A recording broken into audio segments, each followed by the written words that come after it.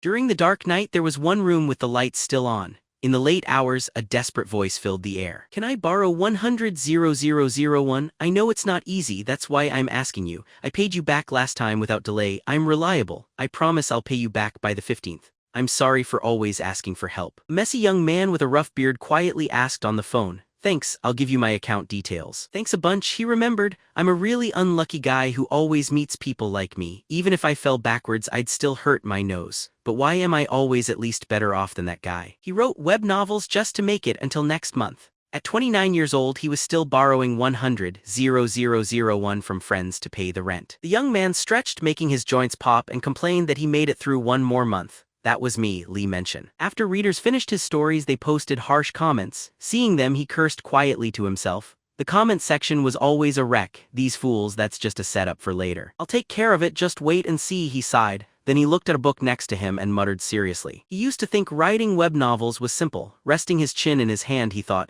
"To be fair, it's not hard to read." Mention's face looked tired and his nose was bleeding from working too much. "If only I could write like that, jump into a character and go wild." When he tasted the blood, he realized, oh, nosebleed tissue.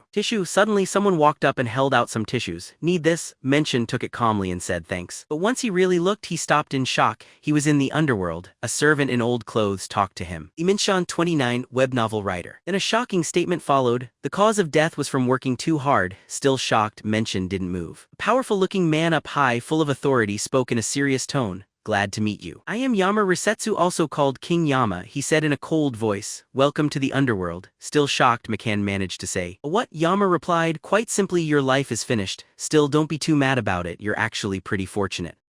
In disbelief, Mention pointed at himself. "Lucky? I've never had any luck." Yama replied, "No, you really are lucky. You are the 777th spirit to come through the underworld's gate, which is a special winning number." Seeing a chance, Yama said, "Since you hit the jackpot, I'll grant you one wish." But he warned, wishes like turning into a god aren't possible. Mention ruffled his hair, looking confused and still in shock. This is all so fast. I was trying to finish a draft," he continued. "If it ended now, what would happen to my readers?" Annoyed, Yama cut him off. "I don't like waiting." Seeing how scary he was, McCann grew nervous. He got scared, then tried to be bold, yelling, "Then let me live in a novel's world." Yama was amused and asked why. Mention answered quickly, for adventure and fun." Yama stroked his beard and laughed. "Interesting. There's a novel you've been thinking of." "Oh, not one you wrote." McCann reacted with surprise. How did he find out? To write his own story would be almost like being a god. He remembered looking at that novel on his desk, thinking about it. A bit of hope filled him. Mention thought, "I might not remember every detail, but I know most of it. The main character has a carefree life, right?"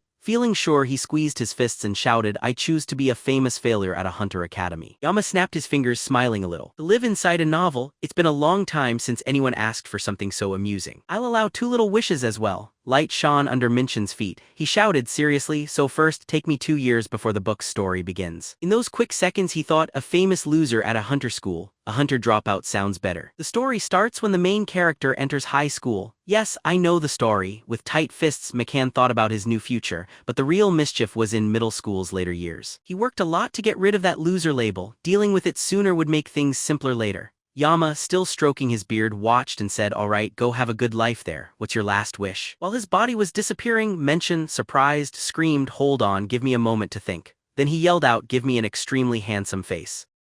Make my eyes, nose, and lips look like those of famous stars." Before he could finish, he was taken away. Suddenly, only a faint light remained and everything became quiet. The servant muttered, "Definitely a rare soul." Yama answered, "Yes, even more than I expected." Mention's body floated in the air. Yama thought, looks can be a kind of skill, but I didn't think he'd focus so much on that. Usually people want to become the main character. No, Mention's spirit became part of a new body. The system said, replacing the character's soul, Lee Myung-chan's soul entered the body. He started to wake up as his eyes opened slowly. The system said, begin the story as the well-known Hunter Academy dropout. When he opened his eyes, McCann, undressed, looked around the room. This feels unreal. I think I really died, the system stated. Gong Shin-huk's body now holds your soul. Seeing this new name, he thought, oh, I am in Gong Shin-huk now. The main character from Hunter School delinquent. But a sharp thought came and he shouted, the main character's name is Lion Song. Who's Gong Shin-huk? The system showed it was collecting Gong Shin-huk's memories. Strong headache appeared, making him groan. Memory popped up and became the infamous Hunter Academy dropout. Hunter skills first showed at 10 years old. If you passed the skill test at a certain level, you could join a Hunter Academy. A weak boy hid in a corner.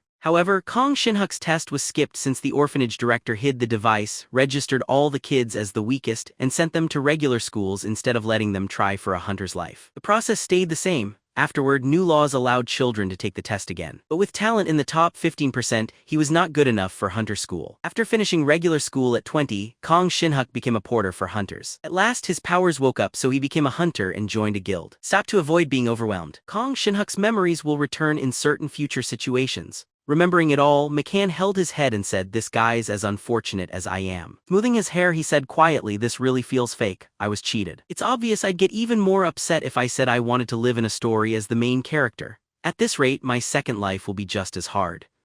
His eyes looked dull. "From those memories, I understand who Gong Shin-huk is. He's the homeroom teacher in the next classroom teaching swordsmanship, a very minor character who's barely in the novel." Upset, McCann waved his arms and punched the air. "If I had known, I would have asked for paradise." Calming down, he sat down and thought, "I want to face that dragon, but the only way to return to the underworld is to die." Thinking of Yama's harsh stare made him tremble. "If I kill myself to argue, I'll end up in hell." The system made a sound. "You'll soon wake up. Good luck, Gong Shin-huk." Feeling upset with angry eyes, he yelled, "Stop messing around with me." Live as Gong Shin-huk? Ridiculous, but I had no other options. Lee Myung-chan opened his eyes in Gong Shin-huk's strong body. He screamed, looking pale, sweaty, and breathing hard. Sitting on the bed, glancing around, he decided it's not a dream. Phone rang loudly. Seeing Gong Shin-huk, he slowly picked up the phone. "Hello," the person said. "Hello, Mr. Gong Shin-huk, this is the finance team from Che. We're confirming your severance pay. If you have any problems or questions, reach out to us." Shin-huk rubbed his head. "All right." When the call finished, a notification chimed. He frowned and looked at the alert. Ways and Bank had sent 3,887,4,631 to his account. Chase Ever severance balance 309,532,4,851.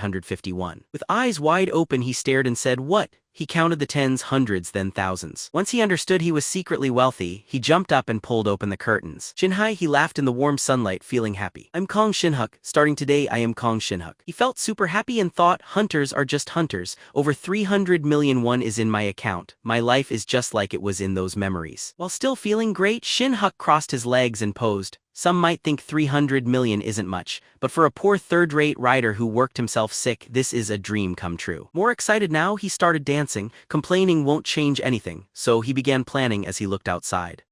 Though there were monsters, portals, and hunters, the world was still modern Korea. He got ready in the bathroom. "I'm 25 now. In Korea, being 25 with more than 300 million is great." He was proud of his defined and good-looking face, thinking he looked really attractive. He was thrilled. Looking at his B-rank hunter license, he was amazed. He had youth, good looks, nice skills, and lots of money. However, thinking about the novel's main character, he compared, as the story said, he's not as wealthy as the main rich hero. As the story goes and powers get higher, he becomes less important. His mood dropped then brightened, but that's just right. In Become the infamous dropout of Hunter Academy, there were two main characters. Kim Do-hyun, a cold main hero, and Lee Hae-sung, a red-haired boy with a big smile who had a rich family's body. Lee Hyung, who knew what would happen, got to everything before the hero, using money to buy elixirs just like Kim Do-hyun's used his skills. Shin-huk thought, as Gong Shin-huk, I started differently from them. I don't need to fight or compete with them. I mean it, I never had a reason to compare myself with them. I only wanted to be the main character for an easier life. With clenched fists, Shin-huk got determined. I can have a life of easy jobs and fun. He imagined portals opening and monsters coming out. When trouble hits the world, hunters would fight back. Kim Do-hyun and Lee Hae-young stood together, fighting against armies. Cheers of hope filled the air. Can those kids save the world? We can only depend on them. A blonde man shouted, they're the last hope for everyone. It's up to us to support them. Fans shouted, go Lee Hae-young, you are our hope. Go Kim Do-hyun, rescue our world. In the crowd, Shin-huk calmly tapped his phone and smirked, saying charge. Moments later, he stared at the device, yelling charge Samsung. Keep going up, Blat, he tapped quickly, bottom fish, this is end time trading. He confirmed to himself that those two would save everything. He just planned to buy falling stocks. He checked his account and gasped. His money was multiplying. He enjoyed the excitement. He pictured his future, a comfortable, carefree life. Is this what winning the lottery feels like? Then a message arrived. I'm your contact. You've passed the top hunter job selection you applied for. They emailed the welfare agreement. Please check and reply. He grinned slyly until the portals opened up. He wanted to stick to his beliefs. It was time to earn money. The first work day came quickly. In the book, he becomes the well-known dropout of Hunter Academy. Gong Shin-huk once worked as a swordsmanship instructor and a B-rank hunter. Luckily, I entered this world as Gong Shin-huk just as he left the Chase Guild at Hunter Academy. This happened when he started his new job. Before beginning, I had spare time, so I started learning about Gong Shin-huk. after reviewing every clear bit of data, contacts, history, and more. I stroked my chin and was shocked, saying, "Is this guy in trouble?" I found out Gong Shin-huk's social life was empty, like a loner. There were only 2 people in his contacts. Shin-huk couldn't believe his eyes. I used to spend all day home writing too, so not socializing was normal for me. But this is what someone looks like who's given up on life. He remembered how girlfriends made fun of him in the past. There goes your boyfriend. Shoot, Shin-huk shook in anger, tears ready to fall, feeling misunderstood. In my old life I gave up on so many things. Coming back to himself, he sighed. People with easy lives always push too much. In the past, I gave up love and getting married. Shin-huk, always timid, would drink with buddies and complain, "Am I married to web novels or something?" I said it was trouble to others. But when I was alone, there was a sense of freedom. That was just foolishness. There were many reasons, like family problems, but I just kept working. Back then the PD kept bugging me to rewrite drafts. "Yes, PD," I stepped out for a moment. "Oh, alright. I'll fix it now." He could only complain about his luck. "Why am I so unlucky? Just a poor writer couldn't keep a 3-day relationship," McCann sadly cried out. "That can't be, it just can't be." He waved bye to his drinking friends and went home. "Yes, it's not acceptable, but now things are different. I may not be the main character I wished for, but I have a lot now." Standing at the staff room, Shin-huk steadied himself and thought, "I'll do my best to slowly gain what I couldn't have before."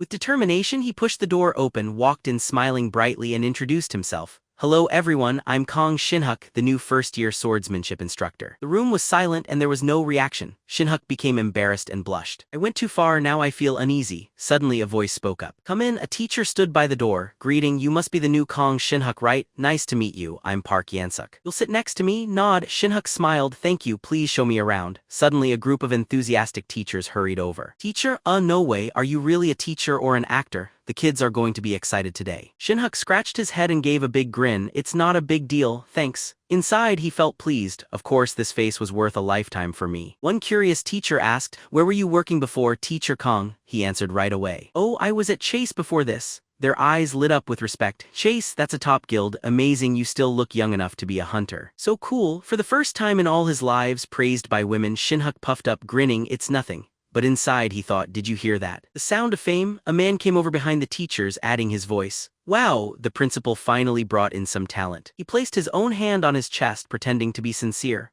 "Nice to meet you. I'm Yang Hansik. I teach spearmanship for 2nd years, joined from Warren Guild, graduated from Hunter School 6. He laughed, tapping Shin-huk on the shoulder, and asked, "Which Hunter School did you finish, Kong? With your looks, you must be popular." Shin-huk paused. I," before he answered, a pink-haired girl butted in. "Let me guess. The Hunter School 7 teacher said, "I think School 4. Another teacher came over. "If you went to my school, I'd know. I'll guess School 5. Shin-huk answered. "Teachers," being honest with a kind smile, he said, "I didn't finish any Hunter School." The 3 of them froze in shock. The pink-haired teacher's voice changed. "What, no Hunter School? Then how did you become a hunter?" Another teacher asked. "Did you study overseas?" "Double citizenship," they whispered. "Can double nationals teach here?" Shin-huk raised his hand. "I'm full Korean. Some hunters never attended Hunter schools.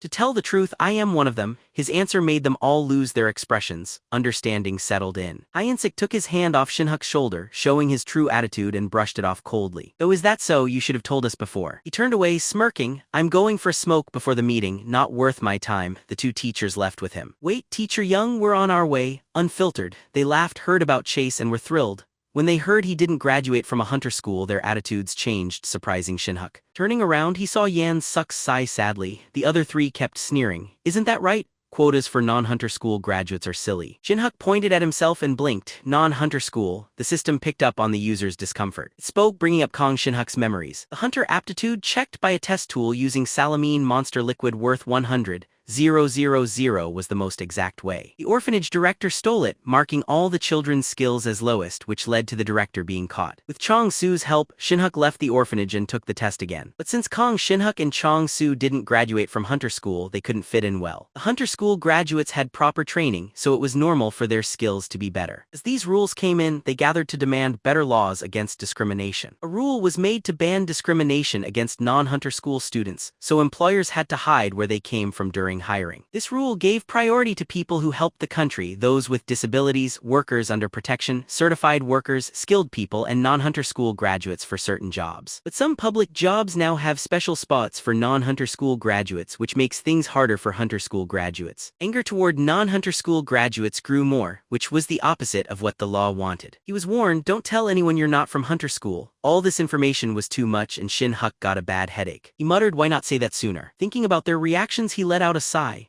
I understand how they feel but it still upsets me. For the record, I never joined the protests or signed anything. Seeing Shin-huk looking lost, Yansuk tried to reassure him. Wow, that's a rough first day. Please know this is just how things are right now. Shin-huk told himself to keep going. How do I get a safe retirement? I just have to deal with this, he answered in a steady voice. It's okay. It's reasonable for them to dislike me. He gave a nervous smile. Quotas for non-hunter schools, of course there would be some upset. Yansuk rubbed the back of his head confused. Huh. Quotas, what's that? Shin-huk just stared then shyly pointed at himself. I didn't get in through a quota or special treatment. Yansuk made things clear. What? You passed the teacher's test and got chosen. This isn't an ordinary school. It's a hunter academy. Are there quotas or extra points for non-hunter school grads? No such advantage. He guessed others got the wrong idea. Over at the smoking spot, the three shared rumors as smoke filled the air. They thought he got hired by a quota. The school must be short on money. Hyen, holding a cigarette, ran his hand through his hair, feeling cool. First-year teachers only lead basic and fitness classes, so it's fine. The school was clever to assign him to that place. He agreed, though, that Shin-huk was good-looking. The female teacher with brown hair joked about this while smoking.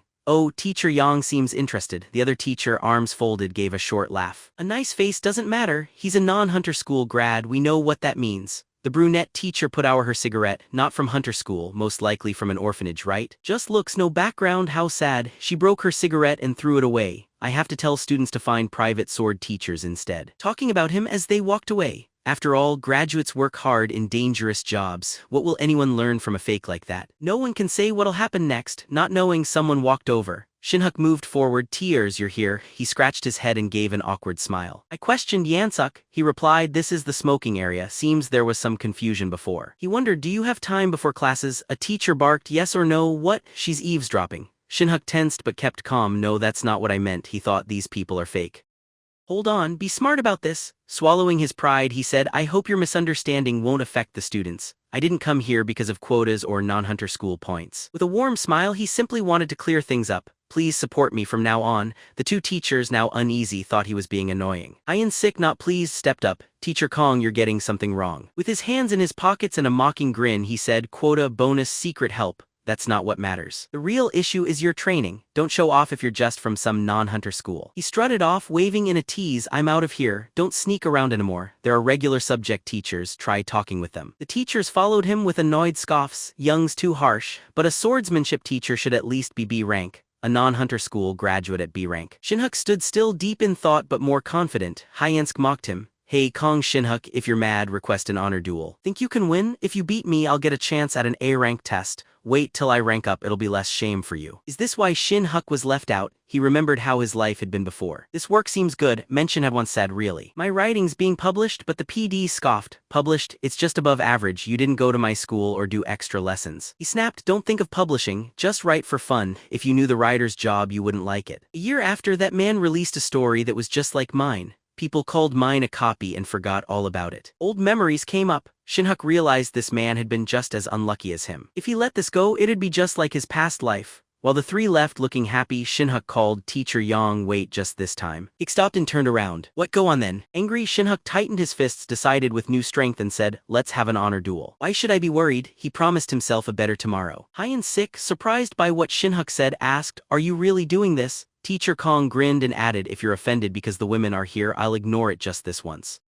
Shin-huk, very serious, replied, I mean it, Teacher Young, let's have an honor duel. In the hunter world, an honor duel meant settling arguments with a one-on-one battle. Usually, refusing would bring a lot of shame, unless the challenge made no sense or one side was clearly in the wrong. Shin-huk gave a clear answer. If this is unfair because I'm not from a hunter school, the only way for me to prove myself is through the duel you suggested, teasing Hyenskik. If you're afraid, that's fine. Will you agree after moving up in rank? Hyensik, hearing what was said, let out a cold laugh. You're a crazy teacher. Ever been in an honor duel? His face looked dangerous. He spoke quietly. It's an honor duel, but you know anything goes but killing, right? If someone gets hurt, it's not my fault. Shin-huk answered calmly, looking directly at him. How kind of you. His next sentence made Hyens scowl. Must be because you teach spearmanship. Not bothered by Hyens's new mood, Shin-huk said, let's do it in 1 week, next Friday at the spearmanship training field with these two teachers watching us. Hyex's face showed he was scared and worried as he mumbled, no clue what he's so sure about. He better start looking for another job this week. Shin-huk stood quietly watching them walk away. The day felt empty. In the morning the students looked at him in awe. Cheered aloud, "That's teacher Gong Shin-huk from today." The biggest worry was the swordsmanship class. Strangely, holding a sword felt easy. Gong Shin-huk's memories came up as needed. Sword skills were locked in his body. Shin-huk trained hard, his every movement bright. "See, simple right?" the girls shouted wildly. First-year lessons were all about basics and getting fit, so they weren't too hard. But the real problem came when his gentle voice echoed. "I'm Gong Shin-huk. From now, let's help one another." The class's mood showed they thought he was finished. While he turned to write on the board, a shy student said, "Teacher, is it true you'll duel in spearmanship next week?" Shin-huk spoke softly. "News travels fast, right? The ending is obvious, so those two must have talked." The students worried said, "Will you be alright, teacher? He's a top hunter skilled in spearmanship." Shin-huk, feeling better because they cared, told them, "Elite or not, we shouldn't be shaken by that stuff. The important thing is not to give up." When he saw their worried faces, he calmed them. Everyone heard the rumors. Everyone knows. Since he was a swordsmanship teacher from another school, his face grew sad and he whispered, "I won't feel like less. Not even a bit." His face switched from sad to bold and he laughed cheerfully. "I mean, there's nothing dishonorable in losing." The class encouraged him after that. He told them to relax. "We'll see how things go next week. Pay attention to the lesson." If anyone thought he was trying to use psychology on the students, it was only part true. The confidence from the morning made things feel strange. Later that day at the bus stop, Shin-huk's voice was heard. "Chong Sude, one ticket for Dingyang." He quickly got on as the driver shouted, "We're about to leave. Get on fast." Not very honest. After tonight, a lot might be different. When night came and the bus reached its end, Shin-huk got off. His mind was restless. "If others judge just because we come from top hunter schools, I can get the best training too." A huge, tall mountain appeared in front of him. The hero's first chance to become a hunter was to get an inner energy skill. "I'll take that skill for myself." Even though this isn't like a Transmigration Academy book, the hero's first chance was a martial arts skill. "If it was a pill or object, I couldn't touch it." Lee Jiang, who knows the story, might suspect something. Holding his flashlight, Shin-huk walked deeper into the woods, talking to himself, but Lee Jiang in the story also took Kim Do-hyen's chance. "Emmanuel isn't lessened by people learning it, so we can share good things." Near a cave's crack, he went on, "I don't need to become some hero to save the world, so I don't have to be as strong as the hero." He put his hand on a stone, whispering, "There is a teleporting light in front of me inside the crack. I just need enough strength to win my fight." Looking closely at the light, he thought, there it was. The first chance, a hidden inner energy skill and magic past that door. With a firm resolve, he went inside, sorry for just coming in. His face and body slipped through and entered a new world. With eyes wide open, he looked over the strange land. Shin-huk stared at the land covered with snow. "Lost, I don't know what this is," the story never said. Such an amazing sight. Didn't know Korea even had something like this. Slapping his own cheeks, he yelled, "Not now, no time to enjoy the view. Get the skill then leave." At once, a strong desire to harm reached him, scaring him. A large ray of light hit from back, making Shin-huk fall and hurt. What just happened? From the thick snow mist, Yuriang appeared, laughing even though people said he was weak. "Dodging my first attack shows you're not just anyone." His sharp blade aimed at Shin-huk. Yuriang ordered, "Tell me your name and who you are with." "How did you come here?" As he looked at his attacker, Shin-huk wondered. "Chinese? Why can I understand him?" Gong Shin-huk knows Chinese. As he sat up, he answered carefully, "I teach at a hunter school in Korea. I came in through a hidden doorway." Yuriang didn't trust him and frowned. "Korea hunter school doorway. That's not true." Shin-huk pointed and spoke quickly. "Can't you see that white gate?" Yuriang said sharply. "All I see is endless snow." He looked at the beautiful place with hate. "I've been locked up here so long, I can't even remember how long it's been. After 30 years, I quit counting." Shin-huk kept watching carefully. What does he mean? No book, just a powerful old man. Surprised, he looked at Yuriang's back. "Wait, is that possible? Is your name Cho Yuriang?" Yuriang smirked. "There are still those who know who I am." When he saw Shin-huk kneel, he inquired, "How do you know?" Shin-huk dazed thought, "How could I not?" He left the inner energy skill the main character gets in this place. Looking at Yuriang's serious face, he got nervous. It is really him. In the original, when the hero opens the gate, Cho Yuriang isn't there, just a written note and technique saying he achieved immortality. Shin-huk remembered saying to Yama, "Send me 2 years before the main story begins." Staring at the man with the sword, he realized Cho Yuriang hasn't left yet. "Now I understand things, but I can't say I learned this from a book." He spoke gently. "I overheard an old tale." Yuriang, interested, urged him. "Which story? Tell me about it." Shin-huk recited what he memorized. "A long time ago, a great swordsman showed up in the Central Plains, fought a wild dragon hurting people, then disappeared.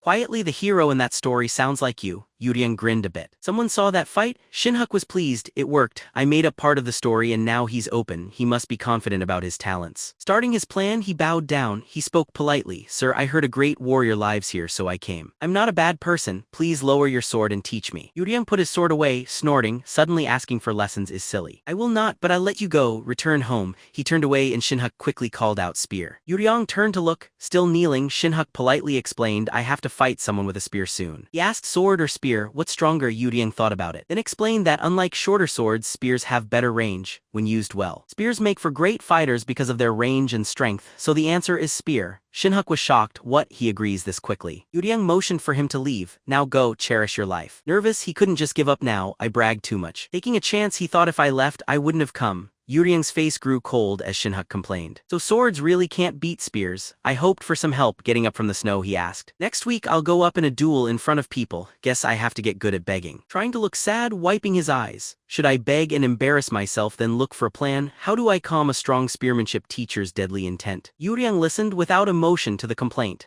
As someone who teaches swordsmanship, I accept a spear's advantage in front of your heavy spear. My sword is just like kindling, like a toothpick. Wig on, right? A toothpick would be better. Yuriang held his sword tightly, stopping himself, gritting his teeth as usual. I don't know how good your spear enemy is. Angry, he whispered, my sword could cut a dragon. After seeing Shin-huk still crying, Yuriang yelled, don't compare swords and spears in front of me. Are you ready to die? I respect your bravery, so I'll help. Stop crying. Shin-huk covered his happy face. It worked. He stood wiping his tears, choking back his cries. Thank you, Cho Yuriang, but how will you help? He hinted that there may be a secret book or magic medicine. I'd be thankful, Yuriang suddenly said, confused.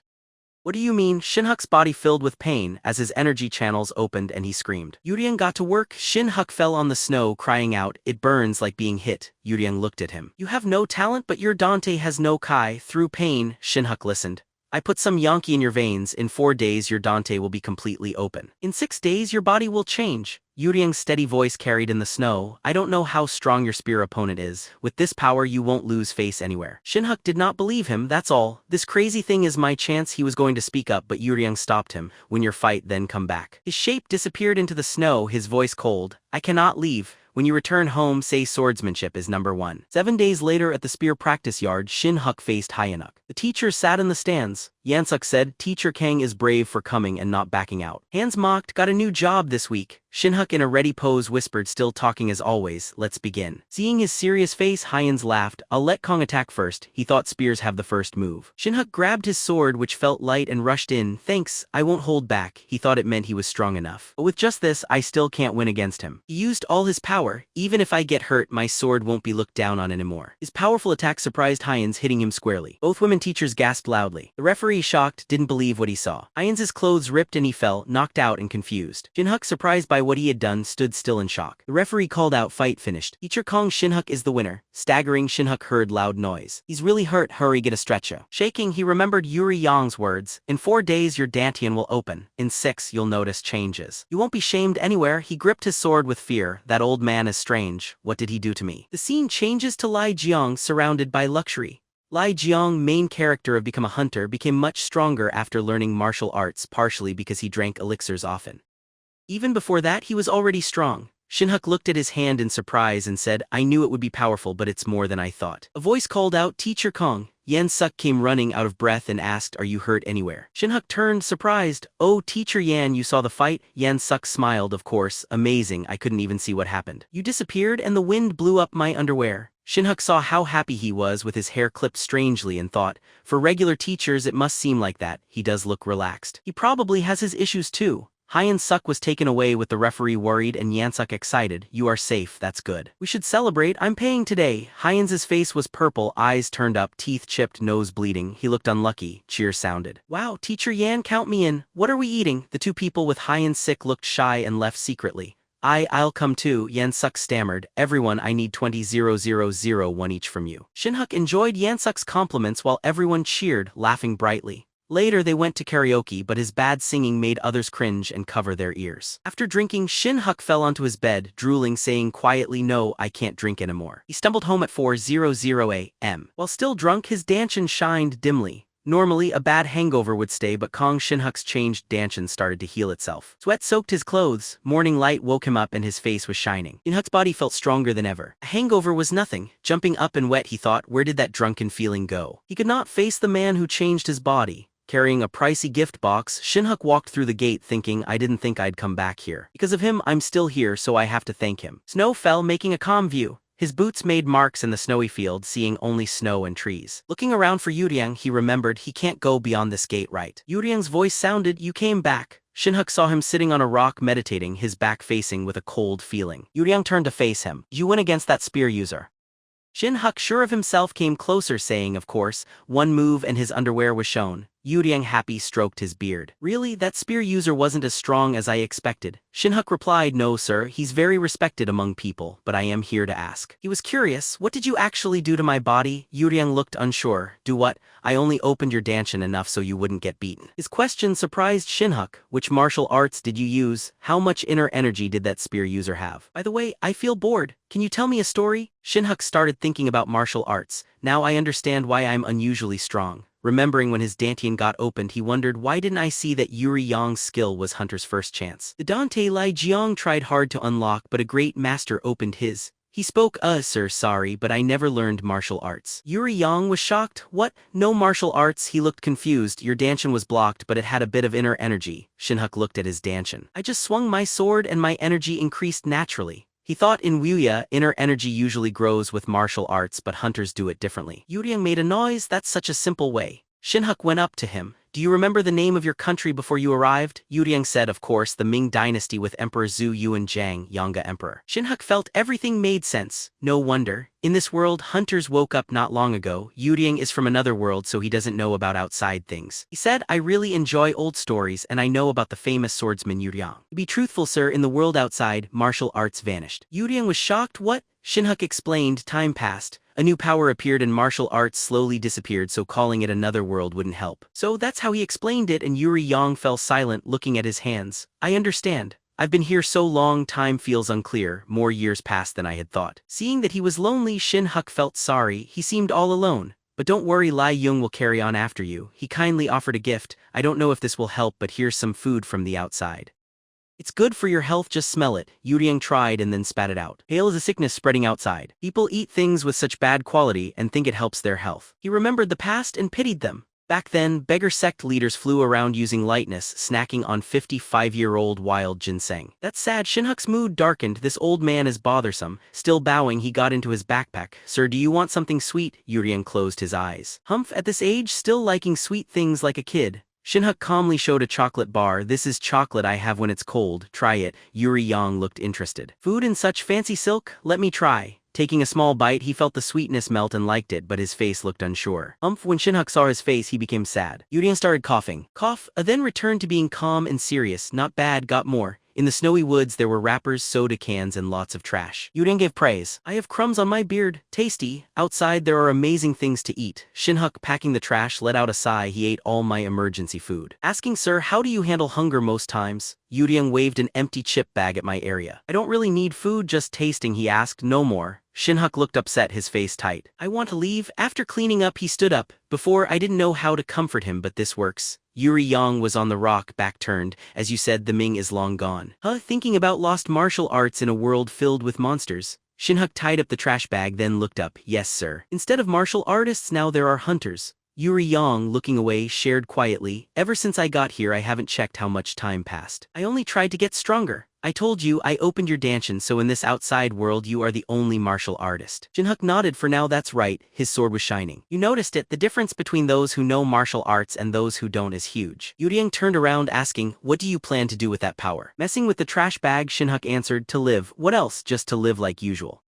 No throwing up at parties. Good. Yuriang gave a small smile. Shin-huk looked away. Stocks for later. I need to get up early. For games, back health is important. This is helpful, Yuriang suddenly said. I have not asked your name, he replied. Oh, I'm Shin-huk. With his backpack on, he said, I'm not looking for anything big. With just a little martial arts skill, teaching kids, I won't do anything crazy. Right then, Yuriang stated, I am Cho Yuriang, the strongest swordsman in the world and a dragon slayer of the Central Plains. Shin-huk kept his backpack close. Yes, I know. In the snowy forest, Yuriang's grand figure stayed still, hair fluttering, standing strong, facing the sky boldly. He said, "I shall take you as my student." Shin-huk's look became serious, then quietly calm. "Thank you, but I refuse." Yuriang, surprised by Shin-huk's answer, was taken aback, falling deep in thought. "Did I hear that wrong?" Shin-huk forced a smile. "No sir, thank you for wanting to help, but I'm okay." He scratched his head, turned red and laughed softly. "I've never wanted to be this strong. With your aid, I got past my problem. Now, I just want to live an ordinary life." Yuriang, surprised, was left. "As my student, you could have everything you want."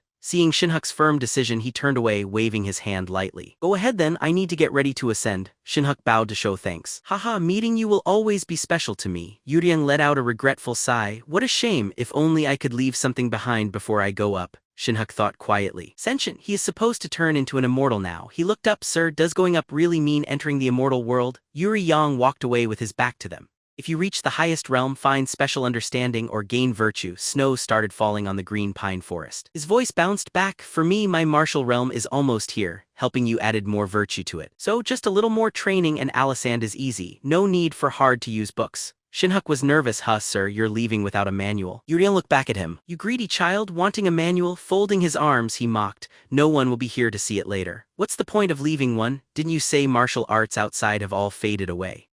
Even if I wrote one, nobody would learn it." Shin-huk got scared. He thought Yuriang would not leave behind a manual. "I didn't see this coming. I was wrong. Me being here changed things. If he doesn't leave a manual, Lai Jiang will not get a chance and won't be able to keep up with Kim Do-hyun. Kim Do-hyun, feeling nothing to fear, will not get stronger. This world could be destroyed. I thought it was just a scene from a simple story, but I did not take it seriously enough." Shin-huk yelled, "Please wait, Sir Cho Yuriang, I was not thinking deeply. Please accept me as your student." Yuriang let out a sigh, standing on a rock. "You strange boy, changing your mind already." Shin-huk drew closer. "Isn't it sad? Your martial arts will be gone forever." Shin-huk stood steady, folding his hands. "Take me as your student and leave your martial arts and manual so maybe I can also have an easy life someday." Yuriang looked at him with doubt. "Every time I come here to train, I'll bring plenty of food." When food was mentioned, Yuriang's face tightened and veins stuck out. "Training is going to be very tough. Are you ready?" Shin-huk shouted, acting brave. "Yes, but in his heart, oh no, there goes my free time." At the academy, the teacher from the non-hunter school quickly defeated a teacher from the elite hunter school. After the respectful duel, the school was busy over the weekend.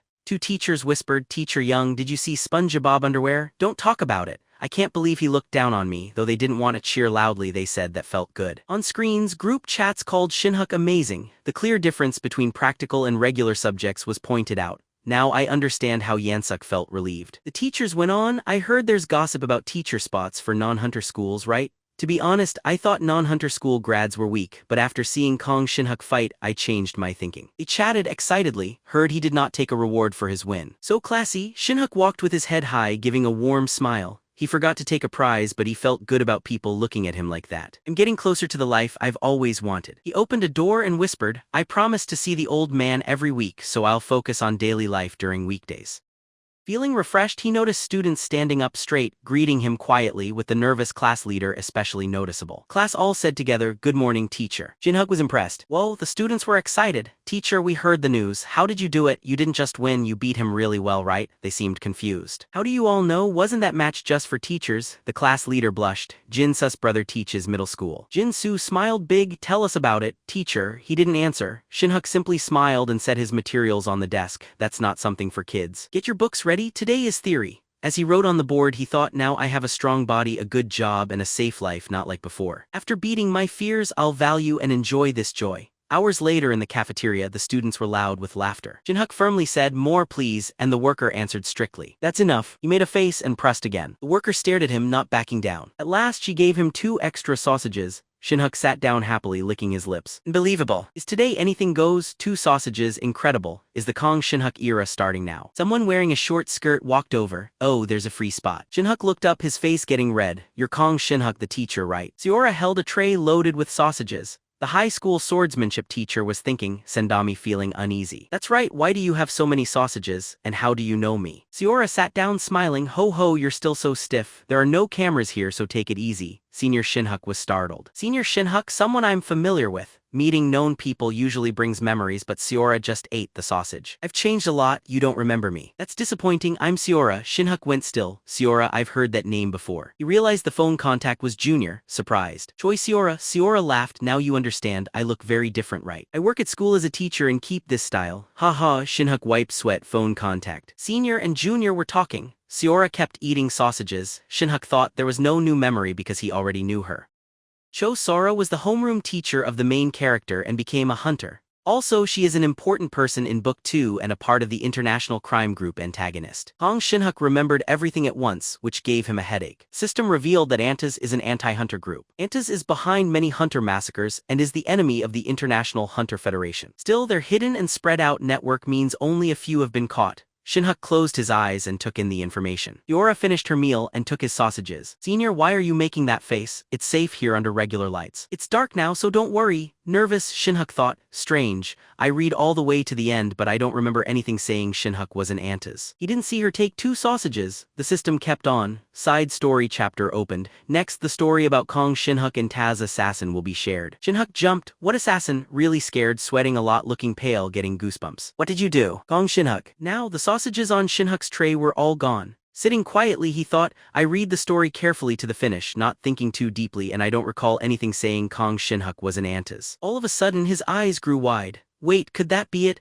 After finishing the novel, he read an author interview that brought up a side story. Stay with us, as many new details not shown before will be uncovered. The side story, the Gong Shin-huk chapter prologue, could be read. He wiped sweat thinking, I need to see it now. Suddenly he felt a sharp pain in his head, making him frown. His memories as an Antas assassin appeared in his mind. When in the guild, Gong Shin-huk had a teammate, Kim Chong-soo, who revealed the orphanage head's crimes and rescued him. 2 years prior, going down Dongyang Mountain after a normal portal job, a portal nearby exploded, letting loose many monsters. They called for help from the guild. With other teams also in trouble, nobody came. To save Shin-huk, Chong-soo pushed him off the cliff. As he fell, Shin-huk saw his brother-like teammate getting farther away. He was deeply sad, feeling like a real brother from the orphanage, my only family. That day, Gong Shin-huk lost the person most important to him. After things settled, the guild said, we can't help you right now. At Chong-su's funeral, people from the guild apologized with a bow. As monsters entered the city, they said, let the few go for the good of many. But Shin-huk saw it was all about taking sides. He and Chong-soo, who didn't graduate from the hunter school, were always left out. Feeling let down and understanding why, Shin-huk asked to be sent overseas. After a year in China, when he came back, he thought about quitting the guild. Then Cho Seora, the younger friend he looked up to, told him to try Antas. His thoughts made the memory stop, so that's why. The extra story shows the change. Who would have guessed someone minor like Gong Shin-huk had that background? Gong Shin-huk, who liked Choi Seora, ended up joining Antas that day. It's surprising, huh? Shin-huk gave half his wages to Seora as Antas support. He thought, wait, isn't this like a pyramid scam? Gong Shin-huk had told Seora his feelings and she turned him down. He wanted to look impressive, so he kept supporting her and stayed friendly as an older friend. Still liking her, he signed up for the Hunter Academy to be near her and studied very hard. Shin-huk was speechless, thinking this is crazy, doing all this for such a small reason. What about Chong-soo? For payback, Seora's voice brought him out of his thoughts. Senior, are you alright? Shin-huk was startled. Yeah, I'm okay. She took a bite. Really? You look so shocked you made me jump. He made a forced smile. If you were me, you wouldn't feel surprised. I thought my life was finally getting good, but now I'm called a criminal. This is driving me a bit crazy. Seora wiped her mouth. I know you're good, but joining the Hunter Academy isn't easy. When you said you'd quit the guild for school, I expected at least 2 more years. Scratching his head, he gave a nervous laugh. Haha, really? And you got in on the first try? You must have really liked her, huh? Gong Shin-huk Zura interrupted. So, is school life going alright? He said. It's normal, just the start of the semester. Resting her chin in her hand, she said, really? You never called. If you passed the interview, you could have told me. It hurt. Her hands shook as she held her glass. Sorry, I was occupied. He sighed with relief inside. Glad I didn't call. Even one mistake would make it weird. Seor replied, it's okay, you must have had your own reasons. Oh, you stopped the donation, right? No money this month. Shin-huk panicked, spilling water. How would I know to send money? There was nothing in the account. Thinking, wait, for the sake of my future, I should be honest, I can't keep giving forever. Unsure about the donations, he said, I want to stop now. Is that all right? Seora waited, looking at him. That's fine, you've given a lot already. It's not required. Teachers don't get paid much, and even if you don't have much to spend, it's okay. Shin-huk blinked. She smiled widely. I told you, and Taz won't make anyone donate, so you're all right. He understood it was by choice. Gong Shin-huk, were you really that clueless? She went on. The group knows about your situation, so relax. To Antas, you're a smart and proud demon. Passing the school interview fast and defeating a high-ranked hunter improved how they see you. Her hands together, her bright smile showed. Having a senior like you helping me is a real honor. Let's make a difference together. Shin-huk thought, first you'll ruin it. In academy stories, hidden bad groups plan attacks. Even if Antaz is a criminal group, they don't hurt random people. There are rules to not go after hunter students unless really needed. Siora's job could be to bring in students who look talented. Thinking about it, this is just what I remember from the book. I wonder what is hidden in the side story. Serious, what should I do next? Sora touched her cheek. For now, adjust to school life. Try making friends, he said. That's something I can do. Can you tell me exactly what I should do? I need to get ready. She took her tray and got up. This will take a while. You're the only one in high school, so don't worry. Let's have regular meetings. Last Tuesday every month, he sighed. She added, Tuesdays aren't usually busy. Let's have dinner then, you're leaving? She turned and waved. I'm heading out, see you soon. Shin-huk spaced out, watched her leave, then looked at his tray with only vegetables left. Training with Cho Yuriang went off without trouble. He kept record of Shin-huk's physical changes, taught mind training and basic fighting skills. Yuriang turned, I have unlocked your Dante, but it's your job to control it. No time off. Make sure to do main circulation, exhaustion. That means moving your inner power in your body. Do you get it? As he meditated, Shin-huk's body gave off a green glow. Got very quiet around them. Yuriang stared and then hit his head as a warning. I asked if you get it. The quick tap made Shin-huk cry out, face turning purple as he held his head. I'm okay, you keep speaking and break my attention. I'm listening, Yuriang. Showing no reaction, I should say that. Aren't you the one off track? Your power is mixed with random thoughts. Something's bothering you. Shin-huk looked worried. Oh, your energy shows that too. Yuriang rubbed his beard. Wao Tian needs to feel as simple as breathing. You were shaking a little. How did I miss that? He felt nervous and scratched his head. To be honest, I'm unsure. Master, how do you see me? Am I good or not? Yuriang let out a chuckle. How should I know, idiot? Shin-huk tried to keep his anger hidden. This old man is so annoying. Yuriang went on, you look like a spoiled rich kid, like Yama let you be reborn as a good-looking guy. Shin-huk laughed nervously, sweat on his face. Sorry for not trusting you. Yuriang touched his beard while making that face. Good people do good, bad people do bad, that's all there is. Power gives you the right to have your own thoughts. No matter what the plan is, only the strong make it in Blade Mountain Sword Forest, this tough world of rivals. Those who lose can't speak out, only get remembered as villains. Troublemakers like those from the orthodox demonic war or who cause massacres die fast. If you don't have power, being good or bad doesn't matter. Shin-huk felt stunned. Oh, thank you, Yuriang replied, now bring me some chocolate. Shin-huk answered, yes, master. He thought, is this justice or not? Something Yuriang said stayed with him. Act to now, Shin-huk and Cho Seora died at the same time. He smiled shyly, thinking about what Yuriang said. Troublemakers like those from the orthodox demonic war or mass killers die quickly. I really just want to make money quietly, invest in stocks and live a comfortable life for a long time. Terrorist acts, killing, or getting payback for Chong-su aren't my business. I don't want to shake up the world and die soon. Seor ate the cake, getting cream on her lips. Strange senior, I said the last Tuesday of every month. Why contact me sooner? Feeling anxious, Shin-huk moved around awkwardly. I have something to discuss. She looked over. Why are you so unsure? He swallowed and began sweating. Can I leave Antas? Seora paused, lowering her fork. Suddenly she rushed forward, aiming her fork at Shin-huk's head, her eyes sharp like blades. The people nearby stared at Shin-huk, surprised and open-mouthed. The cashier, looking scared, flinched since the fork almost hit him, making him shake. He expected things to be difficult, but not this kind of reaction. Chora was stunned, her angry eyes warning him. Senior, you better make yourself clear. Otherwise you'll end up with more holes than just eyes, nose, and mouth. Shin-huk, worked up and almost choking, answered, I'll say everything, but can we tidy this up for now? We have to move. Raising his hands to surrender, scared by Seora's threat, he whispered, everyone is looking. By them, a couple whispered. The girl said, see honey, I think that guy's cheating. The man replied, he's pretty good looking. She warned, if you ever cheat, it's over. He argued, I only smoke, I don't cheat. Shin-huk said, let's go to my car, I have something to show you. On the busy road, closing in on a tunnel, Shin-huk's car drove on. Zora asked, you said you'd talk, so why so slow? Don't think I'll listen quietly. So you want to show me something? Still gripping the fork in a scary way, she pressed on. Cyrillic letter 456, tell me what you meant back at the cafe. Cyrillic letter 456, nervously sweating, Shin-huk replied. You took the fork outdoors? That's stealing. Her rose even higher and she poked the fork into his neck. He went pale and explained fast. I joined Antaz because of the unfairness towards those who didn't finish hunter school, his voice shaking. But now people at school don't think exactly the same. Seora shot back. Cyrillic letter 456, you think one win changed things? Cyrillic letter 456 with a sigh, he thought. Now she's just interrupting me and getting mad. Koreans usually listened all the way, he spoke more, not suddenly. Cyrillic letter 456, but after this I see hope. Cyrillic letter 456, looking around nervously. Even if Antaz isn't here, I can make things better step by step, and Taz goes too far.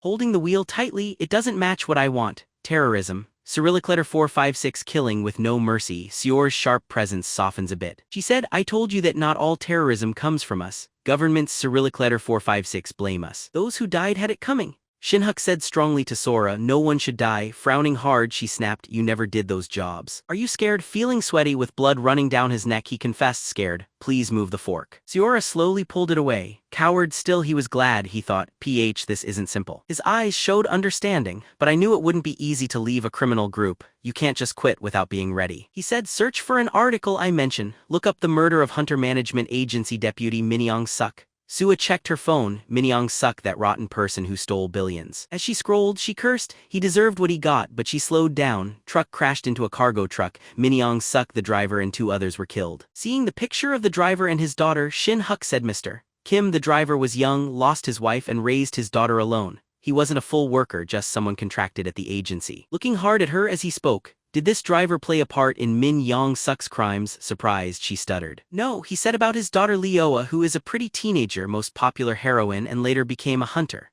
She's important in the love triangle with the main characters and plays a big role in the later part of the story. He kept going. Min Young-suk was killed while her dad drove the truck. Antas took credit and showed Min's wrongdoings. Most people didn't react harshly, some even agreed with Antas. Min's crimes filled the news, but Mr. Kim died and his family was ignored after that. Sora answered tensely, it must be a mistake, and Taz doesn't hurt regular people. You know that? While thinking, I asked once more. He said, Sora, be real, do you believe Mr.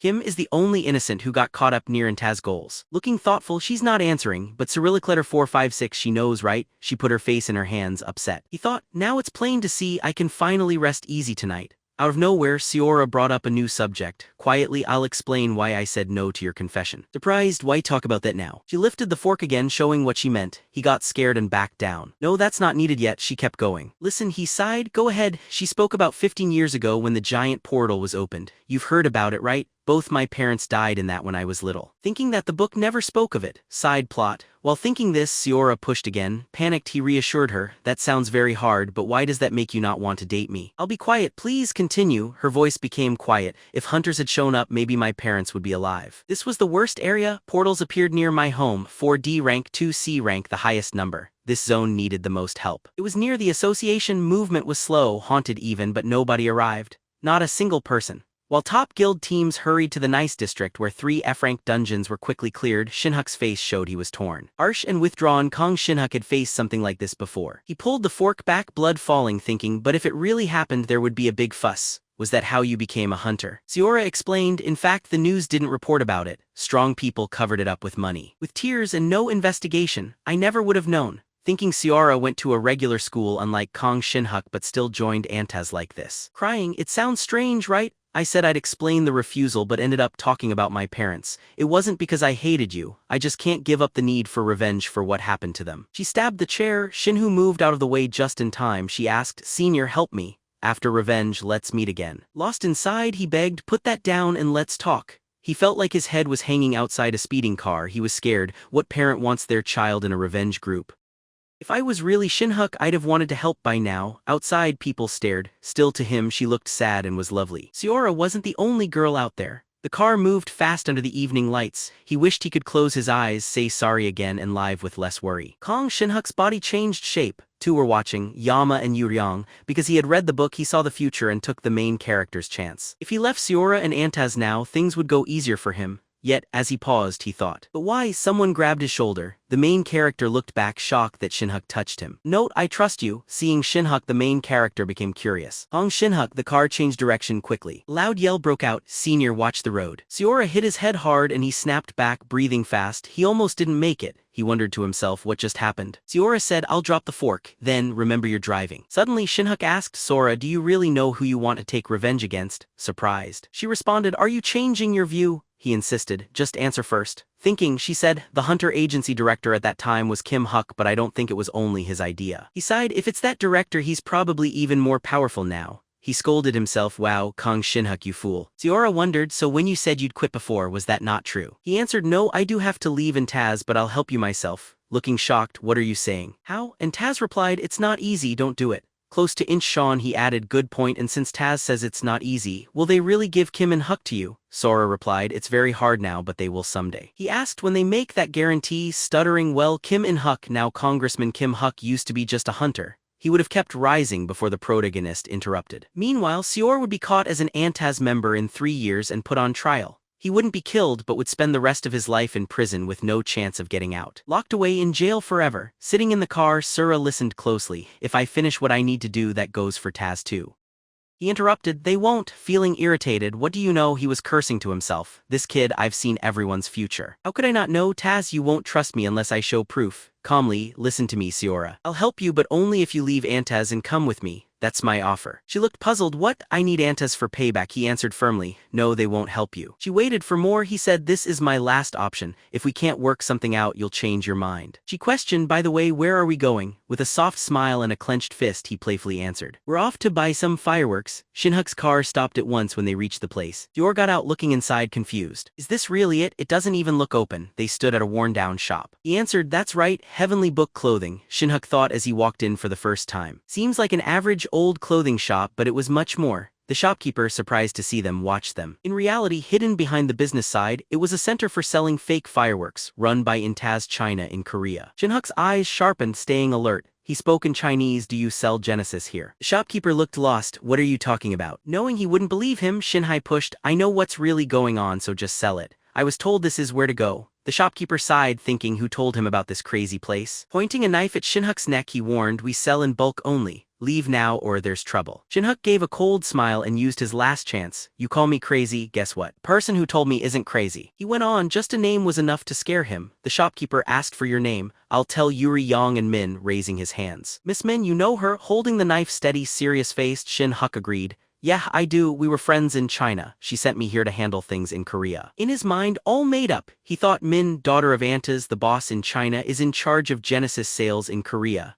On the surface he looked calm, but he was nervous inside. How could someone like Min even know me? This is my last chance to get Seora on my side. He took out his phone and warned, if you doubt me, I'll call her and you can talk, but you'll answer for doubting me. The shopkeeper got scared and changed his attitude, saying, sorry for not knowing you. I'll get it ready. How much do you want? Shin-huk was pleased. That's fine. Bring as much as you can. The shopkeeper then asked, how much Genesis? Ignoring the question, Shin-huk said, the latest type. What's with all the questions? The man said, please wait. Seor whispered. Shin-huk looked around the old clothes store and said, what were you two talking about in Chinese? I told you we're buying fireworks. Belief will come when you see it. Seor was shocked. So this is where Antaz China sells fake Genesis. That isn't a saying, and Taz really does make fireworks. Shin-huk, not moved, replied, you wouldn't have heard. And Taz China appears in public only after the hero finishes school thanks to Genesis. Later, remembering the future, Taz Korea realizes too late and only tries to stop China's boss for more money, not to stop selling. A man with red hair beats both sides, and then the hero, acting out justice, defeats them. Trying to make it believable, Shin-huk said, if you don't think so, I'll let him speak Korean for you. The shopkeeper put Genesis on the table. We just opened, so there isn't much, barely enough for a month, he said with a frown. The shopkeeper begged, please say a good word to Miss Men. Sticking to his promise, Shin-huk said, fine, go ahead and speak Korean, careful though. He pointed back, can she listen? Shin-huk answered, it's fine, she really likes Genesis. Watching Seor's face, the shopkeeper saw her turn away, sweating and stuttering, I love Genesis. Someone, worried by her trying too hard, said, she should slow down on Genesis. Shin-huk tried not to laugh, his face turning red. I don't know why she wants it so much. Looking at the shopkeeper, Shin-huk said, I heard the next version comes out soon, but it'll take a while to come to Korea. Seora paid close attention, frowning. Yes, it'll take some time, the shopkeeper said, rubbing his hands, if you are close with Miss Min and can order straight from China. Seora whispered in disbelief, Senior, you're making no sense with stuff like Emlyn and Genesis. You didn't set this all up, did you? Assuring her, he said, enough with the doubt. I wouldn't risk coming to Incheon for something fake, thinking Min from Antaz China is someone Seor wouldn't recognize. The shopkeeper said, that's a lot. How will you pay? Shin-huk card, surprised, no pay cash, no jokes. Just then the shopkeeper was interrupted, something zipped past and he started bleeding from his nose. No card, no direct payments, no installments. Shin-huk didn't mean that and explained. He meant 3 months of injuries.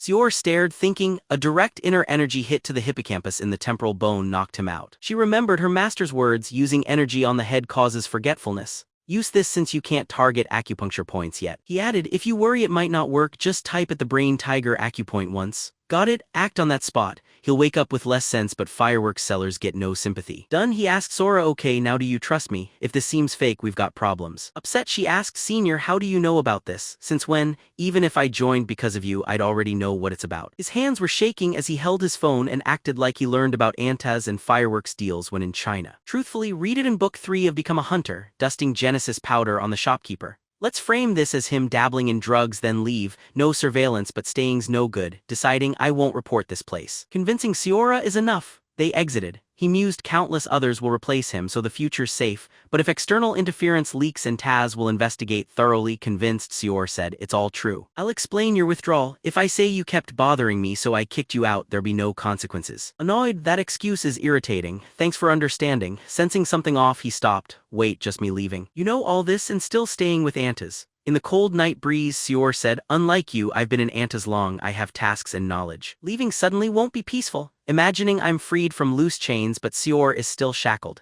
Antas is an international crime group. I'm a clueless newbie, but it's not a club you join or leave freely. Recalling the plea, frustrated, I can't ignore this. I must help. Reflecting for the main story, this is right. If Siora leaves Antas now, it could alter the future. Until the protagonist exposes her, she must stay.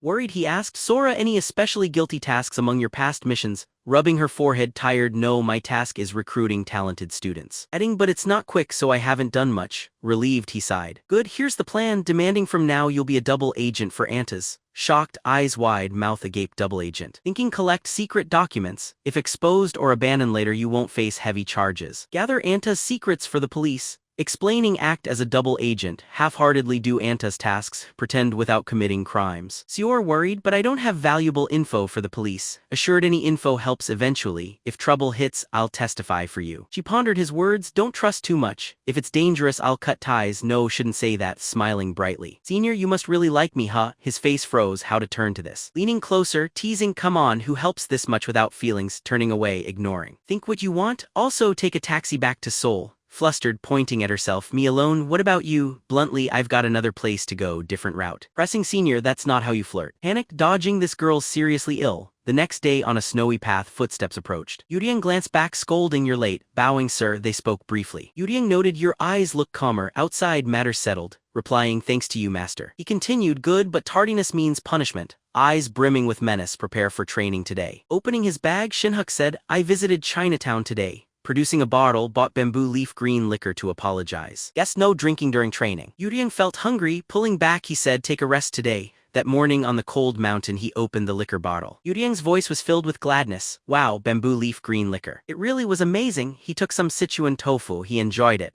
And this Sichuan tofu too, how did you know I am from Sichuan? Shin-huk joked, wasn't someone just shouting because I was late? Thinking about it, Yuriang defended himself. Ahem, it isn't that. You were far overdue and I was worried, that's all.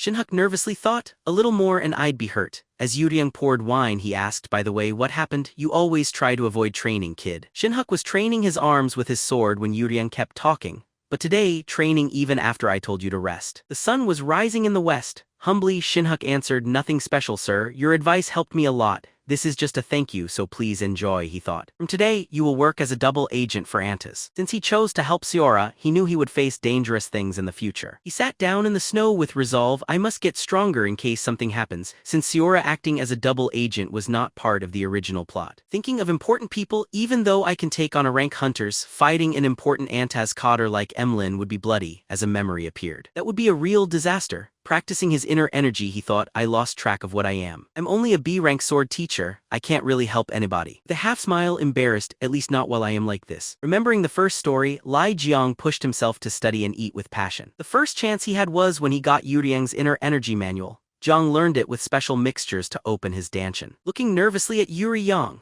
Unlike Liang, who only gained inner energy after hard times, Shin-huk thought, my Dante opened easily. Breathing on his tofu, Yuriang said, this chef's tofu is amazing. Shin-huk kept on training. He is the best in the world, right? If I train under him, I can look after myself no matter what. Just then Yuriang said, hey disciple, yes master. Thinking he would learn a new move, he heard this. The ramen is gone, the sesame ramen, that's my favorite. Jin Wan's nice too, buy more. His face got red in irritation. Shin-huk got himself together, hang on, he's the best, decided, I'll get more next time. Yuriang added alright, bring a Jion and some super spicy noodles next time too. Shin-huk put a lot of focus into his training. Yuriang added some chili powder. The smell flowed around. So hungry but controlling himself, Shin-huk burst out, that's enough, stop eating.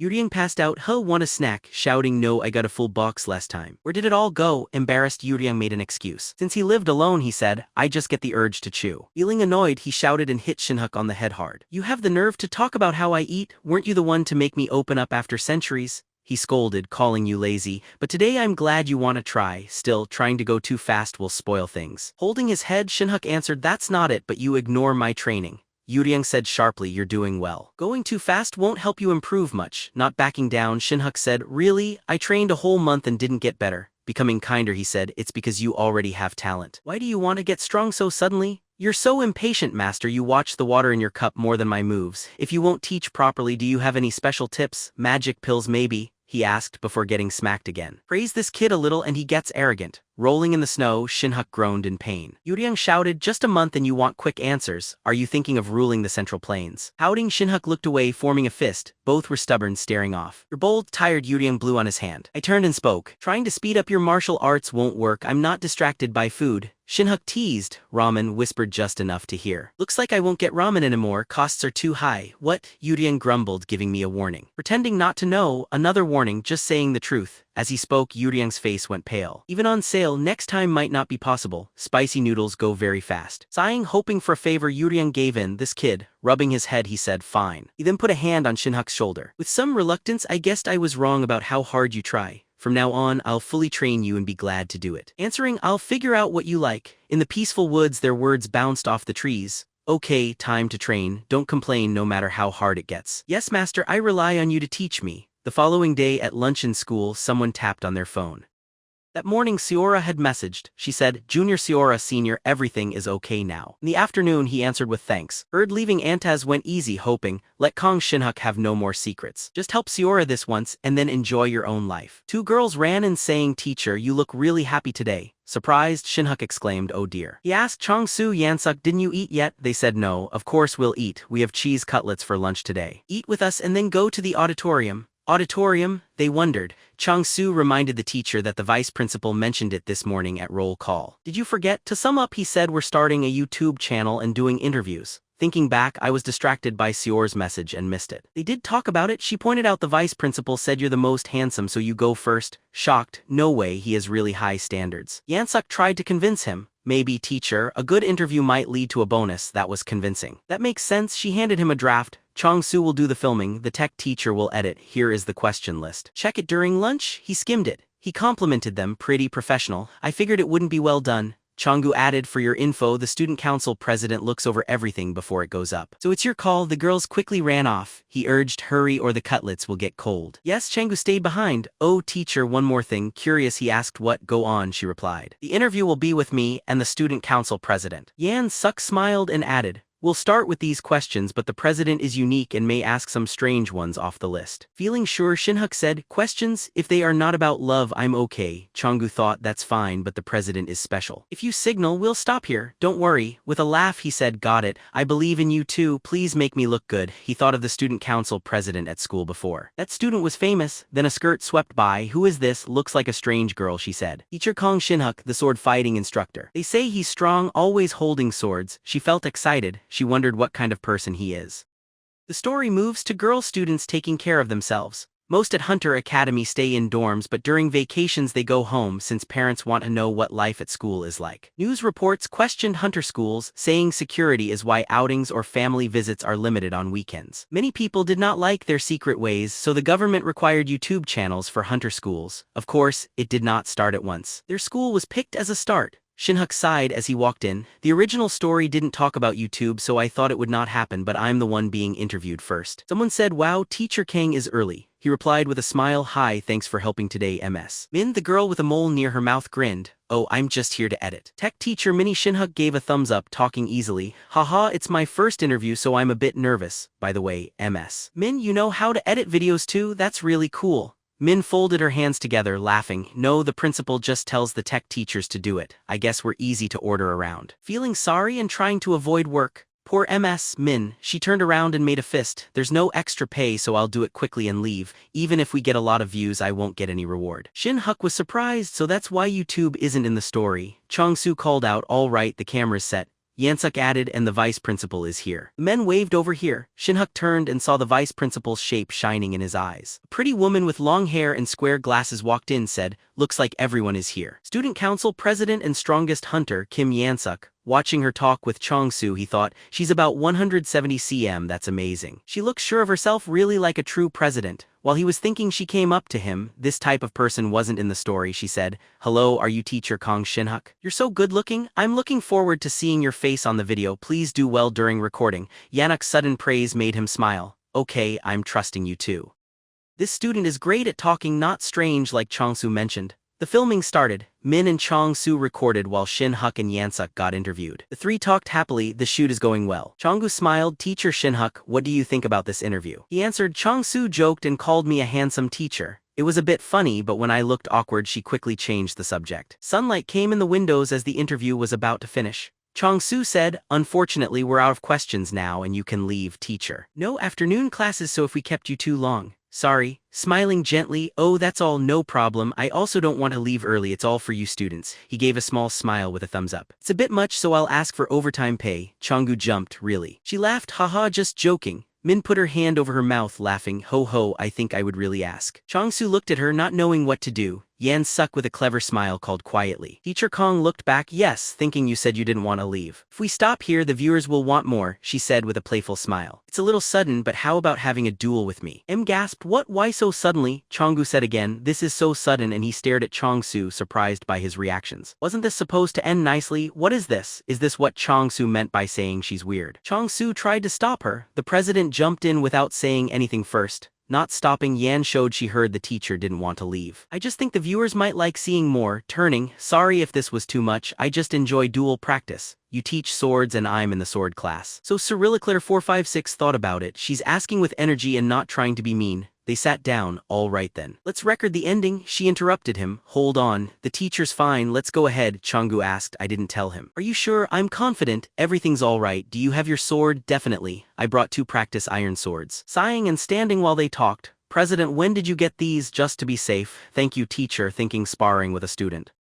Gong Shin-huk's body is great for sword fighting. Plus my master is very skilled. Men's faces darkened, looking serious, and Chong-soo just watched silently, thinking, I'm still learning, I want to see how much I've improved. Chong-soo ignored Min's complaints. Oh no, I'm going to be late. Min and Chong-soo ate popcorn and watched while Yanuk tied her hair, getting ready to fight. With his arms folded, Shin-huk looked on, feeling sure of himself. Honestly, I don't feel nervous. After my honor match with Teacher Yang, I realized hunters aren't as strong as I believed. Thinking back to training with his master, he remembered getting punched in the head and Yuriang saying, don't slack. I warned you, he shivered, if master were here things would be like this. With swords in hand, they got into position. I usually spar with students in class, but she's older and the president, so stay alert. Treat her like a real hunter, he grinned and teased, come on, you go first. Yanuk smiled and lifted her sword. I'm going first. She rushed forward like wind, holding her sword tight. Chong-gu celebrated, wow that's quick. Yansuk snapped, don't say that. Watching her move quicker than new students. Strange. I thought she'd swing sideways or angle the sword, but she's going for a thrust. Her eyes were determined. In sword training, swinging is common, but she drops low to stab, dodging to the left. She feels so sure of herself that a normal student would panic now. He spun and sliced upward in a smooth curve. Shin-huk stepped aside and then blocked her attack from below. Not bad. While backing away and blocking Yansuk's hits, she yelled, how long will you just avoid me? Without speaking, dodging one more swing, he recalled his master laughing.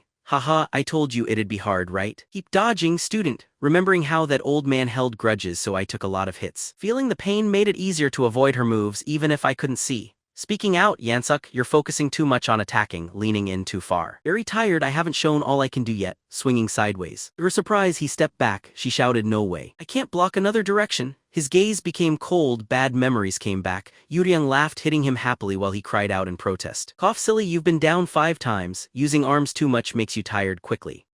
Getting angrier the more I think about it. She pointed at his elbow. If left open, should I cut it? No, that would upset him more. To Yansuk, you're using your arms with too much force. You'll get worn out fast, she added. Move your body from the shoulders down to strike better. Face red, breath short, she changed her hold. Surprised by how calm she is already, she learns really fast. Watching her change, he noticed that just fixing her grip changed her presence. That's how a real president speaks. Okay, Yan-suk. He grabbed his sword tighter, gave a thumbs up. I'll begin my attack, please be alert. He looked careful, she gave a small, nervous smile. The man's shaking hand brought popcorn to her lips. Chong-su's eyes glowed, glued to the scene. Shin-huk shook all over and kept his eyes shut tight. Then teacher, you're here, wait a moment. Teacher, what happened? Am I hurt anywhere? Yan-suk, a little careful, asked. That's not it. Teacher, can I use mana? I won't put it into my weapon. He seemed quite amazed and touched the back of his neck. That's surprising, a student using mana this early will join internships at teleportation gates. Right now, I'm practicing controlling it. He thought that before students finish school they go to F or E grade gates with teachers or hunters for safety. They say the point is to build up mana on internships. Maybe it's not plenty but it's still impressive. She seems to notice the extra speed. Wondering about her power, he agreed. Go ahead and use it as you like. Thank you, teacher. With a quick move, Yan-suk's form disappeared.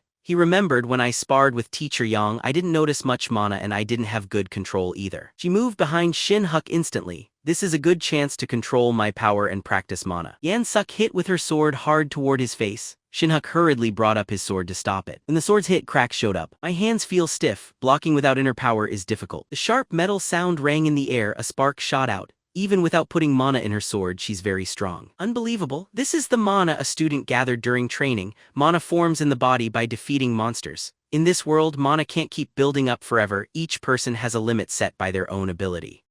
His master said mana is like raw inner energy. He thought, I turned all of Gong Shin-huk's mana into inner energy so it works better than normal mana. Yan-suk swung again, her slash coming for him, but I have to keep a teacher's image. It would look better to win without using inner energy, wouldn't it? After trading a few blows, he thought, now I can clearly spot her attack habits. Shin-huk tilted his head, dodged easily and said, the problem with Hunter Sword style is that it's too direct and basic, mostly because they fight against monsters that are not smart. That's the reason lower-ranked hunters have trouble with stronger monsters that think more. Her face was covered in sweat. See, Yan-suk is already getting tired. I can now predict her attacks and even read the slowing down. He said, you're about to go for a diagonal slash, right? Yan-suk jumped, looked at her hand holding the sword. She flipped her grip and charged again, this time thrusting backwards. Shin-huk stayed calm and said, it's good to try changing your moves now. He stepped backward, which made Yan-suk stumble and fall forward. Shin-huk, still calm, added, but for a thrust attack you're already too close. Yan-suk's sword dropped, the clang loud in the room. The three girls watching stayed focused, barely moving an inch. He sat up and rubbed her sore knee. As Yan-suk looked up, a shiny sword tip was aimed at her. He side-faced Shin-huk and said, I lost, teacher. He stopped for a bit, then answered. She didn't notice her upset face, but it looks like she really wants to win. A wonderful skill, just right for someone leading the student council. Shin-huk stretched out his hand to Yan-suk. Still, your sword style is way too simple. Mana does boost your body, mainly your strength, but you should try out more types of sword techniques. Not just counting on mana can help. She took his hand and said, thank you, teacher. I learned a lot. Jihai started shaking suddenly and spoke out loud, surprising Chong-su. Big trouble, big trouble. What is it, teacher? Jihai's face sank. The channel might explode.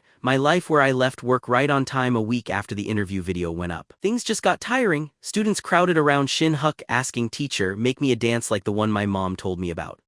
Go away, I don't have anything cheap. Oh, just a fast autograph is okay now that the sparring video with the student council president has become really popular. He let out a sigh, took the paper and signed it only during break time. Alright, after this I'll stretch and jog. The rest of you get ready, line up in Lee Jihei's normal stretching positions. Understood, here you go. Oh wow, thanks. Another student came from behind the boy with a paper ready. Yes, we're ready. Everyone yelled out, okay, let's start stretching. Lee Jihei's formation, get set. Nothing much was different, he just got a bit more recognition and a little more work. There weren't any extra payments or ads either. While getting used to this, he almost forgot about it. People online are more harsh than I imagined. Online comments, is that fighting ability for real? It's really a fight between the strongest in the world. Why make a big deal? It's just a usual match between a student hunter and a teacher who trains everywhere. Are you not paying attention? Take a good look. The teacher didn't even use mana. The teacher is really talented. I heard the student in that video is a genius and a double martial arts champion. Some people claim finishing the full training will always give you a rank. And he avoided mana use. Gong Shin-huk's a name I haven't seen before. Anyone have details? Who is Gong Shin-huk? I graduated this year. Seems he just started working here. Upon reading this, Shin-huk's eyes grew wide from surprise. What's going on here? He wondered, so the student council presidents have that much potential. Why didn't the novel include her? Surprisingly, after Lee Jihei graduated, there wasn't any character named Kim Yan-suk shown. Suddenly, someone called out. He looked up from his phone to whoever spoke. Teacher Kong, the star, how do you feel about being popular? Ah, hello, Teacher Yansuk. Morning. Yansuk set a coffee down for Shin-huk, repeating himself, which made him uneasy. Isn't it good to be popular? Why is Teacher Kong acting so bashful? Deep down you must be excited, right? Haha, thank you, I'll drink it. At first it was enjoyable, but now it's a bit much. He laughed out loud and went on, come on, good-looking teacher. Kang's so reserved. You should try the show business so I can show off.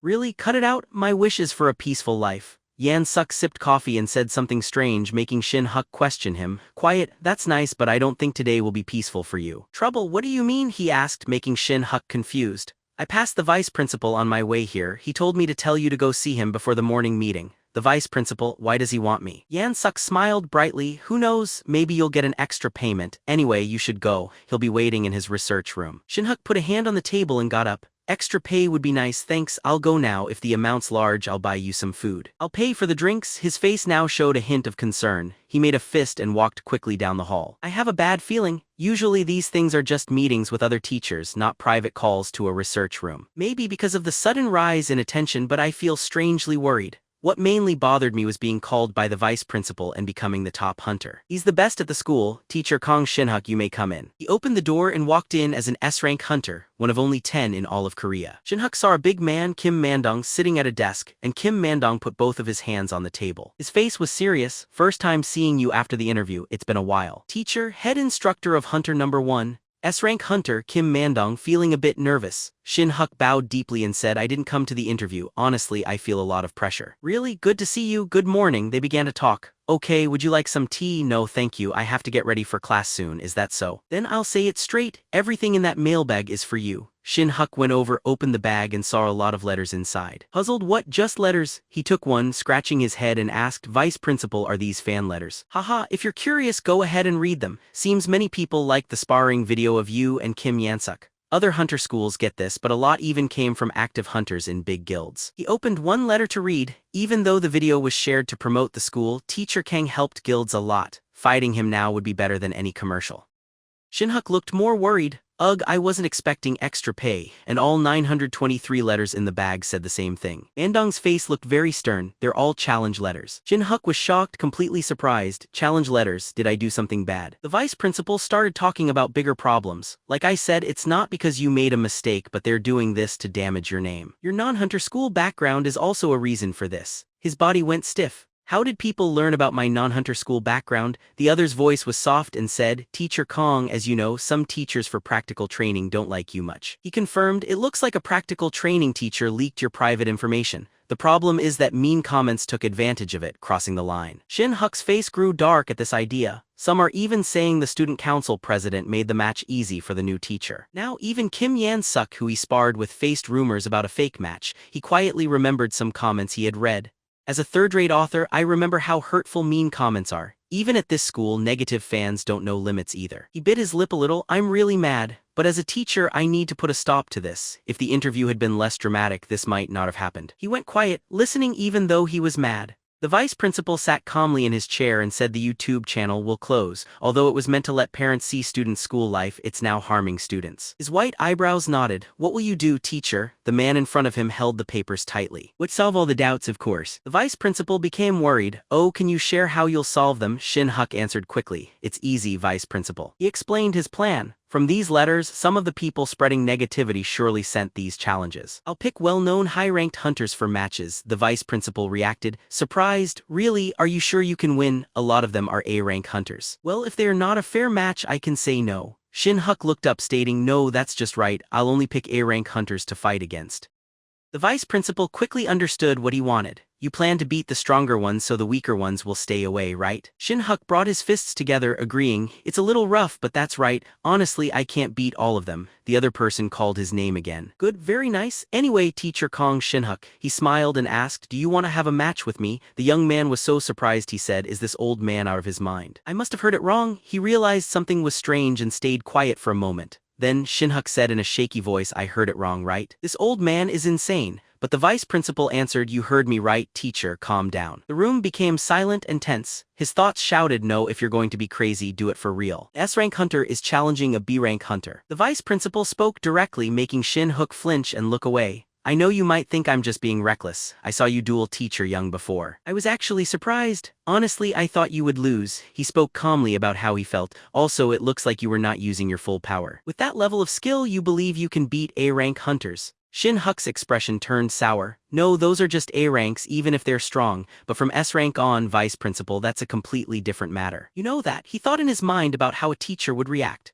Actually, there are only about 1,000 A-rank hunters in Korea, so they're still very strong. Cho Yuriang only just got assigned as an A-rank and isn't a real A-rank hunter yet. Shin-huk remembered the hard training he went through. Of course, now that master taught me I am stronger. Counting the difference between hunters and martial artists, I'm confident against A-ranks. He tiredly looked at the hunters' backs in front of him. But S-ranks in Korea are only 10 and less than 100 around the world. Their magic is very powerful. S-rank magic users are even called powerful weapons. Other S-rank hunters and superhumans are called single armies by themselves. And this vice principal is extremely strong. Kim Mandong, the best fighter among the top S-ranks. In Become the Top Hunter, there's an episode where Lee Jae-sung, thinking she was strong, challenged this old man and got beaten badly. She was left beaten so badly she couldn't be identified, completely destroyed. Not just defeated, but totally destroyed. Now he looked at himself. Of course, I'm not like the main character and only learned one inner energy skill. I learned martial arts straight from master who said I'd become much better than those who just eat elixirs all the time. But fighting in S-rank, no matter how hard I think I can't win. Mandong called his name, breaking his thoughts. Hey, Teacher Kong, he answered right away. Sorry, I was really surprised. Then the vice principal tried to encourage him brightly. Think about it. Wouldn't it be better to fight me than to fight a bunch of ranks? He gave a good reason. After our spar, I'll talk about Teacher Kang's real abilities. Then you'll stop getting challenged. Won't that fix everything at once? Shin-huk paused, thinking about it. Mandong kept asking him to accept. That's right, but if you do badly I can't help you. I don't expect you to win. Just try to land one solid hit. Shin-huk thought about it. One good hit sounds easy, but it really isn't. Kim Mandong's body can block even auric blades. He partly shut one eye to taunt him. Don't want to try? More scared than I thought. Teacher Kong, he offered one more deal. How about this? If you manage to hit me, you won't need to do the 3-week new teacher training during break. Shin-huk looked interested. No training. He paused, feeling the people looking at him. Still, it's not that tempting. The training is mostly for making teachers closer. Since I didn't come from a hunter school, those 3 weeks will feel very uncomfortable for me. At that moment, the vice principal used his last option. Don't worry, you'll still receive your salary during this period off. His words were comforting to Shin-huk. 3 weeks of paid vacation. Yet the young man was still uneasy. What about the training run by the Hunter Management Bureau? Is it really okay to skip it? The vice principal answered in a calm voice. There's a special teacher system. They only pick 2 every semester, Mandong explained. If you become a special teacher, your workload lessens. Tempted now? Shin-huk's face showed desire. Since when does this happen? Very tempting. 3 weeks off feels like heaven. It's very tempting. The other person, sensing what he was thinking, planned for others to see and avoid trouble. The presidential election is next week, so let's settle this in a month. Shin-huk paused and remembered. A month from now, just before the closing ceremony, he added, that's right. If you back out, it'll be strange. Having decided, Shin-huk said firmly, okay, agreed. Dong breathed out in relief. A man's word is important. So keep your promise? After they agreed, he left the office right away. Classes are about to begin. Please excuse me. He walked down the hallway, stuck in deep thought. Within a month, I have to figure out how to make contact with Kim Mandong. He thought of himself as a puppy being enticed by the vice principal. The offer sounded good at first. Shin-huk then felt mentally struck, but after thinking, you see how reckless this task really is. He judged his own abilities, thinking about the coming fight. In the martial world, Kim Mandong is at least a top master. His body seems unbreakable. For me, having just moved up a level, hurting him at all would be nearly impossible. He quietly sighed. In some ways this feels like a harsh challenge. Still, sometimes I need to step up. He remembered what it's like to be left out. Even though I want a simple, peaceful life, I can't rest easy when my actions cause trouble. Suddenly, a system notification lit up. An external record appeared. From now on, Shin-huk's Vice Principal Slayer story would be logged. He joyfully clenched his fist. Vice Principal Slayer sounds awesome. If it's a story episode now, maybe it can be done. Holding onto that hope, he went to see Yuriang. Surely Master knows a solution. But his master soon told him sharply, no way, you crazy kid. Shin-huk kneeled on the cold ground and begged, please, master, don't act that way, please teach me. His strict master didn't look at him. It can't work no matter how much you try. Impossible means impossible. Yuriang added, oh, what was it, that auric chaos thing? He answered right away, auric sword. His master nodded. Yes, he explained with knowledge. To hurt a diamond body you need sword aura, you called it that sword thing. Shin-huk reminded him. Auric sword, Yuriang agreed. Yes, that's it, but his master shook his head, annoyed. You need a lot of effort to get to that level. How could you break a diamond-like body at top mastery? Right now, maybe you would only shave a little hair off his chest. His student stayed blank while he mumbled. Even if you use the same attack, you'll barely hit him well even once. Impossible. Wanting to know, Shin-huk asked, Master, what did you mean about the same move? He replied with annoyance. You always use those strange tricks, mountain ginseng or super herbs made with 3 100-year-old mountain ginsengs. Maybe, just maybe, you'd be able to use that sword thing. Shin-huk corrected. Auric sword. His master cracked him on the head. Yes, you brat, it's called sword aura. After the slap, which made him cover his head in pain, he muttered, Tusk, it's not like a master's aura, but with work maybe you could strike at it once. Shin-huk's lips curled a bit. He lifted a finger, suggesting, that's all I need. One blow. That's all I need? As he said that, he turned and ran away. Thank you, master. I'm heading out today. Surprised, Yuriang asked, what? Where is he going? He shouted with excitement. Master answered, I need 3 mountain ginseng and those cost a lot. Still confused, Master said, so where do you find those, you silly boy? The boy quickly headed for the world gate. With money, you can buy anything. With the presidential election soon, he showed a sneaky smile holding a symbol in his hand. I'll go get some mountain ginseng. A white phone was lifted along with a complaint. What's this? It was Cho Yuriang resting with a face mask on. Ever since Senior left Anta's, I haven't heard from him. I heard he's popular on YouTube now. I wonder if he's dating someone. She gave a sigh and kept scrolling. Suddenly, the phone rang with a name she knew. Senior stayed calm, thinking, talk about the devil, and there he is. Now that's like him? Senior said, I'm always there. Quickly sitting up and mumbling, she answered, hello. The other person sounded worried. Hi, Siora, what are you doing? Siora calmly responded. Oh, nothing much, just reading at home. What's the matter, Senior? Shin-huk paused, then asked, can you lend me some cash? Only about 100 million. Right then, Cho Siora had pressed the power off button on her phone. He pushed it without another thought. Shin-huk had to think of a new plan. Of course, I can't get rare elixirs like the 10,000-year flower prophet inner pill or 1,000-year snow ginseng. But as Lee Jiang always said, you can find mountain ginseng here. The elixir shone bright like gold in his eyes. There are several types: wild mountain ginseng, farmed mountain ginseng, and fake mountain ginseng. Of them, wild mountain ginseng is the best. The scene changed to a busy auction room. The real problem was the very high price of wild mountain ginseng. Even those not 100 years old cost tens of millions, and some over 100 years old went beyond 100 million. He remembered how Man Dong easily beat Lee Jiang. Lee Jiang, who was from a rich family, even used it for kimchi. He ate ginseng like plain food, but Man Dong still defeated him. Yuduang's words rang again. Master said it was because he didn't absorb the ginseng's power correctly and just ate it. But for me, even with a master's help, eating only one helps. Now, the boy stood in a place thinking. The problem is money. With 300 million in savings, buying 3 mountain ginsengs would leave me broke. To get more money, he recalled the vice principal's advice. Mandong looked at him and said, to be seen by many, avoid busy times. Next week is the presidential election, so let's battle in a month. That thought made him grin in a strange way. The presidential election, honestly, isn't it really about election stocks? His big smile scared a couple nearby. The grudge of his old teacher, quitting Taz, becoming a YouTube sensation. He wasn't concerned about those and kept focused on making things easier for himself. Formerly a poor freelancer, now a hunting instructor, Gong Shin-huk remembered information from a novel about stocks and took out a large bank loan thanks to his new status. Knowing the future that Kim Jong-un, not actor Kim Jun-suk, would win the election, he invested all the borrowed money in the shares of the future president. A few days later, Shin-huk, panting among pizza boxes, was approached by a courier. I'm bringing 42 pizzas for you, as a bonus. The drinks are all free.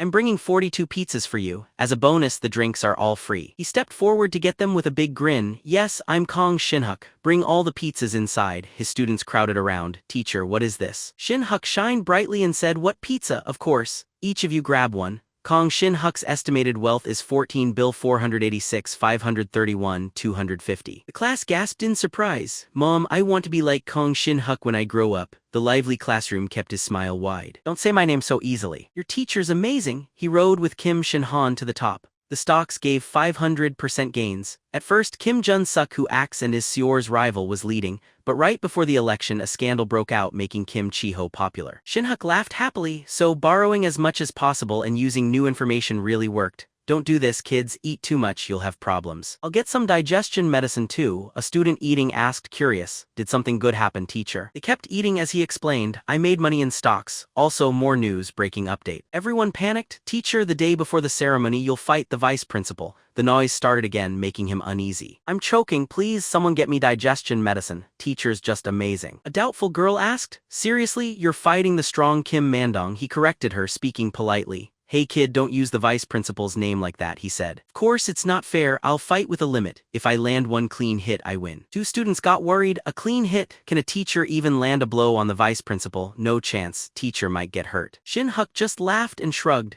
"Anyway, enjoy. This might be the last pizza I get. The election is done, so Kim Mandong will soon tell everyone about our match." He looked closely at the students' faces. "One hit, one victory. I let the students hear this rumor so the vice principal can't avoid it. I have to make sure everyone knows it's just one hit." Leaning on the podium, he thought, "Stocks worked out. Now since the super spirit is real, just training is left. Everything's working for me." In his head he made a promise. "Wait and see, Kim Dong." Now Shin-huk was back in the well-known snowy area. "Okay, you set things up." He piled boxes on the floor. "Yes, master. 3 boxes of sesame noodles, 5 boxes of anai, 2 boxes of chocolate, and 4 boxes of cola. Also, I bought all the top instant foods from the store." You said with a straight face. "Good. I'm moved by your effort. You got those too, right?" Shin-huk quickly opened a wood box. "Of course," master said, "finding elixirs takes luck." The shiny elixir caught everyone's attention. 3 heavenly seed mountain ginsengs aged over 100 years prepared. After subtracting 300 million heavenly seed ginsengs, left assets are 11,186,531,250. His master turned back. "Content, didn't think you could actually get them. I tried a 300-year-old ginseng before. These aren't as strong but are surely over 100 years old." Shin-huk looked to the side and softly said, "Earlier master said not to trust elixirs or special methods." His master interrupted. "What did you say?" He quickly changed his tone. "Ah, it's nothing. Master proved they're real, thank goodness." Yuriang strictly said, "Stop talking and eat, then get to training. I'll help from the back." Shin-huk bowed low. "Thank you, master." The empty box was moved to the side. Yuriang put a hand on his back, pouring in energy. Shin-huk took it seriously, though he felt a little uneasy. "So hot." Sweat was dripping down his face like a river. "I've only tried ginseng and ginseng chicken soup before. Now I understand why it costs 100 million. The strength is incredible." His master spoke quietly. "Don't fight the energy I'm sending. Let it flow. You've learned the technique, so it should be fine." Blue flames shone brighter from his body. "It's not difficult." He pictured himself scooping up water. If using inner energy before felt like taking a few drops, now it's like endless ladlesful after the elixir. He lost his balance as if sinking into ice water. And as the cycles continued, it wasn't just scooping anymore. It felt like being soaked in a huge river. While helping his learning, Yuriang spoke. "Disciple, can I ask you something?" Shin-huk answered right away. "Yes, master, go ahead."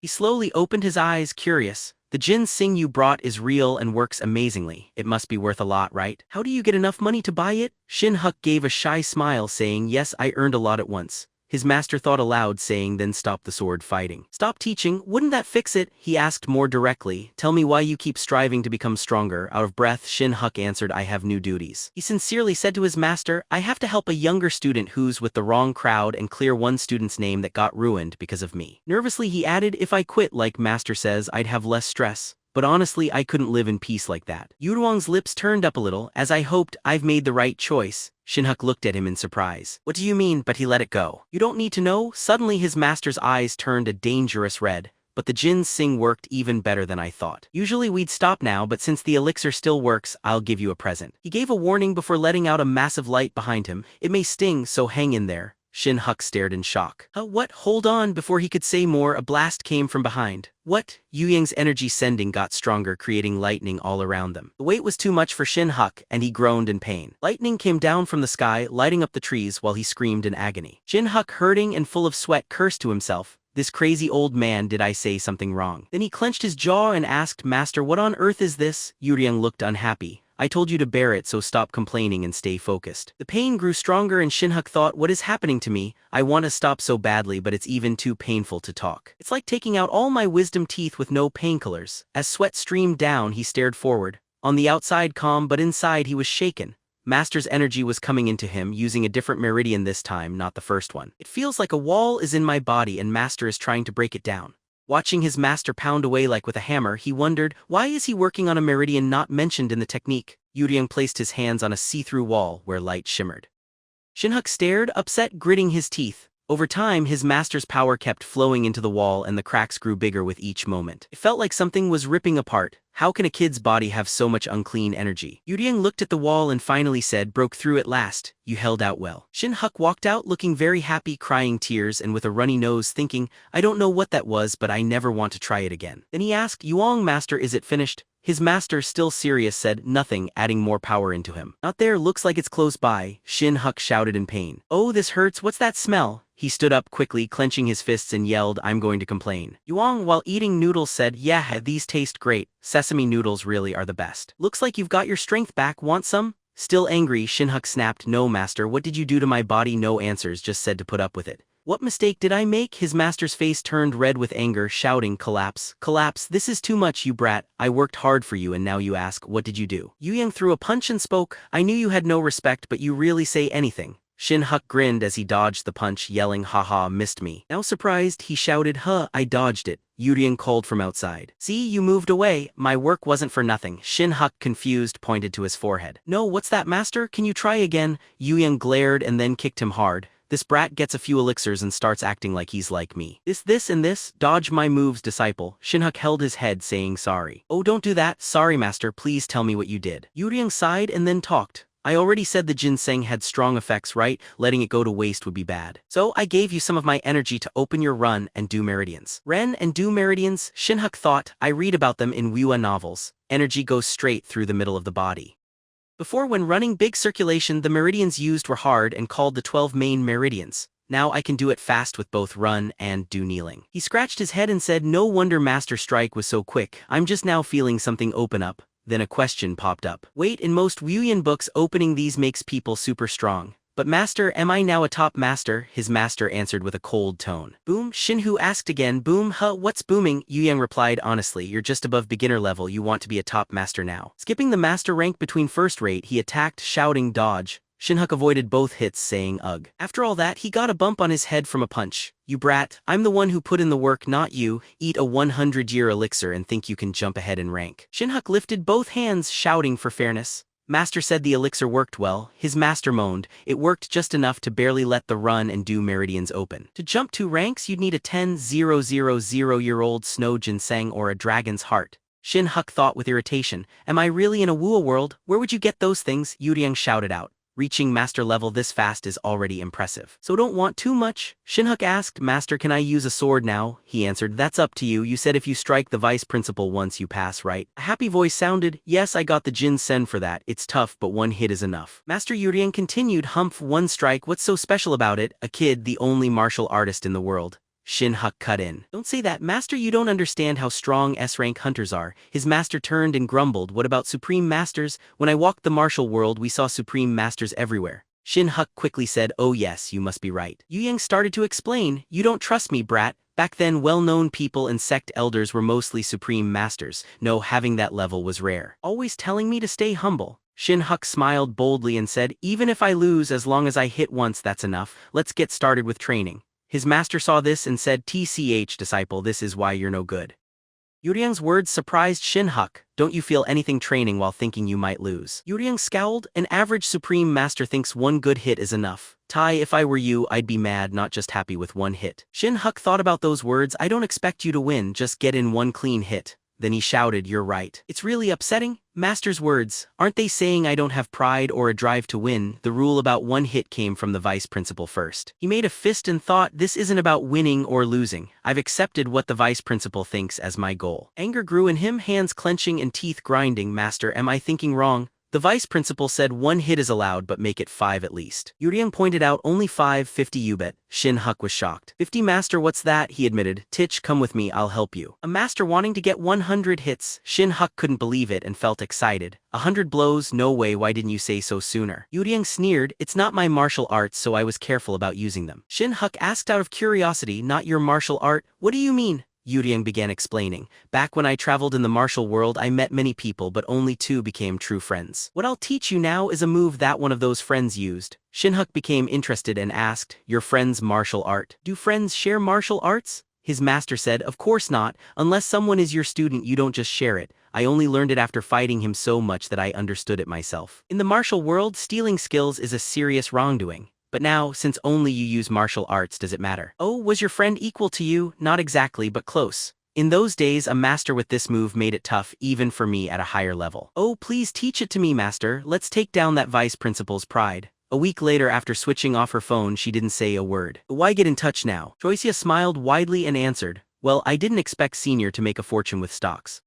Today's meeting is about that drug we talked about before, Shin-huk said quietly. The drug is Genesis, the one in Incheon, right? She answered, yes, we got some information. It's being sold in China. They tried to sell it in Japan but were stopped. It wasn't us, but I still need to tell Senior the latest details. By the way, is it true you're going to spar with the vice principal? He said calmly. Even teachers are talking about it. The pizza's effect is real. Seora showed him her phone saying, no, not that. Something posted in the education system. Shin-huk looked surprised. What? The news about picking the best teacher for the first semester. For the best practical teacher selected by the vice principal, the result will be decided after a spar with him. Higher rank gives more advantages. How to sign up? Go straight to the vice principal's office. You can register and spar from today up to the day before the closing ceremony. Chora looked a little nervous and said, who else could it be? The worst troublemaker in middle school is Lee Myung-chan. When he heard this, Gong Shin-huk spit out his water. Chora, now drenched, stayed silent but kept a faint smile. Shin-huk looked worried, furrowed his brow and paused for a few seconds. Seora, face wet, managed to smile and asked, Senior, did Lee Myung-chan cause you trouble? That reaction was strange.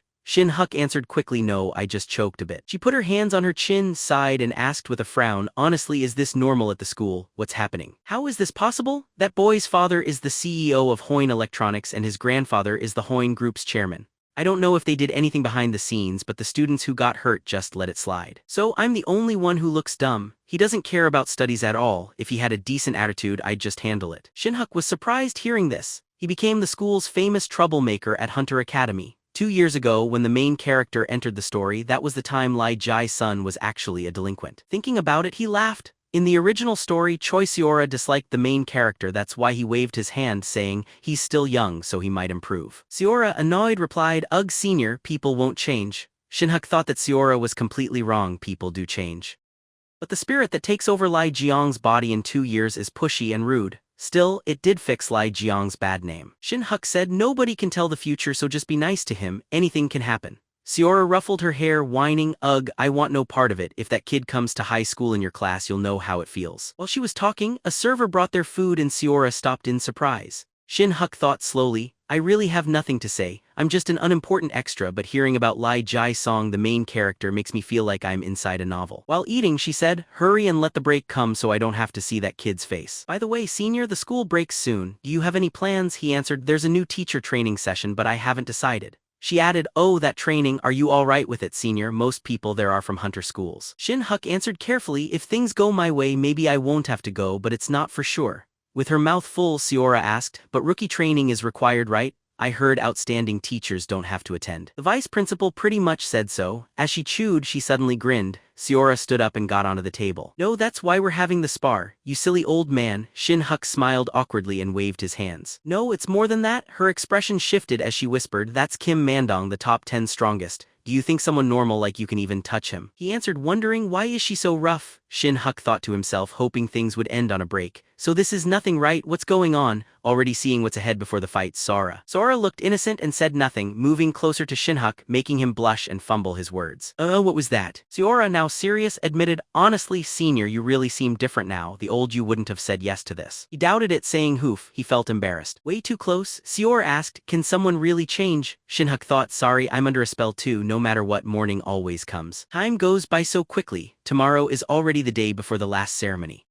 Jihei and you stood there listening. Another boy with a soda can stared. Seora stood there cold and quiet, looking nervous. Since he beat Teacher Young, he acts invincible. Why is he being so full of himself? He didn't even finish Hunter School. You can see his skill by looking at him. He wants to be the top teacher but doesn't even know his real ability. People say he's got something special, but it's still a rumor. Jin-soo got mad and clenched his fist when he heard them. Stop that. Do you know how good vice teacher is? Even blindfolded, he'd easily win with one hand. But even so, if he fights the vice principal, he'll lose badly. Poor guy. While moving his fist, he thought, I heard everything everyone said. Even if it wasn't for me, my sharp ears got it all. Seeing this, Shin-huk said, hey, that's enough. Jin-soo, you need to go. Jin-soo answered, I just want to get a better view. Shin-huk answered, please, teacher, just go. Jan-soo copied him, saying, please come on, teacher. Shin-huk thought the announcement was only on the admin system for new teachers, not for students. That's why students can't know the details. Maybe some teachers who dislike me let it slip. Seora felt anxious thinking, some want me embarrassed in front of everyone, mostly students. Shin-huk turned and quietly asked, Jinsu, do I really have a bad name? Jinsu grinned and said, just don't ask. Other teachers talk bad about you a lot, they accuse you of putting up a front to win the top teacher award. We know that's not you, haha, that's enough you rascal. Everyone cheered him on. Gong Shin-huk, do your best, let's party tonight. Milky Gong Shin-huk, they were really excited. Teacher Gong Shin-huk, good luck. Shin-huk thought having a few supporters is still nice. People shouted, look, the vice teachers are here. The crowd screamed, Kim Mandong. Kim Mandong, strongest hunter, Kim Mandong. He really knows how to make an entrance. That smirk sure annoys me, Kim Mandong with his arm guards said, didn't think there would be so many people. I'm ready, teacher Gong Shin-huk. Shin-huk thought, clueless, give me a break. This old man has been spreading the word everywhere. Then he admitted, I've done all I could. Kim Mandong said seriously, if you didn't want to be embarrassed you should have tried your best from the beginning. I'll let you attack first.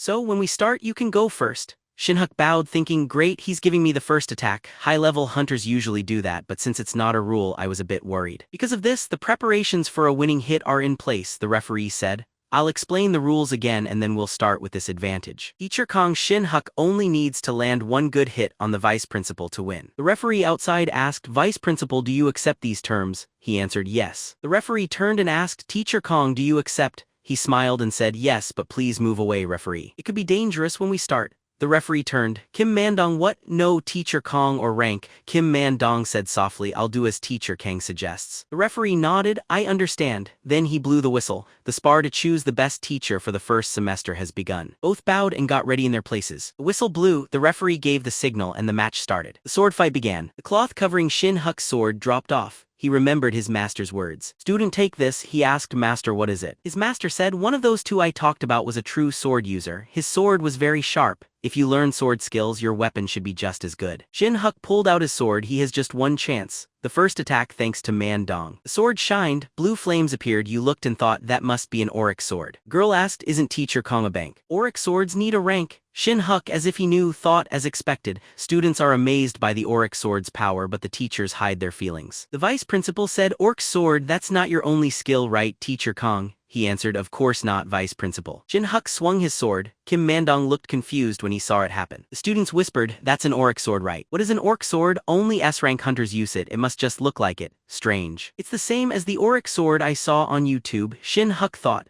Master said these swords are not good for real fights, but the vice principal's carelessness gave me a chance.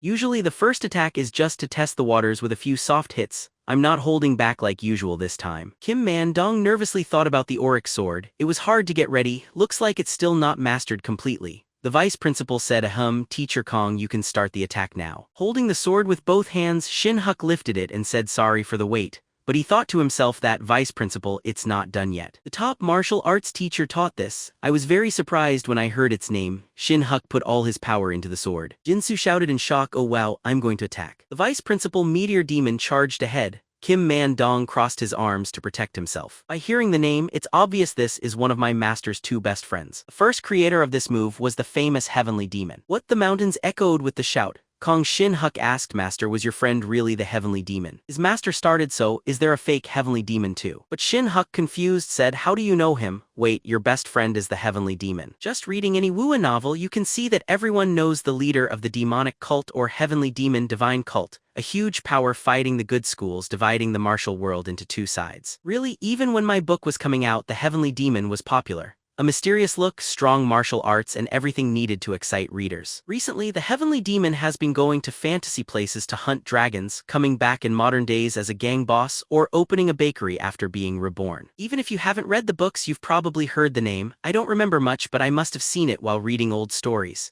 Yuriang thought, well, he was very well known, but he never won against me. Shin-huk thought if he fights dragons he should be strong, but being best friends with the heavenly demon, he asked with doubt. Master, you said you had two best friends, right? Who was the other? Yuriang answered, it was a guy called Jing Sanfeng or something like that. He always talked about Tai Chi, loved drinking, acted like a Taoist, did silly things, and started a group called Wuong or Mudong.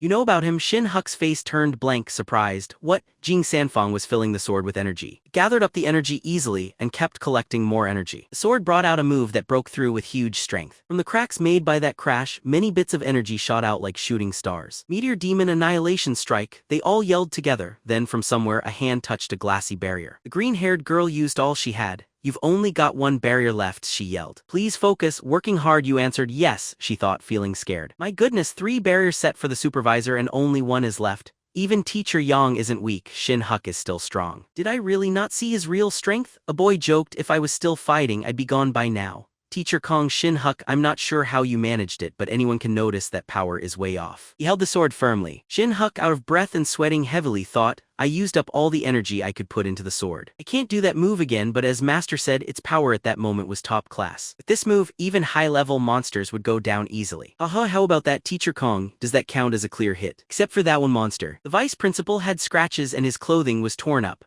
Vice Principal Kim Man-dong felt really embarrassed. Their deal was only one solid direct hit. Watching the honorable duel from a distance, it was clear he wasn't just a regular B-rank hunter. Kim Man-dong thought, but my blood's coming out, I haven't seen this in years. I didn't think I'd be hit like that. The vice principal said, Teacher Kong, you surprised me, I never expected that kind of sword attack. Shin-huk quietly said, just like Master said, this way of fighting only works in a world with martial arts. Kim Man-dong quietly said, okay, as agreed, the bet is settled. Now do you want to try a real fight with me? Yells came from outside. Oh, Vice Principal, giving up so fast? Look at your condition. Are you saying that wasn't a solid hit? The Vice Principal mumbled. No, that's Shin-huk interrupted, saying, what do you mean no? You already agreed on the terms. He thought, haha, serves him right. I just took a risk and went for the first strike.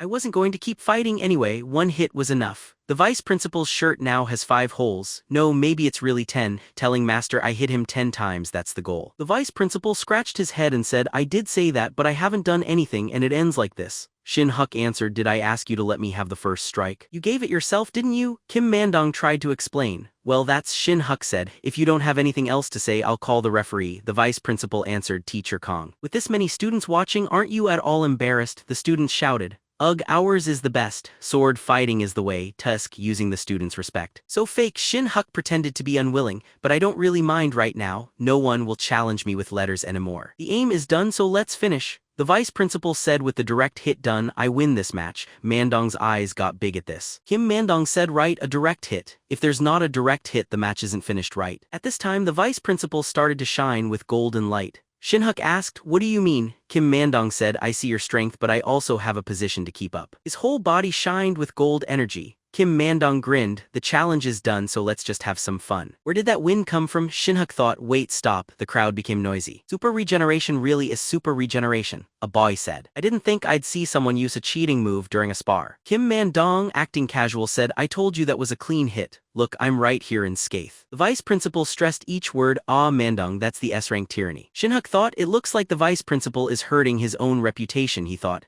The crowd doesn't seem happy. Are you serious, Vice Principal? The Vice Principal boldly said, of course, I want to see more of your power. Let's go on. Shin-huk thought, this is crazy. If I say no, the other challengers will think less of me. While holding the sword, his arms and legs shook. My legs are trembling. My hands feel weak. He remembered opening the Ren and Doom meridians and reaching master level, his body slowly healing. But that move, I can't use it again. Even one more aura attack, he could only do it once. Still, this is the correct way, isn't it, Master? He admitted. The student earns 100 points. This can't be overlooked. The vice principal rushed in, yelling, here I go. Teacher Gong Shin-huk looked worried, eyes wide open. He attacked Kim Man-dong's spot as if it would break apart. Panic hit as he thought, what? Is the arena falling apart? Shin-huk looked around. Where is the vice principal? He quickly dodged a blow. The vice principal hit hard, clenching his teeth and yelling, damn it. Kim Man-dong's eyes were red and frightening. He seemed like an assassin, striking Shin-huk, making him cough up blood and drop down. Shin-huk thought, the stage has fallen apart. The viewpoint moves to a strange room. Gong Shin-huk woke up groggy, his feet on unfamiliar ground. He slowly opened his eyes, wondering, is this the infirmary? He touched his head, thinking. I thought I was about to see the king of hell again. I really must have gotten knocked out. Shin-huk, head hurting, started thinking. Suddenly his eyes widened and he thought happily. This is fantastic. When the vice principal rushed from a hard-to-see place, smashing the arena, I thought of Master's wild dog move, slashing and breaking. I didn't use my sword to block that scary punch. Instead, I blocked it with my left hand. Terrible pain shot through right then. Even though I used my energy, the bones in my hand still broke painfully. I held on and cut at the vice principal's left arm with my sword in a slanting motion. It felt like scratching metal, not skin. Right before he punched me to the ground, I clearly noticed a small but clear cut on his shoulder. Even though the cut was very small, less than an inch long, he couldn't help but be happy, hoping he won't stubbornly say that injury meant nothing, right? I will definitely ask for that training pass directly. All at once, someone came in, moved the curtain, and asked, "Oh, Teacher Kong, are you awake?" He jumped a little. Seowa smiled and said, "You were out for nearly 4 hours. Thankfully, you woke up." "I'm the one from the medical staff." Kim Hwa. Shin-huk sat up and thought, a medical teacher? She wasn't in the story. He answered, "Oh, thank you. Sorry you had to wait for me." He slowly moved his arm. Seo stopped him, telling him, "Stay lying down.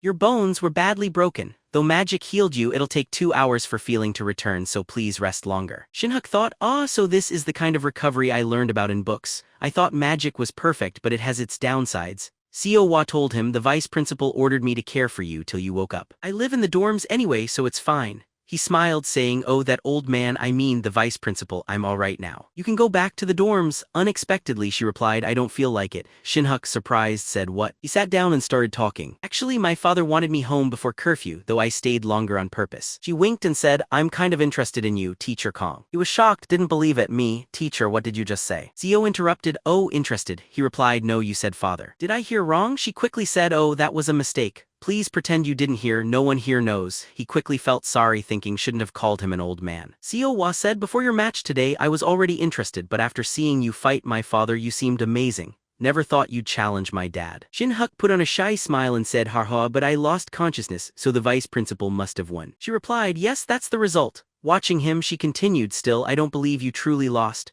That first move was amazing. A lot of people must think the same." He thought, she answers more directly than I expected, not like her dad at all. Seo picked up a bag saying, "And teacher, look, these are from your students while you were healing." Shin-huk was taken aback and accepted it. "Letters, they read them. Teacher, even if you lost, you fought well. Teacher Kong, when you're better, let's have a drink." He knew right away. This must have come from this is from Teacher Park. Very good looking. Teacher Kong. Shin-huk, I never doubted you. Thinking of Jin Su's behavior, second semester will be 0. Suddenly, a note stood out. Shin-huk took it from the pile, reading, "Thank you, teacher." He smiled as he remembered someone's shape. "Okay, that's enough now." Seo smiled and said, "So now, you don't feel like you totally lost, right?" He answered, "Haha, that's right." He added, "I really hope they let me skip training." She asked with surprise, "Skip the training?" Shin-huk explained, "Actually, I agreed to this because I heard becoming a great teacher with a colonel rank means no new teacher training."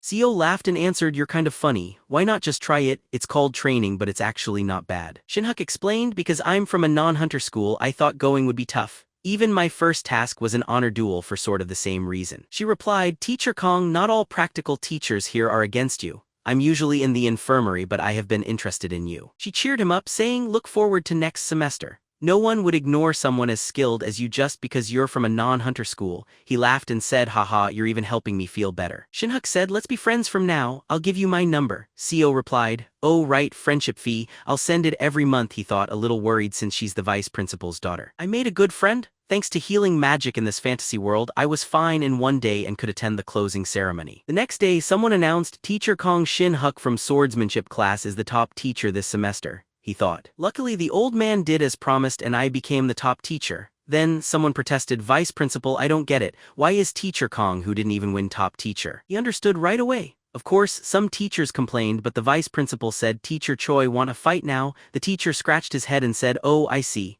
Then he added, "Only Teacher Kong signed up for the fight, so we had no other option." After that, something changed. Someone called out, "Oh, Teacher Kong, congrats." Shin-huk replied, "Thanks." Some practical teachers began speaking to him, just friendly good mornings. Scratching his head, he said, "Sorry for not saying hello this semester. Please help me out next semester," he said. He thought, amazing, I didn't expect things to change so fast. On the stage, it was time to speak to the students. At last, he wanted to add something. While smiling during vacation, he thought the principal's speech kept going as he entered the classroom. When the ceremony ended, Suk asked, "Teacher, we're all going to the beach this break. Want to join?"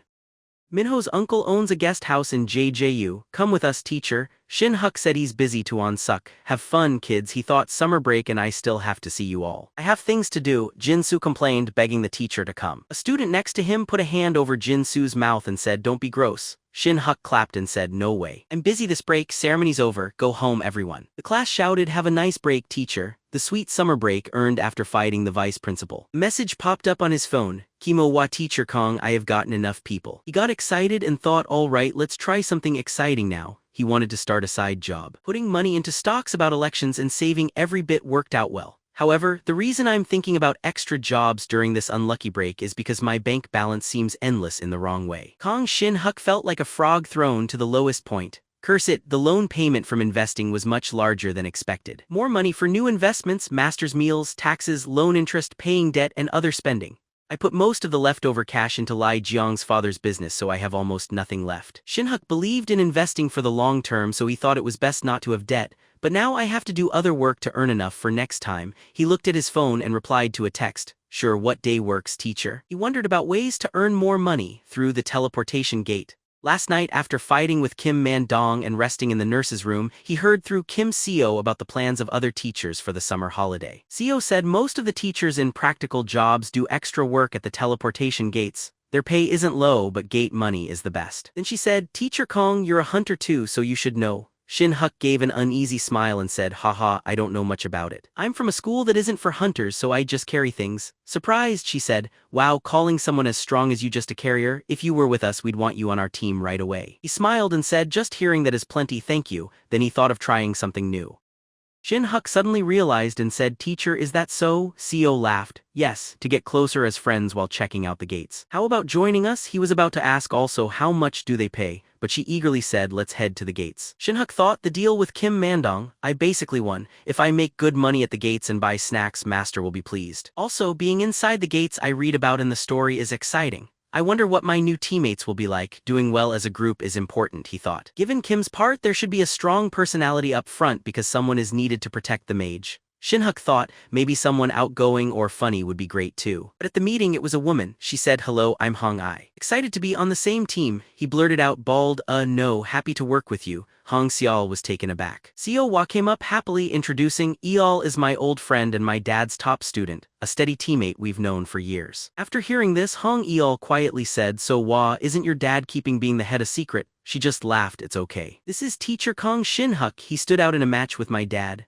Hong Seol put up a thumb and praised, oh he scored a hit on master, let's talk more while we walk. Seo Hwa asked, Teacher Kong, where's your stuff? I'll help load it in the car. He pointed at the sword in his grip. Nah, this is all I brought. Just this is all I need. Hong Yao looked at Seo in shock. Is he really alright? No armor, just a sword. Seo chuckled, he's good. Really, don't worry. Even so, she said, isn't that pushing it a bit? Shin-huk thought, I heard about this. I thought there would be a strong, tough man. He thought to himself. Instead, an even tougher person came. First, a hunter, then a wrestling teacher at a high school, a rank hunter named Hong Yi and student to Kim Dong. She's talented, always beating Lee Jiang this term, but after losing to him and having feelings for him, it left a big mark. Hong Yi said so for today's plan. We'll visit 2 places, a 4-person C-rank gate and a 4-person D-rank gate. She went on, Teacher Kong and Co are B-rank. I'm a rank, which means we could go into a 4-person B-rank gate, but for safety on break time we'll stick to C rank or below.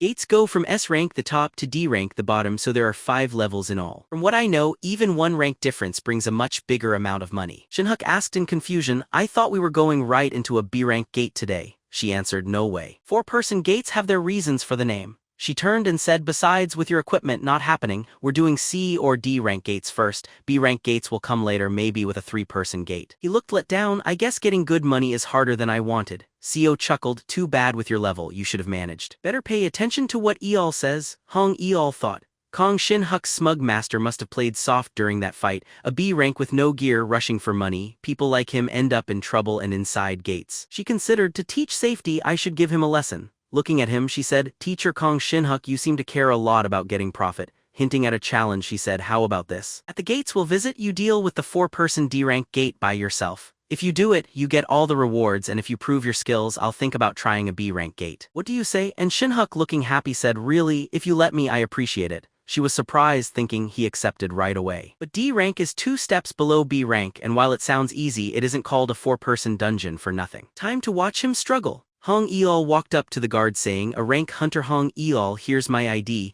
The guard checked and said, identity confirmed. Go in when you're ready. After that, the guard said the B rank hunter would enter first. We'll go next. Shin-huk stepped forward and let out a breath. Phew, looking ahead, it was the D rank gate, he thought. For some reason, I feel that the moment I walk in, a legendary swordsman will eat cup noodles. Hong Io got out saying, time limit is 1 hour. If you don't clear it, Seo Hwa and I will go in. Warming up, he responded, okay. I'm sure I can do it, so trust me. He thought, this is just right for someone without real monster battle time like me. This Hong Eol seems nicer to talk to than in the story.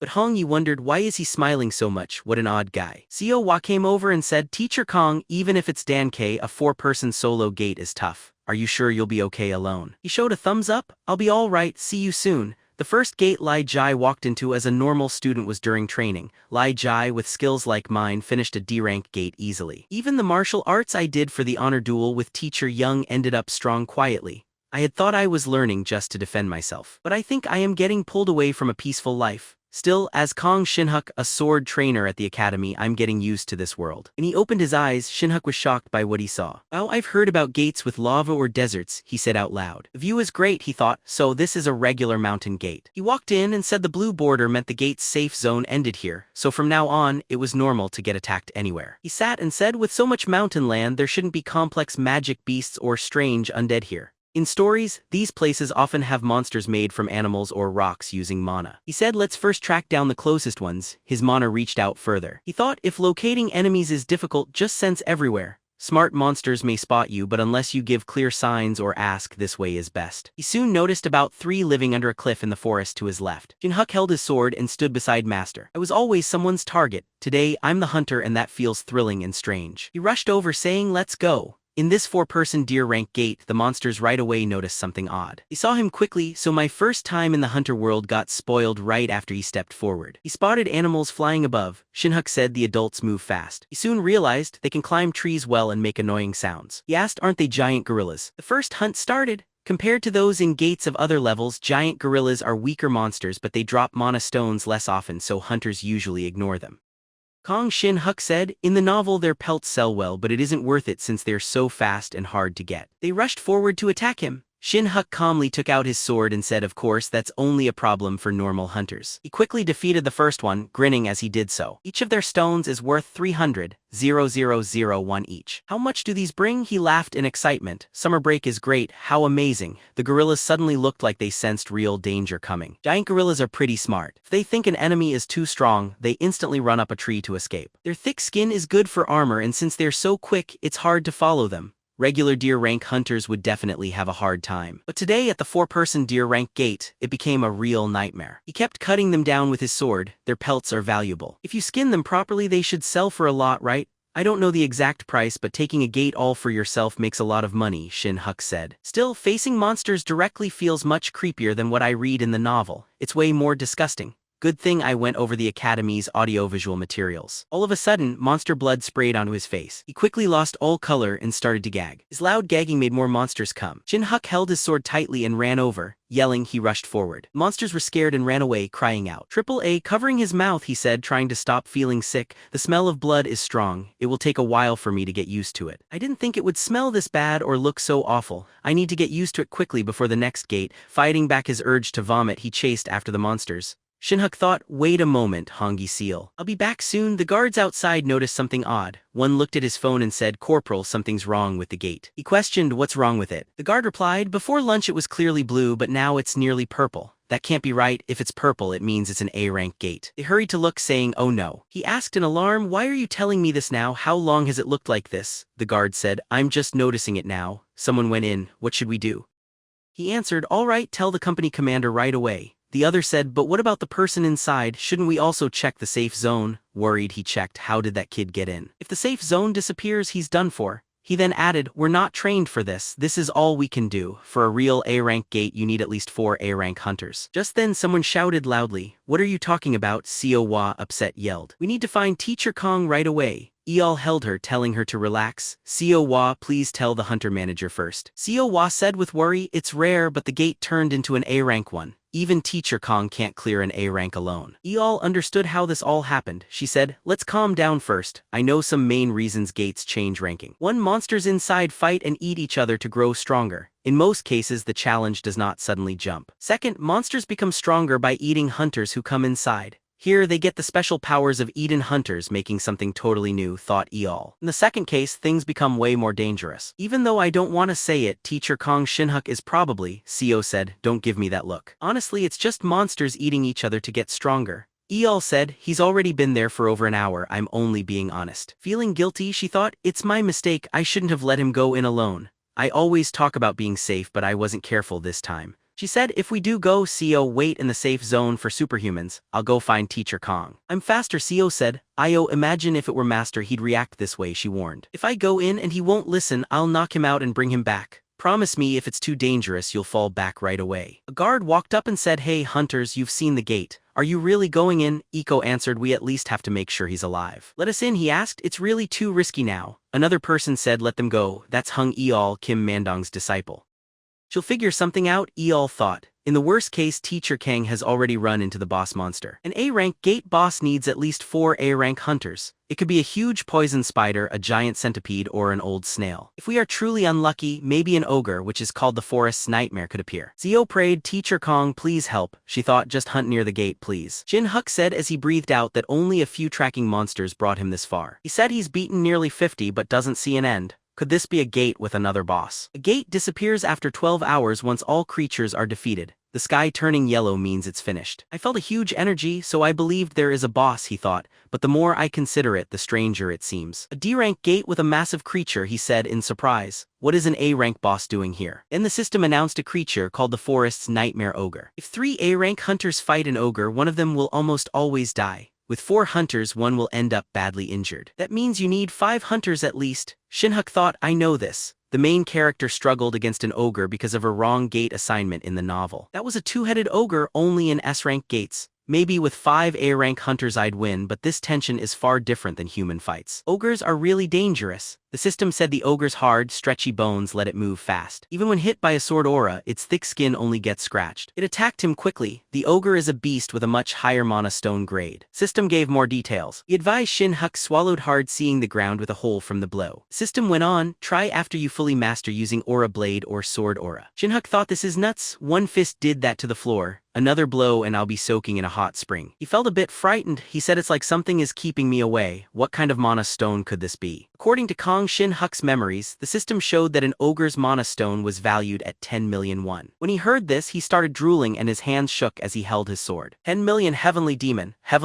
sword techniques. On Eol's side, she was running as quickly as she could to find him. Gong Shin-huk felt excited and said, stir the blood. She felt excited too. Hong Seol kept running, going as fast as possible and lost track of the safe zone behind her. As soon as she entered the forest, she ran at top speed. Looking around carefully, she quickly saw big gorilla bodies lying all around. Looking at the trail, she noticed a long line of blood. Silently, she guessed, this blood keeps going forward instead of pooling in one place. That shows there was a chase between a hunter and monsters. Squatting down, she touched something on the floor. She guessed it was vomit. Feeling worried, she pictured Shin-huk being chased until he was worn out by monsters. Is Teacher Gong Shin-huk fighting so much that he's throwing up? I shouldn't have let him go by himself. We should have gone in together at the start. Standing along the blood trail, she thought. No, if so, too many strange things happened. Hong Eol imagined their shapes hurt by sword cuts. In her head, she thought, the first body looked like this and every body since is the same. Most had heads cut off very cleanly with smooth cuts. She thought about it some more. Giant gorillas are the quickest at their level with thick hide, flesh and bones. Also, they attack as a group, so even she can't defeat them all in one slash each. The more she considered, the less it made sense. That old sword, no matter its fame, couldn't slice so smoothly. Maybe he used an orc sword? How is he B rank? After some thought, Hong Eol thought of the worst case. If that's true, the marks are from fleeing, not just fighting. Feeling even more uncertain, she tapped her head, still confused. Why vomit? Without wasting time, she kept moving. Beast let out a loud, wild roar. The roar was so strong that, even from her spot, she heard the birds fly away in fear. Seeing the gorilla wounds, Hong Eol felt a brief pause of relief. She was scared and thought about how helpless she felt. That hope only existed for a short time. Hearing another roar from farther in the woods, she became sure Gong Shin-huk was gone. That roar made her instantly picture Shin-huk up against the strongest A-rank monster, the worst threat in the forest. She remembered old team members who came here. When they'd hear that roar, even regular hunters would freeze up and panic. Even when they tried to get away, it would end badly. With its huge hand, it grabs anyone running away. An ogre is quick too. Its big stride knocks down trees so easily it catches up with giant gorillas that are running full speed. Worried, Hong Eol bent low to get ready. There is no point in checking more. Teacher Kang's death is certain. It probably noticed I was here. I need to get out quickly. Suddenly, another loud noise like an explosion rang out. It sounded just like a bang. She worried because ogres sometimes roar for no reason, even without fighting. But if that roar meant a fight had started and she decided to go back and look for him, Teacher Kong might still be alive. Even as she thought this, the first thing she did was run away, scared of the creature in the woods that even 5 A-rank hunters must join forces to beat. if teacher Gong Shin-huk's alive. Even if I join too, the result would not be different. I'm not thinking straight. She ran right at the sound. Why am I running there? If I went to the gate, I would be safe now. The magic circle showed up. There was a small chance the ogre smelled her and was coming. If Kim Hwa waited in the safe area, she could make it. Hong Eol was scared to see Seo. If something goes wrong, could I face Yo-ya? After missing the chance to help teacher Kong, talking to herself and thinking in circles, she made up her mind and kept running. God, always thinking about being reasonable and safe. But today, I'm full of mixed feelings. She yelled, Teacher Kong, it's Hong Eol, if you hear me, answer. She ran quicker, surprised to see him. She stopped and couldn't move. In front of her was a burning sword, shining blue and lighting up her face. That's an auric blade. It was almost like Gong Shin-huk was holding an auric blade. His eyes were empty, looking soulless like someone in a ghostly scene. His sword swings flashed soon after, lighting the sky, and it was amazing to see. The monster was almost surrounded by sword swings and could not get away. Tired with blood all over it, the ogre's tough skin, usually healing fast and hard to hurt, was ripped like soaked paper. Stunned, she thought, I thought I was wrong. Even if Sua told me, I would not have believed it, but now I can't deny it.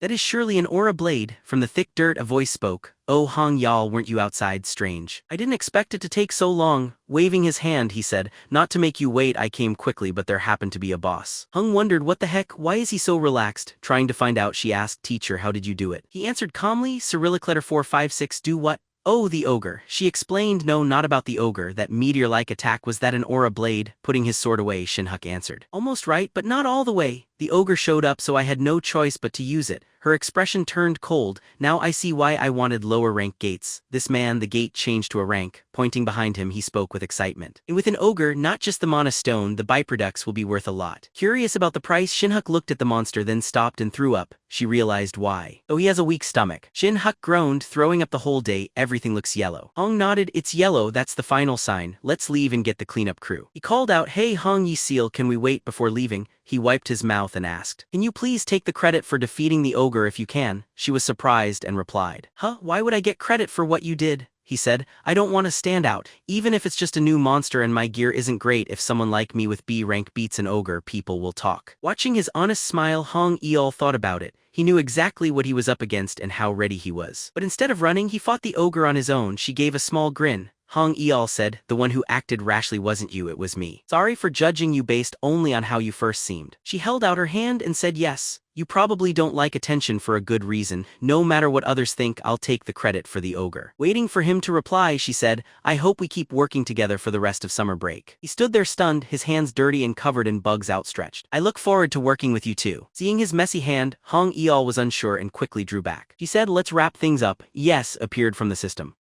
A rank gate finished. The teleport gate opened up and Seo came out, staring towards the woods. He stood worried and holding her staff tightly. Suddenly something startled her. Gong Shin-huk and Hong Ayo were coming closer. Hey Seo. Seo Hwa covered her mouth to hold in her tears, looking different than usual. She hurried over and hugged him. Kim Hwa hugged him tightly and Hong Eol kept saying sorry and bowed over and over. Then a bad smell hit her nose. Seo quickly stepped back. Shin-huk watched both women and sighed. After they explained, he got it. The gate changed, so they thought he had died. It's surprising. Would I have thought like that in their place? Seeing them come to me even after the ogre's roar, I didn't guess they'd be so loyal. He said, sorry for making you all worry, thank you for coming. Seo Wall wiped her tears and answered, I'm so glad you're safe. On the peak, only the three of them stayed. Hong Eol asked, Teacher Kong, do you know any cleanup teams? What can we do about all the dead bodies? Shin-huk avoided answering. Hong Eol, can you ask around for me since I haven't hunted in a long time? After they talked for a bit, he walked out the gate. When Shin-huk came out, he said, the air out here feels fresh and easy to breathe. He looked at everyone and said, strange, the air is not like inside the gate. Then he was surprised. What? He wondered, why does everyone look this way? Then a soldier walked over and asked, are you Hunter Kong Shin-huk?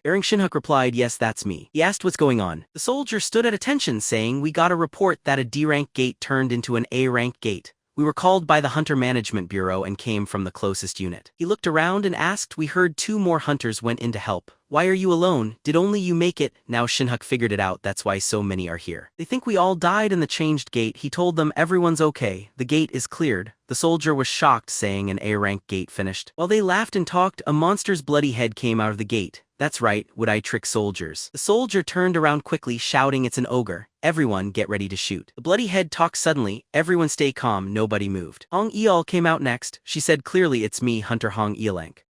All of us are safe? The two pulled the monster out of the gate together. Teacher Kong, it's stuck. Should we cut it? Okay, I'll push it back into cut. The soldier, still in shock, thought an ogre. 3, not 4 people. How did they do it? The 2 guards were just as surprised. Corporal Kim, what is that monster? It's so big, he answered. We saw it during training. That's an ogre. I never thought I'd see a dead ogre in person. It's really big. As Shin-huk dragged it, he was amazed. Isn't it said that it takes 5 A-rank hunters to take one down? I heard that too. Of course, Kim Mandan's student is special. They looked at him quietly. I saw him come out first, so I thought he killed it. That smart look, that confident face. You have to know how to size people up. The guards wondered, how was that monster taken down? Looking at the ogre, you can tell he is skilled with a sword. How can a sword leave marks like that? Ugh. Well, he did something at least. As Shin-huk listened, he felt happy. It's good they think Hong Eol did it just by the cuts. I did slash it, but without that sword skill it wouldn't have worked. Watching Hong Eko making a deal, he wondered, is that a company she knows already? I'm curious what they'll pay. Nearby, the man rubbed his chin and said, hey, Hong Eol, how did you pull it off? It's my first time seeing a giant gorilla this fresh, and you really are Kim Mandong's student. I've also never seen an ogre this beaten up before. Hong Yi gave a small grin and said, it just turned out that way. So, uncle, what's your offer? After hearing the amount, Shin-huk's mouth fell open.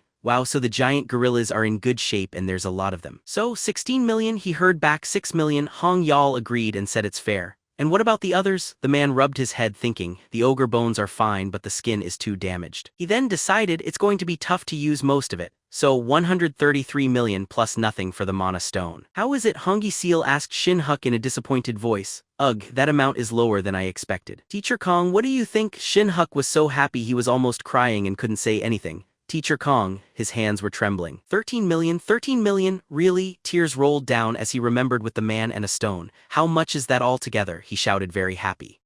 40 million won. The man looked over confused. What a strange person. Hungy Seal got it, and he's this glad. She giggled and brushed it off. I have my reasons. Uncle, send the money to his bank. Wiping his face, Shin-huk remembered. Back then I made hundreds of millions in stocks. Still, this is special. Just one dead monster for 40 million. Without Lai Yang, I'd stop teaching to hunt monsters. Soon, Seo looked at the confirmed deposit. The money came right away because hunter school teachers who missed their class because of the gate didn't pay tax. Everyone got 10% of the total money. Hongi Seol and Seo were unsure. Teacher Kong, you really don't need to. Yeah, I didn't really help. Shin-huk said he heard about what happened outside the gate. I feel uneasy. I'm sorry you were worried, and this is a gift for helping at the gate. Please take it. Seo Wa nervously said this feels weird. He switched the subject. We won't only meet today. Are we done being a group? Surprised, she waved her hand. No, the summer break's long. We'll keep meeting. Right then he nodded cheerfully. Exactly, so don't stress. I hope you can help again next time. Hung, shocked, felt her face warm a bit. At lunch, she stayed lost in thought until someone shouted Hong Yi. Ilwa chewing and waving asked if you're okay since Teacher Kong left. You've been quiet at home. I didn't say much and you looked uninterested in food. Hong A saying it's fine today. I only moved the body and drove. Thanks to Teacher Kong I didn't do anything and got 4 million. She paused then said. But I still feel strange. Maybe I should give back the money, but he said 4 million isn't much for an A-rank hunter like you. Is that really why you seem out of it? As if she realized something, Hong Eol's eyes brightened. Thinking about what she saw, she remembered that scary aura blade that destroyed the ogre with one move. No hunter has done that kind of move. After thinking, she told Seo Wa, since my progress slowed when I hit A rank, Teacher Kong might help me get stronger. Suddenly someone came closer and agreed. That sounds right. Kim Mandong wearing a pink apron walked up. When she saw him, she called Master and he asked, I heard you hunted with Seo today.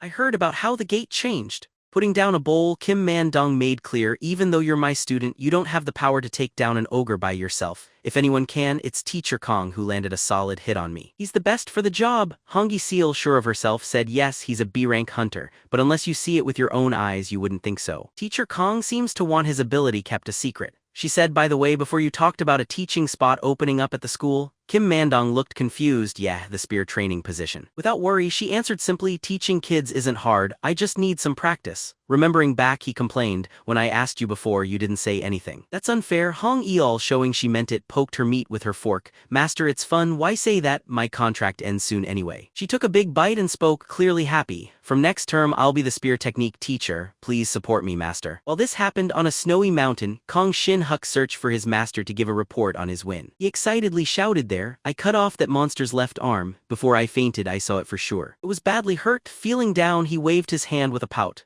Hey master, are you hearing me? His master answered absent-mindedly, still eating. I'm listening, I'm eating. Shin-huk gazed at him, unable to say anything, watching silently. He's laughing, right? What a shy old man. After listening to everything, Yuriang remarked that using such a special move on a simple creature was overkill. That monster wanted to win too. Hoping for good feedback, Shin-huk asked eagerly, "Does that mean I'm a 100-point student?" His master just replied, 90 points. Shin-huk asked himself, why? Too full of myself. After hearing that, he bowed low, grateful. "Anyway, with master's help I escaped danger easily. I used your method to beat the monster, then came here." When he finished eating, Yuriang sighed, scolding him. "You rascal, if you're thankful, get me a plate of dopa pork to eat." Shin-huk answered quickly, I didn't come without anything." He opened his bag and said, "I wanted to give you this before I fought the monster, but here is a present for you, master.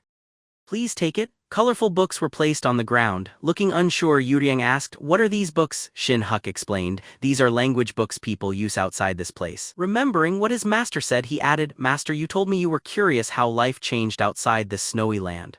Holding a big machine, you were interested and said, where do you think of these ideas? What is this book? Why is it this huge and so heavy?" Shin-huk turned it on. "Let me show you. You open it like this. Watch." As the screen lit up, Yuriang was speechless. "What on earth is this?" Music videos played on the screen. Clicking one, a famous lady singer started to dance and sing. Yuriang grabbed the machine, looking very surprised. "There's a person inside this book." Shin-huk tried to calm him. "Please don't worry, master. This is a way to show people's images." As he checked the device, Yuriang lectured, "No, I won't understand no matter what you do." The laptop kept playing the video. Noticing Yuriang's interest, Shin-huk said, "This is the most popular idol group right now. You can think of them as dancers from somewhere outside." Shin-huk smiled kindly, letting Yuriang enjoy himself. He had spent many years alone. Even if he acted like living alone didn't bother him. Shin-huk imagined the old man walking through snow, determined, but it's hard to ever get used to such things. He must have struggled with loneliness for a long time. Yuriang said, "Is this the outside world? It's really different now." Shin-huk agreed with a smile. "Yes, that's right. People have more technology and culture." Before he could finish, "You criticized, pitiful." Shaking his head, he said, "Even the most famous dancers can't dress right. The world is a mess." Shin-ho replied, "No, that's just how it is."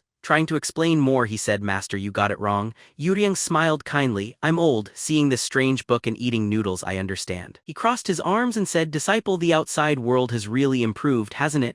Shin-huk scratched his head and said, "Yeah, except there are gates everywhere causing problems." Speaking lightly, he said, "Anyway, I'll be busy tomorrow. Today, I'll teach you how to handle the laptop, then leave." Yuriang glanced at him with doubt. Training and rest don't go together." Shin-huk shrugged. "Master always said the best practice is to fight for real. This student will head out, take care of monsters completely, then return." They sat by a boulder. Shin-huk started, "Try this. This round tool is called a mouse. Move it around." And about the white thing, he talked non-stop about what it does. Yuriang just looked at him without care and sighed in resignation. The next morning, Hongyi, Seol, and Seo stood waiting. "Teacher, come here." When they met face to face, Shin-huk said, "Good morning." The women asked, "Have you eaten breakfast?" He answered truthfully, "Yes," with Seo. "What about you, Teacher Kong?" The three chatted together. "I ate too. You both had breakfast together. You must have met early. I slept at home last night. Let's ride in my car today." The car started moving. Shin-huk noticed a bag behind the chair. He was curious. "I didn't see this before. What's this?" Hong Eol replied, "Oh, that's an armored spear. I'm trying a spear today." Confused, he repeated, "Spear." Wonders, wasn't this in the story? Hong Eol hunted with spears before. Her best skill was fighting without weapons. So why a spear now? Seo Wa said, "Our school needs a spear technique teacher." Her words surprised Shin-huk so much it felt like a punch.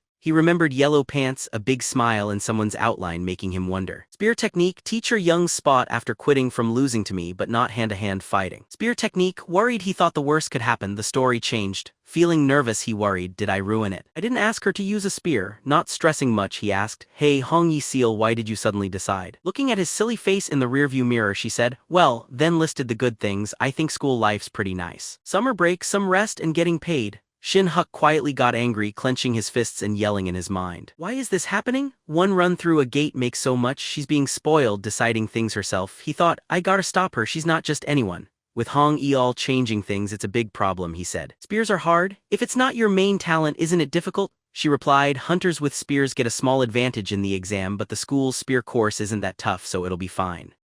Seo Wa hopefully mentioned the teacher exam isn't easy. Hongyi, aren't you making it sound too simple? Hong Eol didn't mind. I get extra points as a rank hunter. It's nothing special. Her next words calmed him down. It's only for this semester for now. Just for now, just a temporary job, he quickly asked. Hong Yal, you mean you're only a temporary teacher? She answered, yeah, hey, just for one semester to see if I like it. To clear his worries, she said, if I like teaching, I'll apply again and teach hand-to-hand combat instead. Oh, I get it, that scared me for a second. Eswa told them, today's gate has meat-eating monsters. We'll get there at lunchtime, let's eat before we go in. Interested in lunch, he replied, alright, what's for lunch? I made lunch boxes, I prepared yours too. Embarrassed, he replied, oh, if you made lunch, you should have told me I needed one. Realizing there are no stores in the mountains. I didn't bring anything. Seo looked puzzled and explained kindly, I made one for you too, Teacher Kong. You want anything else? Blushing, he asked, you made a lunchbox for me. I didn't expect someone else to do that. He remembered feeling alone on school trips, having only a small amount of money his parents left, and he felt thankful. He said in a simple way, I thought you only got ready for yourselves. Seo grinned and teased, come on, we didn't leave you out. She asked, are we really that uncaring? That's not nice. He shook his head, no, not at all, today feels really special for me. The car drove faster while they talked. The map points to a park, there's a mat in the trunk, let's eat there. Okay, anywhere is good, soon the lunches were packed. He enjoyed his meal. But she had put way too much salt in his bite by accident. Seo Wawa tried to give Hong Hong Eala some, making his face twist. Seo Wawa tried to give Hong Hong Eala some, but she backed away, scared. After tasting the bad food, everyone wanted to scold her, but Seo just kept smiling. Scary monsters showed up with angry looks, but the two of them defeated them fast. Seo stayed outside, cheered, and punched a monster. Shin-huk made up his mind seriously. From now on, I'll buy food instead of making it myself. Hong Eal yelled, careful, it's Teacher Kong, he explained. After that, my group Kimyo Wa and Hong Yal kept watching out for me, protecting himself and dodging blood and hard hits. It cleared well-known barrank gates all over the country. Everyone was in a good mood. While they worked well in most things except eating, Seo's phone rang and she noticed it. Who's calling now? She picked up. She said, hi uncle, what is it? Hong Iko yelled suddenly, scaring the group. Full week, I'm free, so yes. She repeated some of what was said on the phone. An A-rank gate could be an emergency. Seo Wa can help in the back. Before she finished, Hong E noticed something. I should check the other people's schedules too. Shin-huk stood shining and happy, giving a friendly sign it was all right, thinking, I'm about to reach a big moment in my second life. Okay then, uncle, I'll tell you when I finish checking my schedule. As soon as Eol ended the call, Shin-huk turned around with eyes bright like headlights. Miss Eol, what happened? I heard something about an A-rank gate. If you want my help, just ask. I'm always ready to jump in for my friends. After Shin-huk's question, Eol smiled, looking pleased as if she'd found someone she could trust. Teacher Kong around, it's like a tiger with wings, but the problem is a bit tough now. Both time and distance are hard to handle. Shin-huk looked worried, really curious. Time and distance make it seem hard. What's going on? Seo Wa stood calmly nearby and started explaining. Let me explain. Io's uncle is actually the guild leader of Herring far away in Ju. Shin-huk's eyes got big, right away thinking of green beaches and a cold coconut drink. Juju, why does the guild need a rescue team this time? Eol sounded worried and said, yes, looks like the guild was hit by an A-rank gate. A lot of hunters were hurt and now they're really low on people, like a dry desert. My uncle wants us to come help him for 1 week. Don't worry, flights, place to stay and transport are all taken care of. Shin-huk nodded, his eyes shining as if he'd just learned about a free trip. Even if it wasn't paid for, I'd still help out. Teacher Kim is coming too, right? Seo Wa quickly patted his chest, looking excited. Of course, whether it's magic or cooking, I can handle it. Let's go out to eat and not cook. Thank you, teacher. I'll buy you a good meal when we arrive in JJU. Eol added with a playful tone, you don't need to do that. Dad's cooking is plenty. Seo Wa grinned like he just hit the jackpot. So, Teacher Kong, should we leave early the day after tomorrow? Seo Wa suggested, his voice full of energy. Shin-huk agreed eagerly, sounds great, 1 day to relax then we go. Oh, that reminds me, some of my students said they're going to JJU too. It's not really a vacation, but I doubt we'll spend the whole time hunting monsters either, right? He smiled, already thinking about fitting in some time at the beach while working. Bumping into those swordsmanship students could be interesting. Shin-huk thought, going through his packing list like he was shopping. T-shirts check, socks and underwear done, phone charger, skincare ready. I guess I don't need to take a towel, hotels have those, right? Suddenly, he looked at his master's sword and stopped. Wait, taking this on a plane could get me in trouble. From what Shin-huk remembered, no one could hide a weapon from the careful airport staff. At that moment, his phone rang. It was Seora. Shin-huk looked pleased like he'd found treasure. Good timing, I need to ask her about this. When he answered, Seora's cheerful voice came through. Wow, you picked up fast, that's rare. I'm off work at the Cyrillic letter 456 teleportation gate today, so you can ask me anything. Shin-huk asked right away. Hey Seora, is it okay to bring a sword on a plane? Seora almost shouted like the question was shocking. Are you joking? Bringing a sword on a plane? Show your hunter ID and you can check it in with your luggage. Then she sounded more serious. By the way, I called for this reason too. Your hunter ID is almost expired. Did you know? I checked and it's almost time to renew it. Get it renewed quickly or you can't teach next term. Shin-huk's mouth hung open. Really? It's barely even been a month. How do you find these things out? Sora laughed softly. Anta's called me a few days ago doing a routine check and mentioned your name, so I got curious. Shin-huk tensed like he'd just been called on in class. They mentioned me? I thought my ties with Antas were over. Sora giggled playfully. Come on, your record is famous. That old childhood crush video and your recent duel with the vice principal. Do you think Antas would forget you that soon? Shin-huk was stunned. But the childhood crush video was deleted long ago to keep the kids' privacy and no one recorded that duel. Sora laughed loudly. You can't just cover this guy with your hand, you know. Even without videos, students post about it everywhere online. And most people think you're just a B-rank hunter who uses a sword, so not too many are talking about it. Shin-huk asked again, so why did Antas care about me? Sora replied, they know how good you are. Antas is short-staffed now, so they're looking at you again. They even told me to get close to you, talk, and maybe get you back. Shin-huk started laughing. Haha, so they want you to charm me. Sora replied calmly, not really, they just want to see what you'd say. I politely said no for now, they likely won't try again. Shin-huk, interested and a little careful, asked, what reason did you give to get out of it? Sora paused like she was caught sneaking food. Oh well, Shin-huk pressed her, come on, tell me. Sora stuttered, clearly embarrassed. Well, I said you showed up with a whip, made me take some hits and sneaked into my room at night to sniff my socks. Shin-huk almost dropped his phone, his face turning pale. Sora, what kind of strange story is that? She quickly calmed him down, take it easy. They went quiet right after that. Nobody wanted to ask more questions. Shin-huk pressed his lips together, trying to keep cool, but he was upset inside. Thanks, now people think of me as some legend. The scene changed to the day they left at Just busy airport, which was buzzing like a festival crowd. Shin-huk, Eol and Seo landed safely, amazed at the busy place. Wow, it's really full, it must be vacation season. Eol smiled, just put up with it for a few days. The wounded hunters should return soon and we'll finally have a rest. Shin-huk nodded and asked, we're going to Herring's base first, right? Seo looked around and answered, yes, my cousin will meet us at gate 4. Right then, a loud voice called out, sis, over here. An energetic tan girl hurried over like a gust of wind.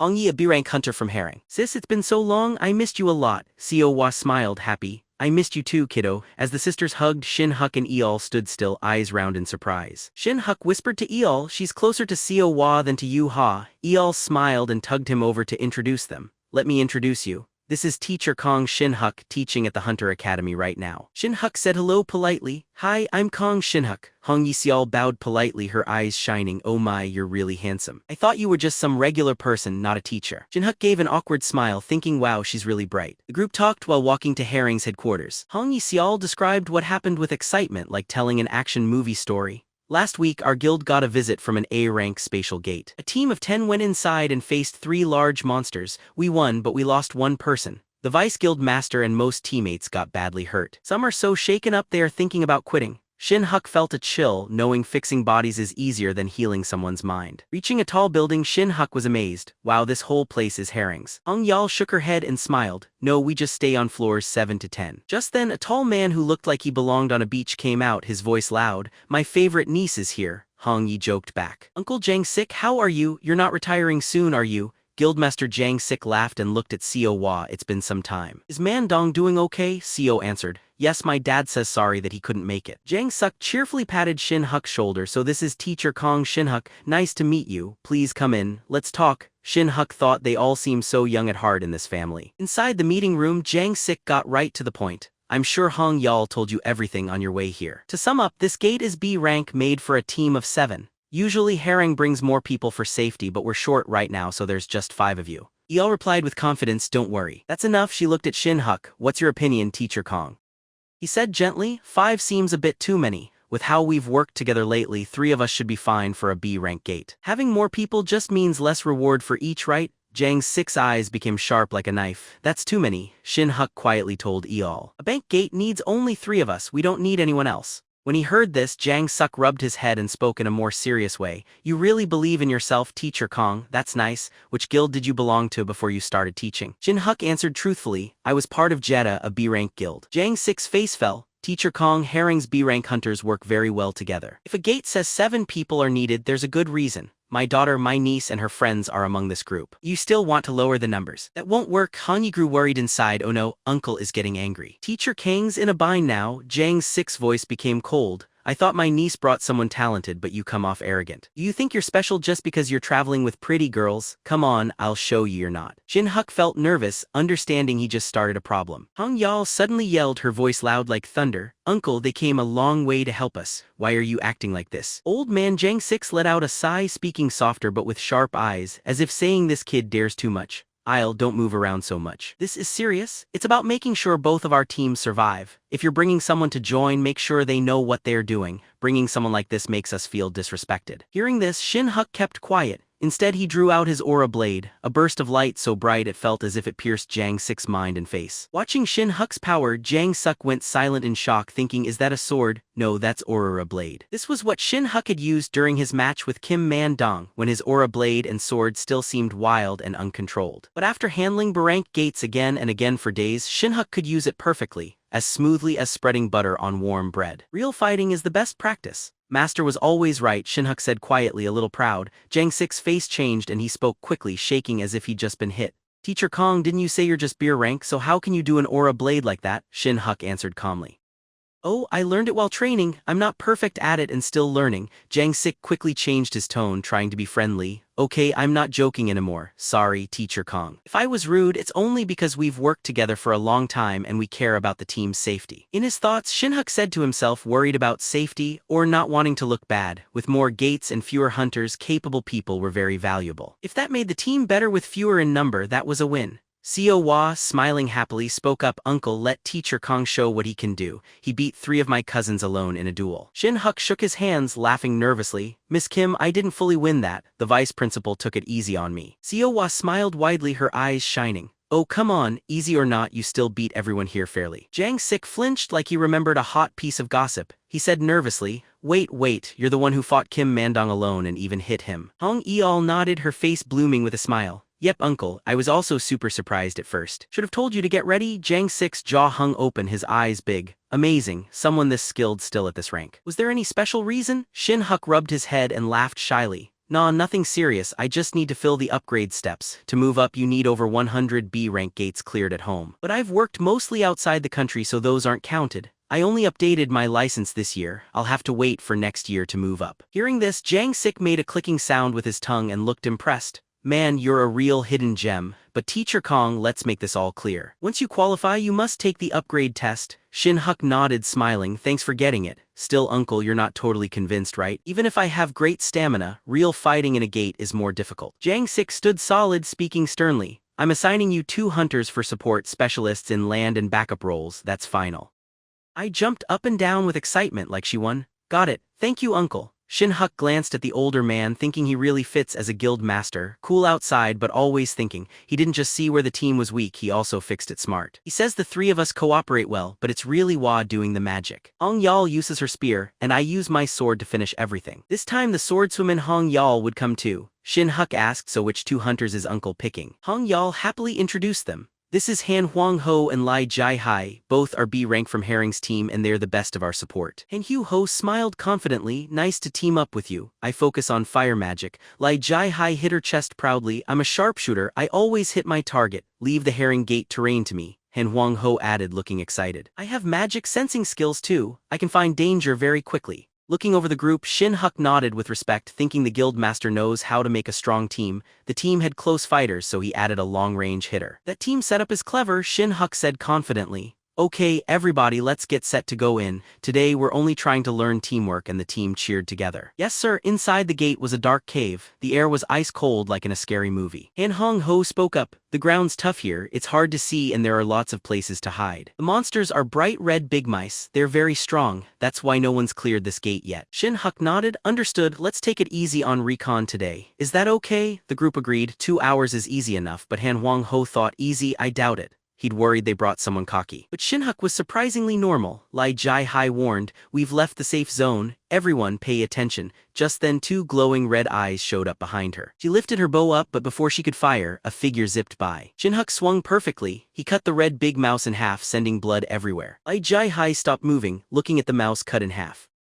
Shin-huk asked in a relaxed tone, this is a red big mouse, it's not what I expected. Hongi Seal, feeling curious, asked, what did you think it would look like? Shin-huk rubbed his chin. You know, a normal mouse but a lot bigger. That's why it's called Big Mouse, right? The team started laughing and Hong Eol joked, Teacher Kong, good thing you're not writing books. You'd get people wild? Shin-huk complained, what's wrong with how I think? Lee Jai-hai was still surprised, thinking, what just happened? He noticed the red big mouse with no mana quicker than my B-rank finding skill. Seo-wa came over curious. Teacher Kong, how's the gate feel? Are there lots of monsters? Shin-huk answered, the gate fits a 10-person team and there are a lot of monster signs. His answer made Han Huang-ho and Lee Jai-hai open their mouths in surprise. He is searching skills too. Shin-huk smiled proudly, we can say I do. Don't panic, I'll help and keep everyone safe. The two new members looked at each other thinking, protect us, that sounds odd but he's serious. 2 hours later the team looked tired. Han Hongo was out of breath. Wow, how deep is this? 2 hours and we finished the whole gate, Lee Jai-hai complained. Hongyi, is this guy actually just B-rank? Hongyi laughed, yeah, but even I'm not totally sure. The guild sisters brought him over. And Wang Ho turned pale, wait, Teacher Kong Shin-huk, I challenged him once in a letter. Thankfully I survived. Hong Yi covered her face. With a gate this good we'd get at least 600 but we barely helped out. Might go home with nothing, Lee Jai-hai said looking down. But then Shin-huk gave a big grin, we'll split it equally. The team was shocked and all shouted what?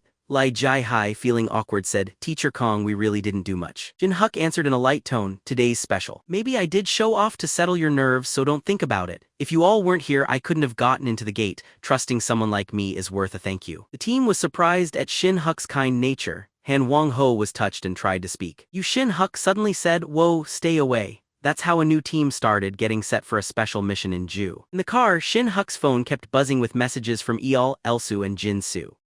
Teacher, we're going to Juju the day after tomorrow. Aren't you coming along with us? You remember what you promised at the closing ceremony, right? Come with us to JJU. Shin-huk sighed, these kids never let me rest. He was stepping out of the teleportation gate right after a battle that was really stressful. The group breathed out in relief. 3 days of missions in a row felt as long as 3 years. Today was already their second gate, right? Han Kwang-ho hit his friends on the shoulders, smiling like he just won big. Because of Shin-huk and Eol, we clear gates super fast. And we shouldn't forget our doll Wa, she never gets tired. Seo Wa with her staff over her shoulder gave a small grin and said, it's nothing special. Oh right, Teacher Kong has some meeting today, doesn't she? The group laughed, remembering Shin-huk, covered in blood, still smiling wide from the victory, saying, right, my students came all the way to JJU to see me, so I'm going to go see them. Looking at Shin-huk, who looked like a horror movie character, Seo Wa smiled, you should wash up first, teacher, or the kids might get scared. Hong Yal and Eol burst out laughing. Everyone seems really up today, huh? Only 3 days together and we're already working together great like a married couple.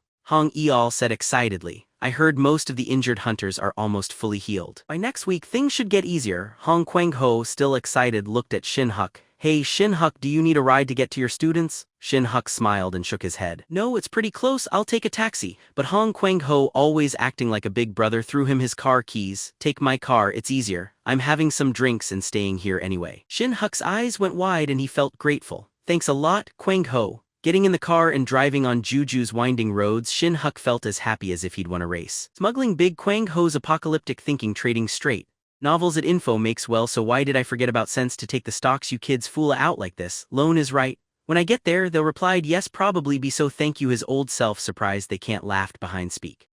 Right then his sensei to take the phone kids rang. Jin-soo, the playful student, yelled over the phone, yo probably be so whoa, can't speak teacher, my wishing worked this time. Shin-huk laughed, yeah I'm coming, need anything? Jin-soo, Minhai and Yunio all shouted from the other side, what, you're actually in Ju? Shin-huk answered calmly, I've been here for work for a while. Is everybody with you? Jin-soo replied fast, not everyone. Kos is at the lodging, she's got a cold, took some medicine and is sleeping, we're all hanging out downtown. We'll head back in maybe an hour, can you come by then? Shin-huk agreed, sure, what do you all want to eat? Minhai, the class leader, squealed like she won something big. Teacher, I want meat, beef. Minhai's excitement made Shin-huk smile as he asked Jin-soo. Minhai, is she alright? Jin-soo, maybe having his cheeks squeezed by Minhai, yelled back. Jin-soo wants meat, beef too, beep, moo. Shin-huk muttered, I guess beef really is that good, huh? This won't end well, he thought. Okay, I'll stop by the market for some drinks and snacks first. Wait, is this really Juju? Why are the streets so confusing? Seeing a traffic jam more than a kilometer long, Shin-huk frowned and looked unsure. Did something happen up ahead? If they're checking for DUIs, it should be police, not soldiers. He walked toward a soldier and asked, excuse me, what's taking place up ahead? Soldier answered in a serious voice. Monster escaped during our attack on a gate nearby. The hunters couldn't stop it. The safe zone is gone and now this place is on lockdown. It's risky ahead. Go back. Shin-huk felt a chill in his veins. What is this? How did things get this bad with the gate? His face went pale as he remembered what Jin-soo had said. Yunio was by herself at the lodging. He quickly asked the soldier how much of the area is locked down. The soldier replied, everywhere in the zone. Shin-huk started to worry, not exactly, but my friend is stuck in that spot. She said she's sick, took some medicine and is lying down. If she hasn't left, she's in a bad spot. The soldier's face turned pale. Shoot, try calling her. Shin-huk called Yunio, but there was no answer. He started to feel really worried.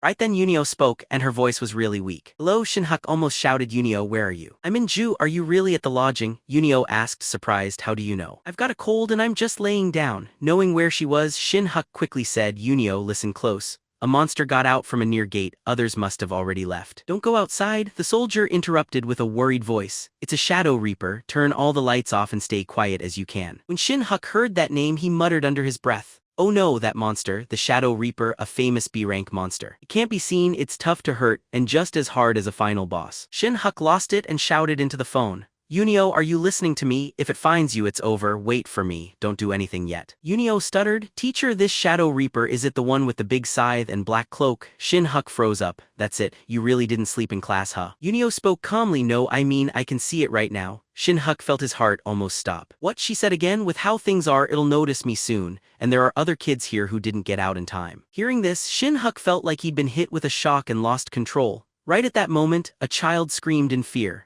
The Shadow Reaper lifted its weapon to attack, but a rock suddenly hit it right in the eye. Yunio called out with a shaky voice, Teacher, you have to hurry. I have a fever and can't keep holding it off for long. Shin-huk yelled desperately. Yunio, stay there. The soldier outside the car became really worried. She's up against the monster. Shin-huk, losing his composure, turned around and shouted at the soldier. I'm a hunter who teaches right now on assignment with Harang. Can you help me get in? The soldier answered, if you're a hunter, yes, but the road is backed up. You'll have to wait until it clears. Suddenly, Shin-huk pointed behind him with a cold look. The soldier looked confused, then saw a dusty path leading to where Seo Hwa, Hong Kwang-ho and Lai Jai-hai were clinking beer bottles and partying as if it was a celebration. And Kwang-ho let out a cheerful laugh. He sipped a beer to relax after a hard Friday. Jai-hai showing up surprised him. Lai Jai-hai smiled. I don't usually drink, but after 3 days of working support, I'm really thirsty.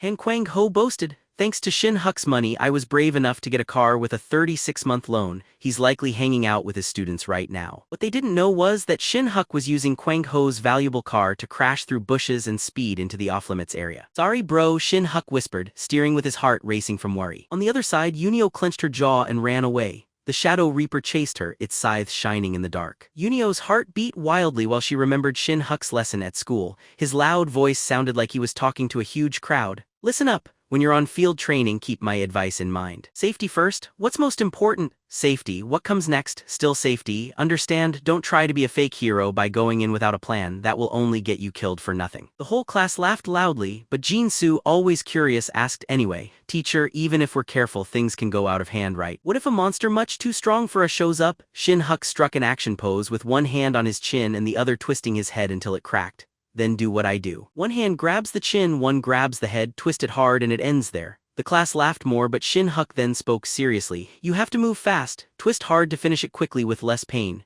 Yunio muttered sadly to herself. Why did I even ask? Shin-huk, not bothered, laughed, just joking. The real first step is check your surroundings, then escape. Yunio looked doubtful. Run, why check first then? He said, Kama is an expert, you must know a safe escape route. Do you know where the nearest hunter team or safe spot is? That's your chance to stay alive. Always remember where hunter camps or shelters are. Got it. Then he clapped his hands full of excitement like a gym instructor. Enough talk, more running now, let's start. The whole class groaned together like a sad band. Ugh, why does he make us run all the time? Now, in the present, Yunio ran as fast as she could, sweat running down her face even though she had a fever. The Shadow Reaper's scythe just scraped her neck, making her miss death by only a little.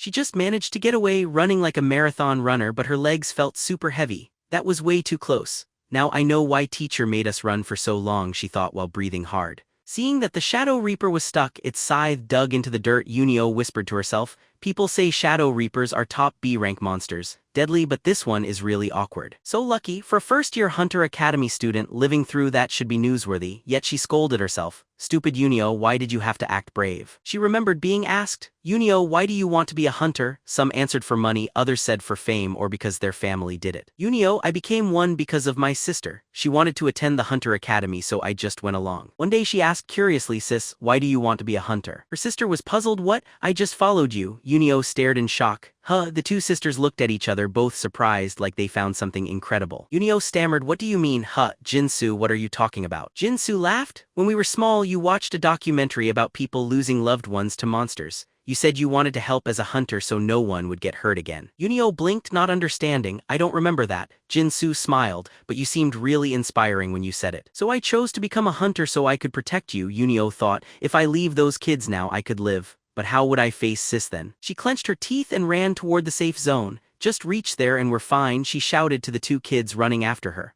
I'll pull the monster away, you run to the building, close the door, and hide. I'll call the hunters, she planned. Suddenly Yunio stopped. Shadow Reaper was gone. It had been after me just moments earlier. She trembled, remembering how hard it is to find. Even hunters with a B rank had to work together to defeat it. Sound behind her made her whole body feel cold. She turned around and saw the monster hiding in the shadows, roaring while its sharp scythe rose up. Yunio closed her eyes tight, her heart nearly stopping. Right then, a car sounded as loud as a movie scene. It was Shin-huk pressing hard on the gas.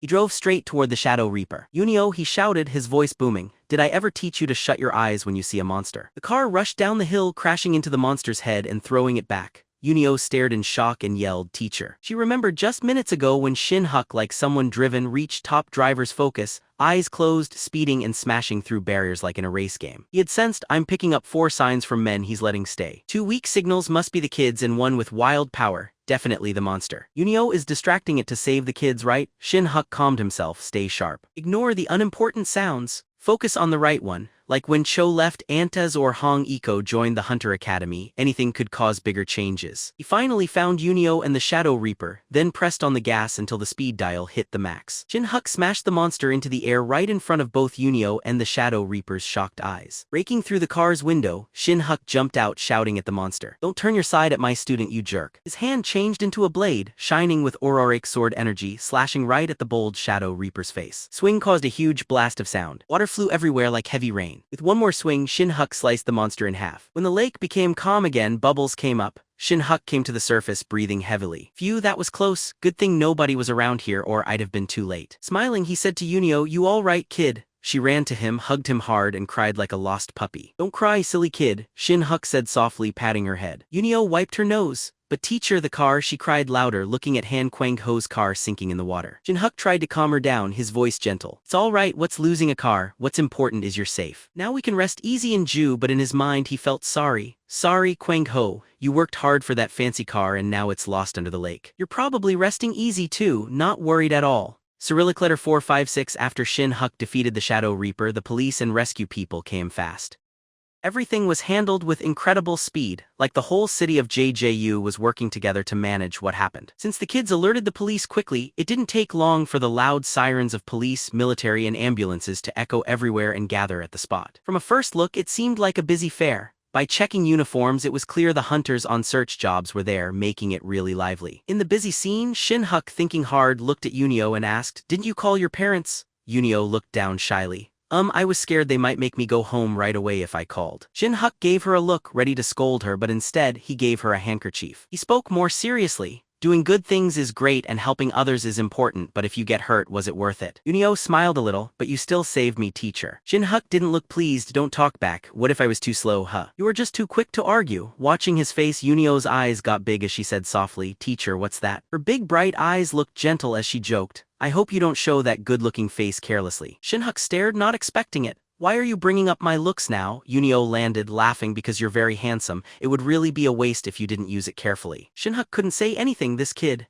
Yunio smiled, then said, "See you at the dorm, teacher. Thanks a lot for today." Shin-huk, feeling annoyed, called out, "Pay attention to where you go, you little brat." Right then, a police officer walked up with a respectful voice. "Hunter Shin-huk, have you been waiting long? We just now got the Reaper's body. You're really amazing," he said. "Excuse me, but which guild are you from?" Shin-huk answered, "Oh, I'm not part of any guild. I'm a teacher at the Hunter Academy." When the officer heard this, he stood up tall, saluted, and gave a bright smile. "If you hadn't dealt with that Shadow Reaper, we'd still probably be fighting right now." "Thank you so much," Shin-huk waved it off. "Oh, don't mention it." "Is it really necessary for this much thanks?" The officer laughed awkwardly. "Of course it is, but sorry for the timing. Can you stop by the station to help us with the incident report?" "It won't take long," Shin-huk quickly agreed. "Sure, I'll come." Then he suddenly realized something. I'm in trouble, the officer kept going. It's a pleasure to meet you, the Federation deeply thanks you. Oh, I'm Shin-huk, someone else stepped forward. Hello, I'm the provincial director of the city. You did an amazing job. Shin-huk answered shyly, it was nothing. But in his mind he thought, I'm really sorry and grateful. This is the guild master who let the monster escape. If everyone keeps showing up and I have to explain things again and again, it's going to wear me out. He was feeling annoyed when a welcome voice spoke up. Now let's discuss compensation. Shin-huk's face brightened right away. Yes, absolutely. The guild responsible for the Shadow Reaper agreed to pay for the monster's remains in cash. Hong Kwang-ho's car destroyed with the Reaper would be fully replaced with a brand new, fully loaded model. The provincial director also said we might give you a bravery medal or another award. Shin-huk thought, I'm happy about the reward but not very interested in medals. The director, looking proud, shook Shin-huk's hand hard. No, really, what you did was outstanding, so you deserve recognition. Shin-huk felt uneasy. If I accept these medals, Ta will definitely find out. He smiled awkwardly, then give it to my student. She risked her life drawing the monster away. The director agreed. That sounds reasonable, I'll suggest it. He kept talking. Teacher Shin, let me give you a ride. Where to? Shin-huk answered. Any open places for barbecue? The officer stared. Barbecue? Shin-huk rubbed his neck, chuckling nervously, and later took the kids to a barbecue restaurant. When the juicy red beef started cooking on the grill, Minhai, Jin-soo, and the others looked amazed like they found treasure. Loads of grilled beef were piled on the charcoal, smelling so delicious. Minhai shouted in happiness, patting Jin-soo on the back so hard he coughed on his food. Raw beef is the best. Seeing the kids having fun made Shin-huk smile, thinking these kids probably skipped dinner. It's almost time for a late-night snack. Looks like they were really worried about Yunio. It's a relief she's safe. Minhai's uncle came up. Teacher Shin, we have a lot of space at home. Please stay over. Shin-huk felt unsure. No, I don't want to trouble you. The uncle gave a thumbs up. Trouble? You helped so much today, it's no problem. Stay. Minhai agreed. Yeah, and you said you'd go to the beach with us tomorrow. No reason to turn them down. Shin-huk accepted. Great. Jin-soo asked excitedly, want to do some boss fights tonight? Minhai and Jin-soo started arguing again. Cook your food first, you cavemen. Oh ho ho. The next day the sky was blue and the sun lit up the breezy beach. The kids played in the water, enjoyed beach volleyball, and filled the air with laughter. Shin-huk, the 30-year-old uncle, sat in a chair with a cold drink, enjoying how peaceful it was. This really feels like relaxation. It's a real vacation, he thought. I wonder if teacher Cyrillic letter 456 Kim's group is having the same fun. These kids are wild, they stayed up all night and still have lots of energy, he muttered. Maybe Cyrillic letter 456 next semester I'll make them run more. Jin-soo, tired of the teasing, softly said something to Minhai. The sneaky idea, the kids looked slyly at Shin-huk. As he relaxed, Jan-soo and Minhai Cyrillic letter 456 asked, Teacher, aren't you lonely just sitting there? Shin-huk, being quick, answered, no, I'm pretty comfortable. Jan-soo and Cyrillic letter 456 Minhai, looking mischievous, kept urging, come on teacher, don't just sit. Play with us, the swordsmanship club isn't useless. Yunio was sneaking up behind his chair, but the kids didn't know that Shin-huk had noticed everything. With a shout, get the teacher! Minhai and Yunio charged from both sides, but in an instant, Shin-huk moved away and tapped their pressure points to keep them still. Yunio and Minhai were startled. What are you doing? Get him! Minhai shouted, my body won't move. Wait, what are you doing? Shin-huk replied, trying to throw me in the water. You kids are still too new. Jin-soo poked Minhai's cheek. Wow, she really can't move. Minhai snapped. Teacher, do hunters learn these things too? Jan-soo embarrassed her and she was getting red. Learn my foot, go near the water with teacher. Shin-huk looked at Yunio. Yunio, stay in the shade and watch the kids for me. Yunio pouted, what? Teacher, you're being unfair. Ignoring the girls, Shin-huk walked away. Yunio, try acting more like your sister, see if you can be better. I'll be back soon, so stay there. Jin-soo, worried for his friend, asked, Teacher, you're not leaving them stuck for hours, are you? Shin-huk smiled. Don't worry, they'll be able to move in a minute. Jin-soo calmed down with relief, thinking Fuse safe. All that pizza eating paid off. But Shin-huk said, Jin-soo, you get 30 minutes for starting it. Jin-soo cried, Teacher, please don't. Shin-huk said, make it 40. On the beach, Yunio's little sister was covering her with sand. She couldn't move, the younger sister joked. Wow, she really can't move. How did teacher do that? Yunio, stuck and angry, grumbled. Minhai, you're in this too. Her sister built little sand piles, saying, didn't think you'd be so sneaky. Yunio complained. This kid is really the dangerous one. She's quiet but does everything. Blushing, she warned, just wait until I can move, I'll get you back. Not knowing what was about to happen, her sister laughed. No point, the teachers will help me. Suddenly teasing laughter was heard. Well, what are these lovely girls doing? The kids turned and saw a group of rough guys in tank tops saying, how old are you girls? You want to spend time with us? Getting tired of the rude guys, Yunio shouted angrily, we said no. Why do you keep bothering us? Her tone was cold and sharp and her eyes looked furious. The man in the red tank top acted like nothing happened, pretending to be innocent. Hey, did we do something wrong? You look good enough to hang out with us, that's all. Nobody has touched you. He shrugged, acting like he did nothing, but the sneaky smile gave him away. Yunio shook, getting angrier by the second. She ground her teeth and snapped. Plus, we have more people with us. She made it obvious. We've got more friends, so don't try starting anything. The guy in the purple tank top, thinking he was the cool guy at the beach, walked up with a big grin. All right, I see 3 of you. Why so nervous, sweetheart? He lifted his eyebrow, scanning Yunio like she was something to buy. Looking at you, what are you, 2021, tonight I'll buy you some drinks. He chuckled, sure he just said something clever. Minhai, standing nearby, couldn't stand how he talked and interrupted him. We're not old enough to drink. Her words were cold as if she threw icy water on him. The red tank top guy jumped, his eyes wide like he flunked a test.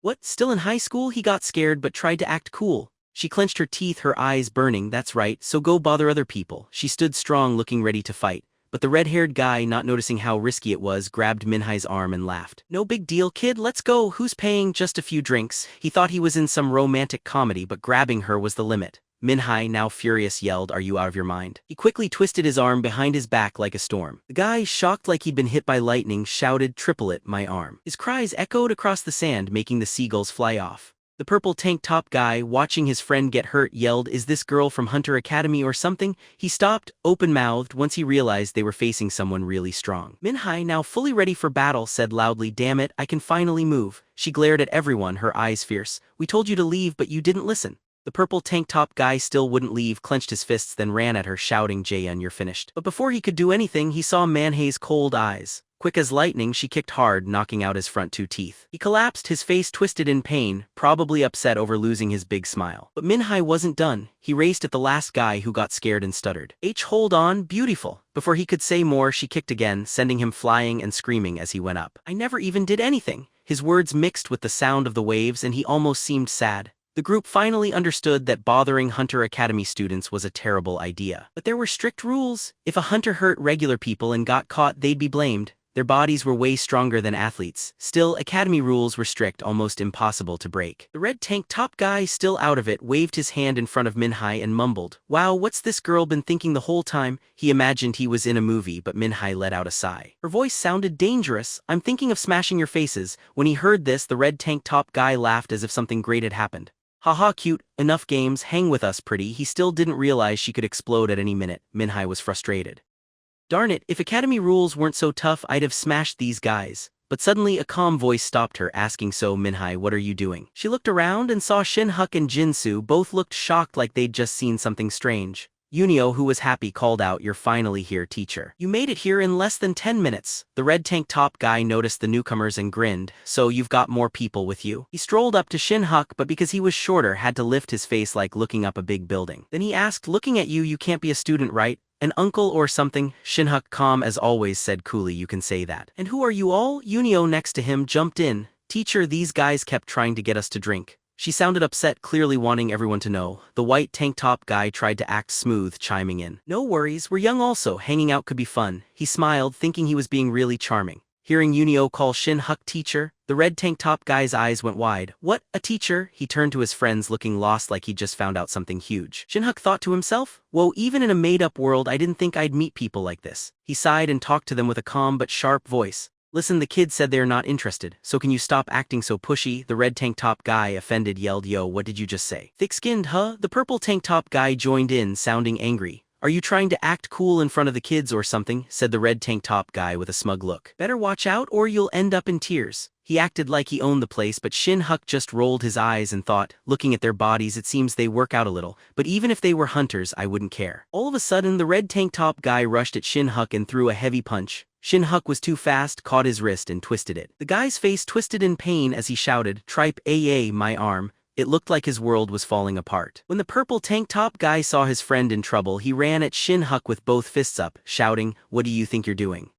But Shin-huk dodged to the side very smoothly and said quietly, Article 10, Section 3 of the Hunter Academy rules. All instructors must think of student safety first. As he said that, he grabbed the purple tank top guy's wrist and twisted it, making him scream as if he was being hurt badly. The white tank top guy, watching from farther away, got scared and picked up his phone, shouting, holy crap, are you actually a hunter? He started to call the police. A hunter is attacking normal people. Shin-huk stayed calm and replied, call them if you want, if you don't I will. Moving fast, Shin-huk pressed some pressure points on the white tank top guy. The guy couldn't move and yelled, what? I can't move my body. The other two, seeing things turn bad, tried to run away. Shin-huk grinned, do you really think you can get away? Sounds of hitting and desperate screams filled the air, turning the nice beach into a street fight. A little later, police cars showed up. Looking at the three scared guys, the officer spoke, sounding a bit awkward. So these guys tried to make minors drink and even used force against Hunter Kong Shin-huk. He let out a breath, just part of my work, you hunters have probably had a difficult few days. Shin-huk scratched his head, laughing weakly, sorry for making a mess like this. Shin-huk let go of the pressure points and the guy stuttered, we were only inviting them to hang out.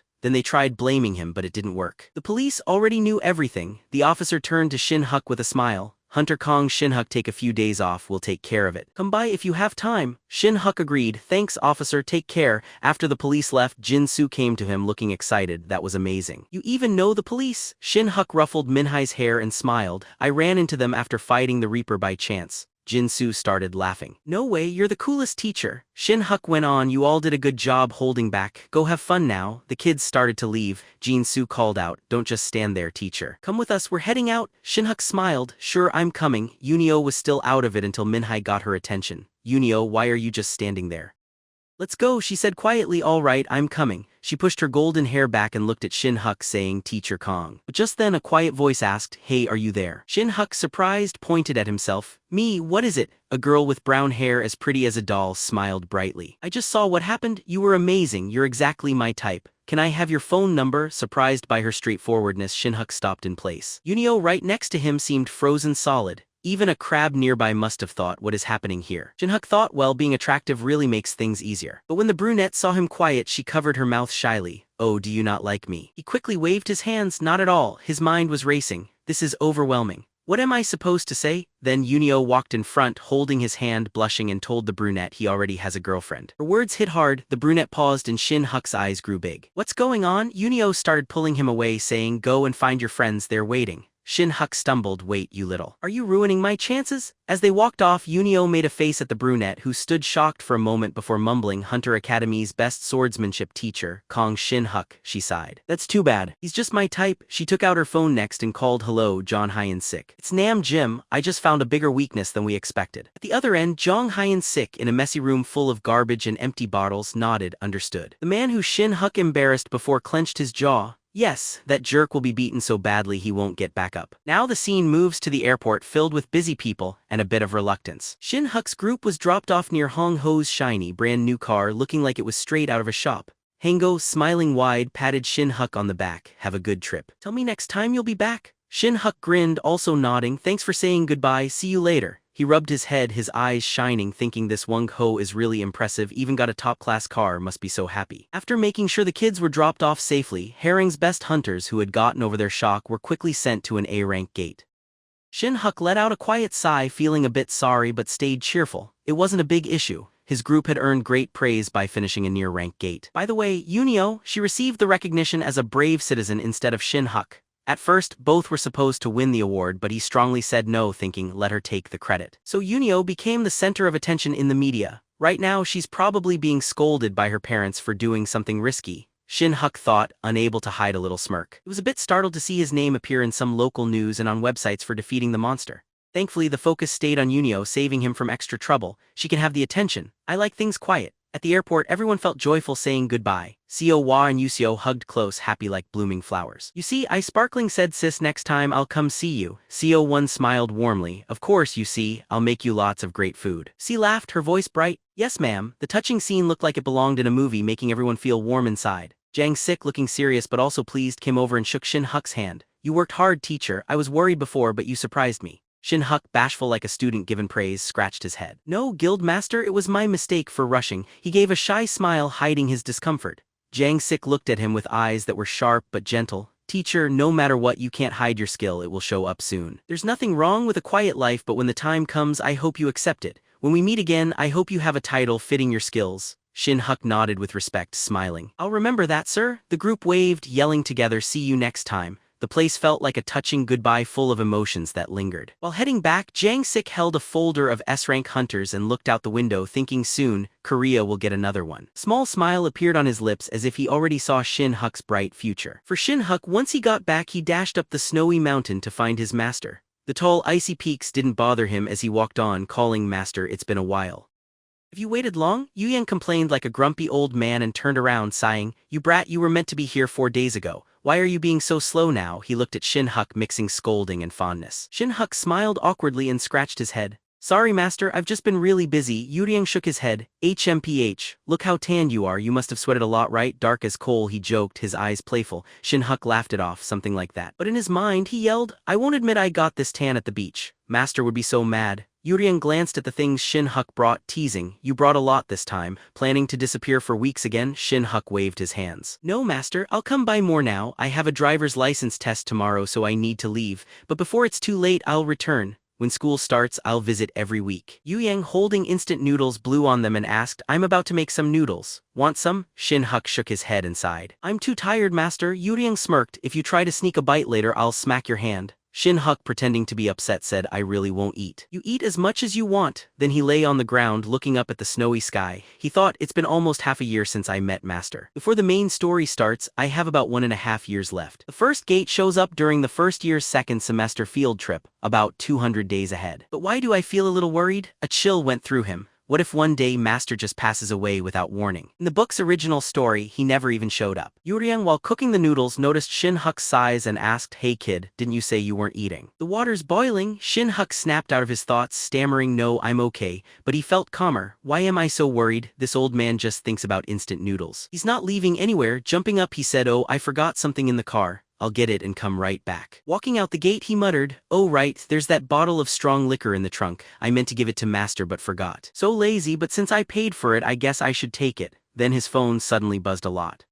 He checked it, eyes growing big. What's going on? Why so many messages? When he opened them he almost fell. There were 30 missed calls and 50 messages. Usually his phone got busy after leaving a gate, but this was too much. Looking at the list, Teacher Kim, Lial, Sara, Yunio, Unsu, Minhai, Jinsu, Shin-huk barely had time to think. When Seora called, he picked up and answered happy. But before he could say more, Seora's voice boomed, you useless fool. Shin-huk froze, stumbling over his words. Oh what? Why Ryu? She yelled. I never expected that from you. I thought you weren't like that. Shin-huk's mind reeled. Hey, what do you mean? What did I do? Seora said sharply. Don't act like you don't know. The whole thing is on the news sites, you jerk. That's all I have to say. Bye. She ended the call quickly, leaving Shin-huk frozen. He shouted, Sora, hey Cho. Seora looked at his phone, his face pale. Wait. If you want to yell, at least tell me why. What's happening? He quickly unlocked his phone and checked his notifications. News headlines shook him deeply. Breaking news, dirty teacher. Shin-huk's eyes went wide as he said, what is this? Are they messing with me? The article by reporters Hwang Jae-yun and Jae-min made him furious. It said recently someone has been trending on social media. Yunio, a first-year swordsmanship student at Hunter Academy No. 1. Her story about saving kids from a monster is inspiring. But we wonder, how did a young girl beat a dangerous B-rank Shadow Reaper? Whoever took down the monster should be praised, right? Yet only Yunio was awarded. The truth is Gong Shin-huk, a teacher at Hunter Academy No. 1, was the real Reaper's defeater. You've probably noticed their teacher and student. Yunio is underage. If it were a sweet romance, maybe you'd support it. But as reporters, we have to ask, is this what education should be? Jae-min, after posting, smiled to himself and whispered, let's see what he does now. After reading, Shin-huk was so angry he almost threw his phone. What is all this nonsense? They write as if it's the truth. It makes no sense, even wilder than a Picasso painting. It's just cheap gossip. If they checked the facts for a second, they'd learn it's wrong, but they didn't. His hands shook from anger. This wasn't real news, just made-up filth. Just then his phone rang again. It was Vice Principal Man Dong. Shin-huk answered, his voice unsteady. Hello, Man Dong's loud voice came through. You piece of no, Teacher Kong, you're hard to reach. I'm not joking around today. Shin-huk quickly said, sir, I was in a gate so I couldn't respond earlier. You saw that news too, right? Man Dong sighed. Yes, I know that's not you, but the Academy's image is at risk. I still regret you having to fight that duel before. If you need help, just ask. The point is, how do you want to handle it? Shin-huk replied, gritting his teeth. I understand. My plan? I'll make them pay for going after my student. He ended the call saying, I have to fully check what's happening. Man Dong agreed, okay. Right after that, he called Yunio's mom. Please listen. Yunio's mom, Teacher Kong will take care of things. Please trust him just this once. Meanwhile, Yunio's mother and the girls were almost fainting, not knowing what to do. Shin-huk rushing through the woods thought, Jim-min, I've never heard that name before. That person isn't even in the book, a total stranger, there's no link, still with one article they're calling me a bad teacher overnight. Suddenly he realized something. Is this a side story? Did it start just because I'm here? Just then, a system message popped up. Side story opened? Writing the story of the corrupt teacher Gong Shin-huk. Somewhere else, Jong Hyen, the man Shin-huk once shamed who is now ill, smiled slyly, looking dangerous. That's right, we'll bring that guy down completely. Shin-huk kept going and yelled, I don't know who you even are, but you're finished this time. The story moves to the snowy mountains where Shin-huk's master, Yuriang, happily eats instant noodles. After he sucks up a bite with his chopsticks, his eyes shine in happiness. He takes another bite, eats it with kimchi and chews it down. He finishes and lets out a happy sigh. At that moment, Shin-huk comes over carrying a present bag. When he sees him, Yuriang calls out cheerfully, ho ho, back already huh. Shin-huk says, yes master, but I need to leave now. Here, this is for you. Yuriang takes the bag without looking inside and asks with interest. What is it? Shin-huk answers, it's strong liquor master. I picked it up at the duty-free store. Holding the bottle, Yuriang's face fills with feeling. He holds his mouth and says, this is really touching. But then Shin-huk turns to go back to the gate saying, I'm going now, I'll return next week. Yuriang quickly calls out, hey student, wait a second. Hearing this, Shin-ho stops and asks, you need something else master? Yuriang shakes his head. No kid, not that. He warns seriously, I don't know what's happening, but don't kill anyone. Got it? Shin-huk's face turns grim, but he nods a little and says, yes, I understand. As Shin-huk walks away, Yuriang is quiet for a while then says, he's starting to look like a real fighter with that serious face. Meanwhile, Shin-huk is in a car going somewhere, looking deadly serious. The Juju trip had Eol and Co also. Honestly, I don't want to get them mixed up in this trouble. They keep texting him again and again, making sure he's okay, he thinks. Still, if I need people to back me up, those two are the best option, they can be trusted. The problem is, people believe what they see more than what you explain. Right now, I have to handle those two pictures being shared online. The first photo is from what happened. There were a lot of soldiers and police who saw it that could support me. It's stressful to find them, but it might help. The second photo is the real problem.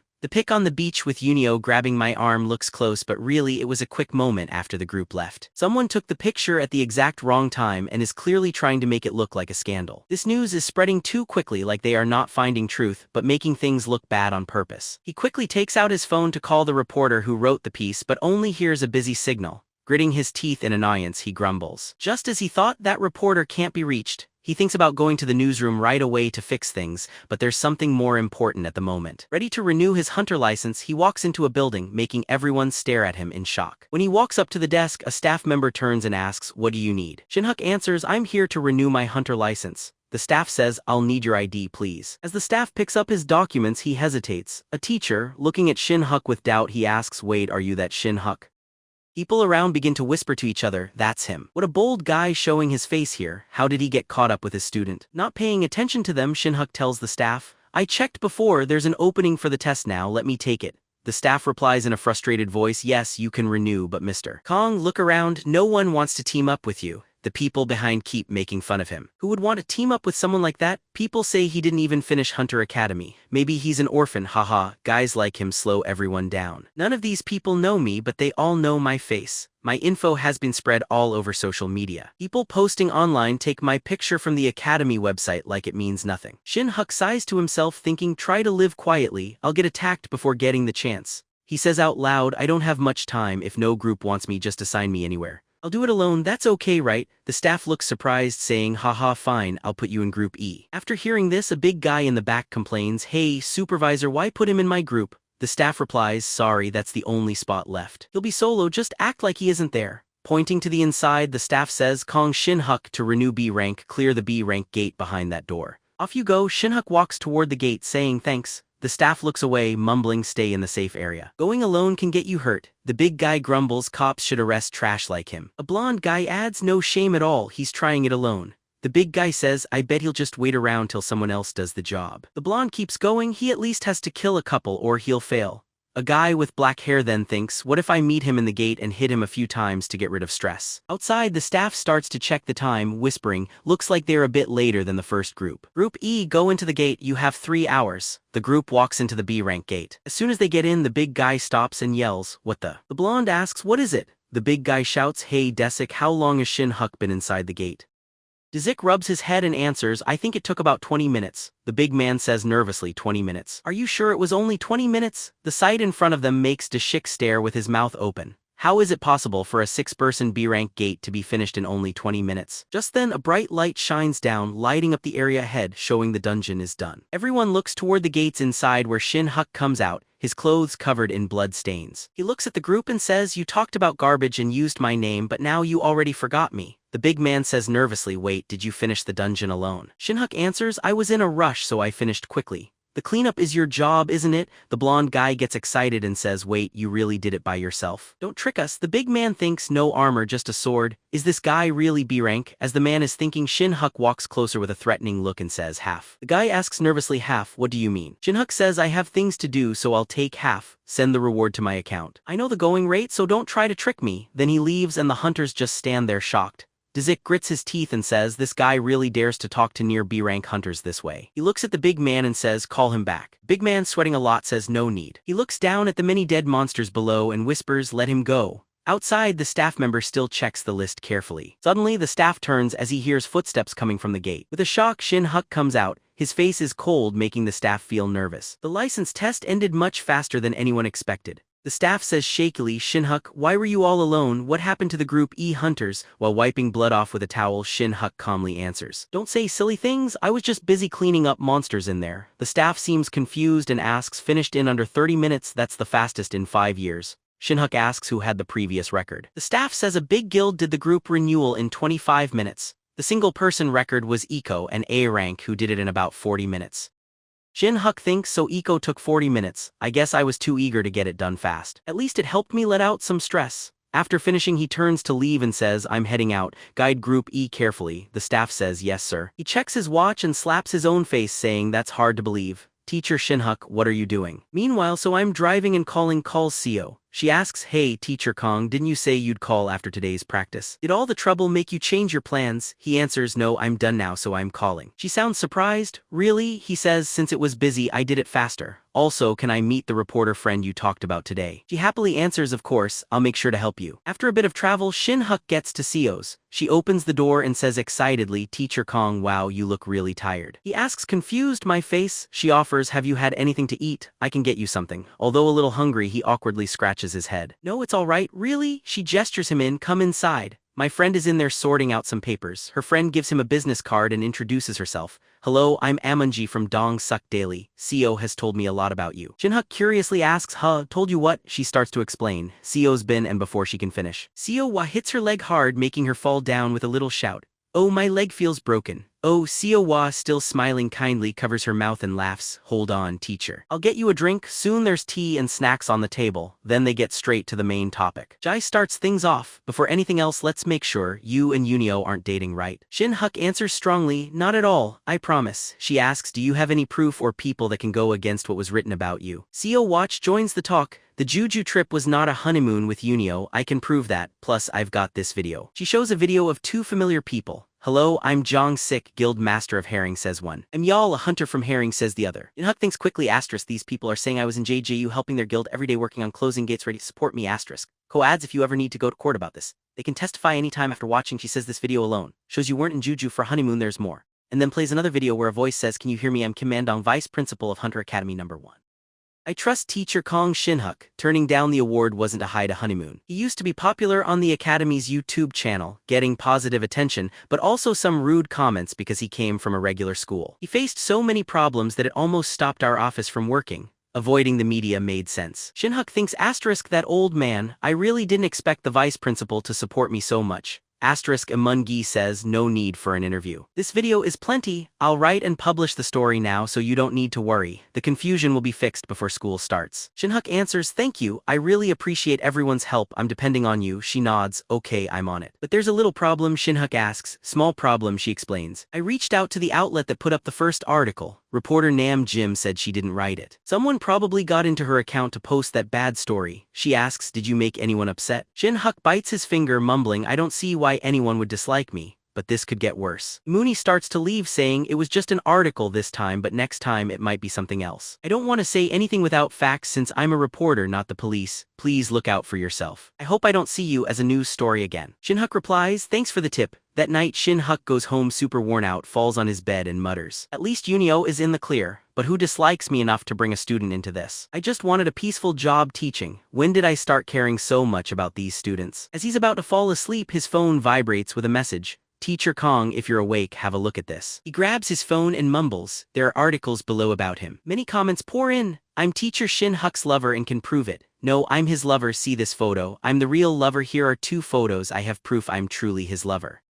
Someone claims to be teacher Shin-huk's real lover and posts a photo as proof. Shin-huk shouts, what is this? This is no longer just bad comments, it's a full-out joke. Who is doing this stupid prank? He checks the pictures in the comments and finds something familiar. Wait, that's Minhai from the swordsmanship class, that's the practice field. It's likely from class. In the video she says, I'm Minhai from Hunter Academy #1 swordsmanship class. I'm sorry for causing trouble to get your attention, teacher. If holding your arm is proof of being your lover, then I must be your lover too. Everyone in swordsmanship class likes teacher Kong Shin-huk. That's all I wanted to mention. More comments keep coming. I'm teacher Shin-huk's lover too. No, I'm the real one. I have his signed autograph. If he made it for me, then I must be his true love. Someone else says stay away. I'm his real love. If meeting in Juju was a honeymoon, then I went too. We even shared ice cream. Shin-huk sighs, saying these students, I became a teacher just to live quietly. But spending time with them made me change. I wasn't even that good to them. Standing up for me while everyone talks bad things isn't easy. We have only spent 1 semester together. Even if everyone else turns on me, my students still support me. Not just them, teacher Kim, Eol, Herring Guild, and even the vice principal. Everyone I know is on my side and I can feel their support. Tears fall down his face. He smiles with mixed feelings, looking at his phone and saying softly, guess my life isn't bad after all. But then a message arrives and he freezes. He says Sora and her message says, sorry for calling you trash, son. Let me help you in my own way. Here's an address and a password. Go there and it might help fix your problem. It's the address that Seor sent. Inside a room, Jong Hyun-sik and the fake Namjim are tied to chairs, yelling as they are kept as captives. At the same time, Seora stands on the rooftop, looking at the city and sighing. Next semester I hope you'll teach us even more. Scene rewrite finished. When Shin-huk got to the house, he found a firmly closed iron gate. He looked at it and whispered, is this the right place? He walked up, opened the gate, went inside and saw 2 people tied to chairs, shouting, Jong Hyun-sik.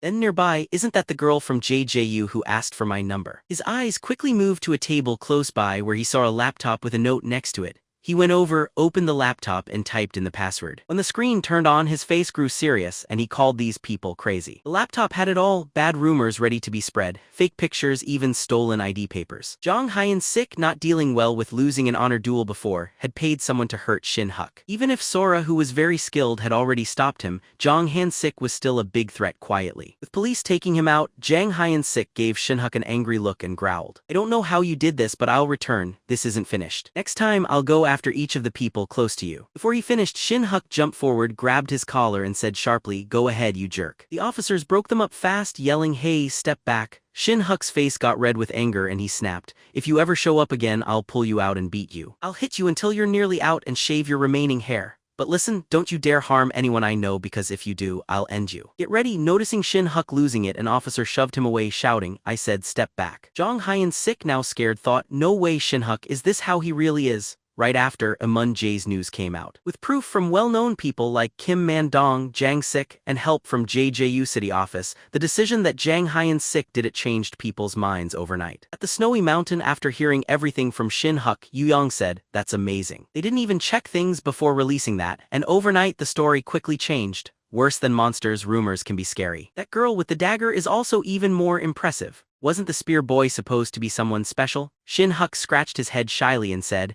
she only mentioned giving them 3 bottles of sleeping pills, which is enough for an elephant. Youyang added, she went to such lengths for your sake. My students sure stand out, right? Though it's not exactly the same.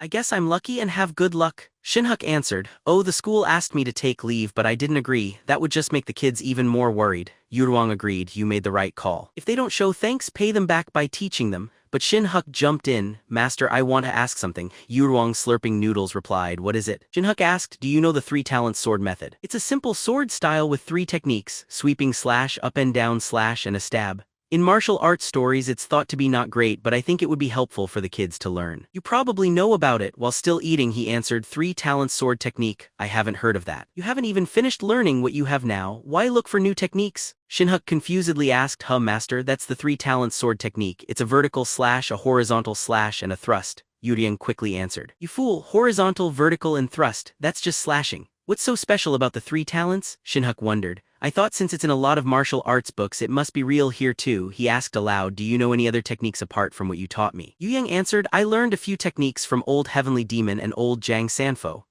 Shin-huk thought it over. I want to teach something useful to those I train. Yuriang gave a small smile. It doesn't always have to be about martial arts, right? When I practiced at Wyuang, old Jang Sanfo taught me something. Shin-huk asked, what was it? Yuriang said that living on the mountain he became skilled in using herbs. He was very good at making tonics. He told me I should make them for my own students one day. Shin-huk's eyes widened as he said, wow, master, you had something like that but didn't share it with me first. Yuriang shot back, didn't I already strengthen your bones? This tonic just helps with your tendons and opens channels at this point. You don't need it. Shin-huk joked back. Sounds like regular tonic to me. You explained, you rascal. Normal tonics can't compare. It may not raise inner energy like some wonder elixir, but this one does a great job. Wyuang teaches to keep things simple, so no expensive materials. Jang Sanfo's students were stronger than heavenly demons, understand. For students growing up it was a great thing to use, but Shin-huk was even more impressed by what it did. After they drank his tonic, the students twisted in pain. One yelled, teacher gave us poison. Air raid alert, air raid alert. Looking at their unhappy faces, Shin-huk said, hey, that's a tonic for your health, you troublemakers. Don't spill any, drink it all. This was how the second semester of swordsmanship lessons began. A student with long hair and a sad face said, teacher, seriously, this tastes like poison. Jin-soo, who didn't look good either, said, I don't want to drink it. Shin-huk told Jan-soo to run one more lap. For the next 2 months you'll drink this before every lesson. If you want to stop, come talk to me alone. Jin-soo wiped his mouth after drinking the tonic and muttered that not drinking felt worse. Shin-huk tried to comfort them. All right, there's no lesson today. After you finish drinking, class leader, you can go. The class leader got up and shouted, attention. At her command everyone stood up straight, eyes all looking at Shin-huk. He was surprised and said, what is this? You haven't even bowed properly, the class leader replied. We look forward to learning from you this semester, teacher. The whole class repeated. Please teach us well, teacher. Some of the girls whispered to each other saying, teacher is handsome, don't leave us. Shin-huk felt good as he thought to himself. They worry that I might quit. He answered, I'm not leaving. Class dismissed. When all the students left, Shin-huk stood alone at the front holding a book thinking. It's already been half a year, time goes by so quickly. I just wanted an easy life, but now I feel at home here. While he was thinking, Seora came to the door, arms folded, and said, the kids really look up to you. How do you manage it? When he saw her, Shin-huk said, Sora, you're here, what's going on? She looked outside with worry and said, what else? You are well known now and people think better of you, so they asked me to talk to you. Shin-huk took a deep breath. No wonder things have been quieter. She went on, you can't hide how impressive you are. I had a feeling the Sea Wave Guild shut down and you fought the vice principal. Your mysterious talent keeps getting noticed. Looking worried, she said, Esbe, this is a big deal. I was told to do whatever it takes. He answered, Samongan Group's chairman Yumpal J, Congressman So Gwang-sik, Vice Minister of Justice Kim Jong-kyal.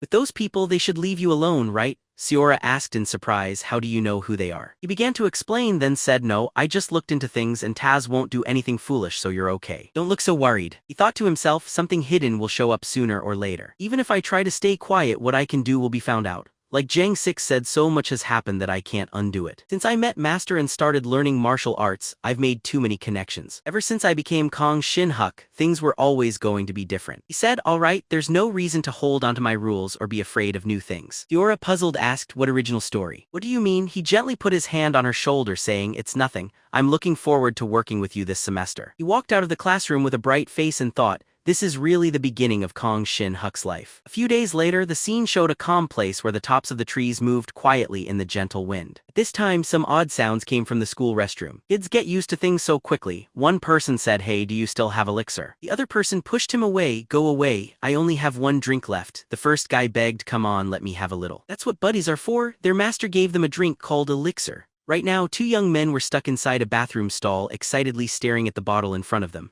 The long-haired guy laughed and said, my score just went up again. The bald one agreed, even though it tastes really bad, it helps keep you awake and makes your stomach feel better, so students like drinking it. Nearby, Jin-soo quietly put his cup down and let out a sigh. He said, but me, I don't taste any bitterness. Maybe my life was just too tough and that's why. Minnie turned back and reminded him, here you go again. Jin-soo shouted, hey Minnie, date me and I'll never let you touch the elixir again. Hearing these words that were half joking and half serious, Minnie laughed loudly. Haha, go away, you don't have a chance. Seeing Jin-soo use it without care made him a little nervous, but thanks to the extra stamina from the long-distance running they did last term, the swordsmanship class got great results on their physical test before the coming midterms. Looking at the students running fast on the field, a teacher was amazed. Mr. Shin-huk, what kind of training did you give them to get results like these? Another teacher with a stopwatch nodded along. They're almost matching the third years who hope to join the ranger squad. When Shin-huk saw the students doing so well, he smiled. Even if he wasn't their homeroom teacher but was instead the swordsmanship instructor, he still felt proud. He thought, I already gave them the tonic, so they'll need to train harder this semester, and so a busy summer in the second term came to an end. Autumn was coming. He spoke to his students during class. The Mid-Autumn Festival is coming soon, but don't spend your whole time playing. Right after the break you'll have your midterms, do you understand? The students all answered yes sir. He gave them a last reminder. Spend good time with your family, class is over. Everyone left. Minnie turned back and waved goodbye. Happy holidays to you too, teacher. He watched the students slowly leave, then he looked at his notebook and smiled. Then two students came up to him. They caught his eye, so he turned around curious. Unio-soo, why have you not gone yet? Why are you just standing there? Unsoo spoke in a playful tone. We want to ask you for some advice, teacher. The two girls shared a look. Unio then said, we're going to sign up for the martial arts tournament. What do you think, teacher? After hearing this sudden idea, he repeated, the martial arts tournament. It meant the martial arts contest held among huntermies all over the country. People simply called it the martial arts tournament. Hunter school students from across the country could join because there was no grade separation. Most of the time, it was third-year students who ranked the highest. He touched his chin, thinking. The martial arts tournament had come up during a faculty meeting some days back. He believed the first-year students wouldn't want to join at all. Unsoo went on, the qualifiers start in November, so we want to sign up soon. Unio added, what do you think, teacher? Maybe we aren't ready. He thought for a few seconds and answered, you two are among the best students, but only compared with your same-age classmates. If you face second or third years who have more experience, it will be very tough.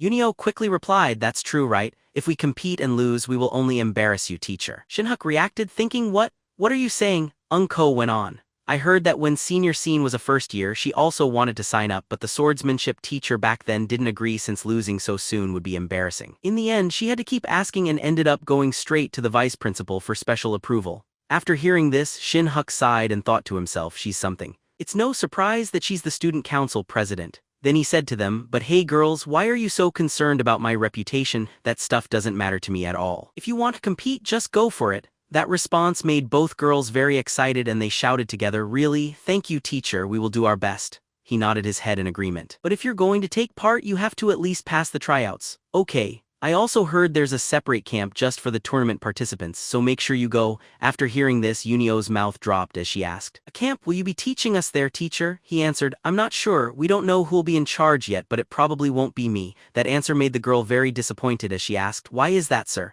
He calmly replied, I'm still a newbie teacher. Usually teachers with 2 or 3 years of experience lead it. Unio asked again, what kind of strange rule is that? Out of all the swordsmanship teachers, you're the best in my opinion. He just smiled a little and replied, you're good at giving compliments, kid. But I'm really busy, so I can't do it. That direct answer made the girl feel a little sad. She spoke, I don't like camps, but if you're teaching, I would enjoy it. He quickly set her straight. That's not why. The skills and experience of teachers who have been here longer also matter a lot. He thought to himself, tournament members have practice in the evenings on weekends. I care about you, but I can't give up all my rest time. Then he smiled and gave them some encouragement. Anyway, I'll let the vice principal know your names. Get yourselves ready for this competition. But as soon as he met the vice principal, the man quickly pointed at him and said, you look after the students for the tournament, Mr.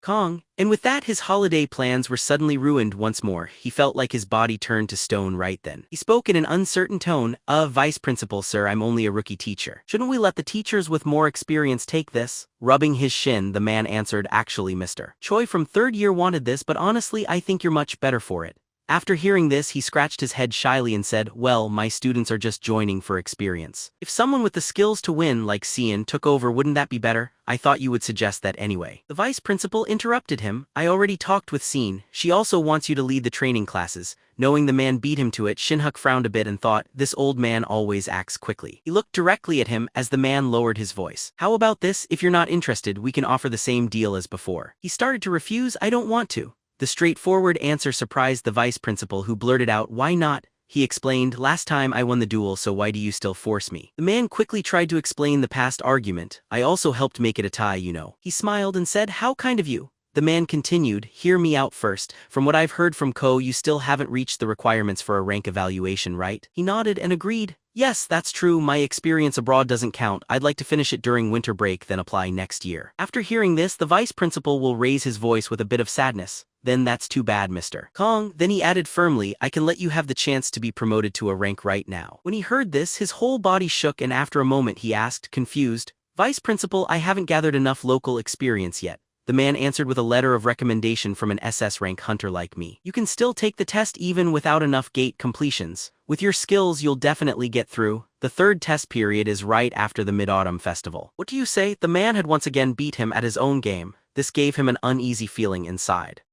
Each time he brought an offer that was just what Shin-huk wanted, so it was hard to say no. This great opportunity fit right into what he wanted because reaching a rank meant getting a bigger allowance. Plus, if he became an A-rank hunter before winter break, his extra money would increase a lot. Things were happening so quickly that he started to breathe harder. He spoke nervously, I'm just busy for one day this weekend, so if it's on another day I'll think about it. The vice principal saw he agreed and nodded back. Good, talk with the students carefully to fix the schedule. After they decided, he walked away thinking to himself, in the end I accepted more work again, he sighed, still thinking. But remembering, he helped me a lot the last time as well. With a vice principal who is an SS rank hunter, I'll need his help in the future for sure. Looking at the sheet in front of him, he whispered, the martial arts tournament first-year participants are Yunio and Unsu. For third years, it's only Sean, last year's winner. It's been a few months after the interview. I wonder how she's been lately. Change of scene to Sean, she was still training hard at this time. The arm she held her sword with was stained with blood, which kept dropping to the ground. Her arm was shaking a lot, but she still tried her best to grip the practice sword tightly. Her breathing got faster and faster. Right now it looked like she had reached her limit. Changing the scene to the snowy mountain as he watched him lying around day after day, the master couldn't help but ask, out of curiosity, if he was really going to spend the whole vacation here. He nodded and said, yeah, so I'll just work on my weak spots and get some fresh air.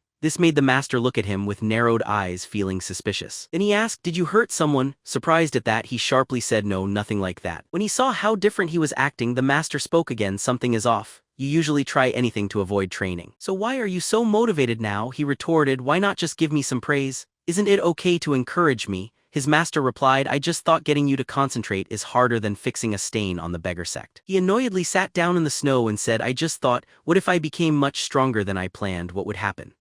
He thought the academy students' lives have already changed a bit because of me. Since I chose to follow my own path from the second semester, I need to work on getting stronger on my own too. But I'm not sure how even the tiniest change will impact this world's future. At the very least, I need enough power to protect myself and the people near me. After thinking this, he straightened up, all right, this makes sense. Then he looked at his master and asked, so can you read this world's writing yet? At that moment his master was enjoying a light green chocolate bar and answered, of course, it wasn't very hard. So he quickly took out a martial arts book and said, then can you check this for me, master? The old man opened the book to look through it and asked, what is this? He answered, that's a martial arts manual used in the outside world. Can't you see? After looking it over a bit longer, the master asked, did I read the characters wrong? How can this worthless garbage, not even worth 3 cents, be called a martial arts guide? Even a minor pirate could destroy it easily. He suddenly changed his expression and stroked his chin, then said, yes, it's not dull at all. Isn't that true? He thought silently. The truth is, spending this vacation here wasn't only for me. As he planned the class, he paused for a moment, then looked at his master to ask, didn't you fight against all kinds of weapons before? He nodded to agree. Yes, I did. What?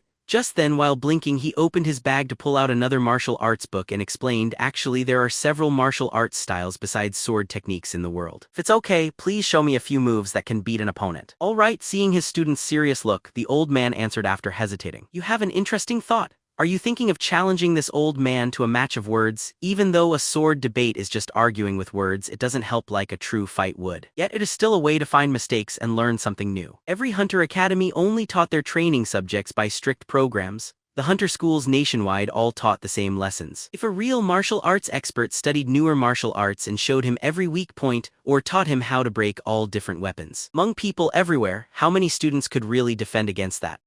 He stopped thinking and soon was dueling in martial arts with his teacher. He quickly jumped in and threw a punch, but the old man simply raised his sword and blocked it. The strong block knocked the spear out of his grip. Then, before he could respond, the old man slashed toward him, but using his speed, he moved behind his master. He clenched his hand and gathered mana in it, getting ready to attack. When he punched, a loud blast echoed in the mountains and woods. During vacation, I would talk about sword moves with my master and write down notes. Sometimes I was stubborn and got smacked too. He told me to not be hard-headed, though he also said silly things like jumping on snowflakes to double jump. They practiced doing the same thing over and over. Yuriang spoke constantly, and he kept paying attention to the words. After that, the two of them cheerfully ate ramen together. Overall, it turned out to be a really nice break. When everything was finished, he said farewell to his master and went back to school. As he walked in the hallway, he let out a quiet sigh. Sigh so troublesome. I feel so full, but the food tasted great. I ate instant noodles the whole break. Now being able to have dorm food feels amazing. But if army food is like this, staying one more month would be, but he couldn't finish what he wanted to say. His face changed right away as he murmured, another month of what? Then he slapped his own cheek with his hand and said, what am I even saying? My life is okay. It's really okay. While he was acting this way, Scene came from far away and asked, hey, teacher. Hello, teacher. When he saw the young girl, he greeted her back too. Say, Jean, it's been a while, hasn't it? You got here pretty early. Did you already eat? She nodded and said, yes, I ate. Third years get food first, you know. When he saw the young girl repeatedly sticking close to him, his first thought was, since you're here so soon, you should rest after eating. This girl really doesn't give up easily. The young girl shyly looked up to ask, even though class hasn't started, can you have a practice match with me? Teacher, he tried to find an excuse to say no. Running right after eating could hurt your stomach. You know, just when he managed to escape Scene, Yunio's group stopped him and started pestering him. Cyrillic letter 456, when they saw him, they happily said, teacher, have you had dinner yet?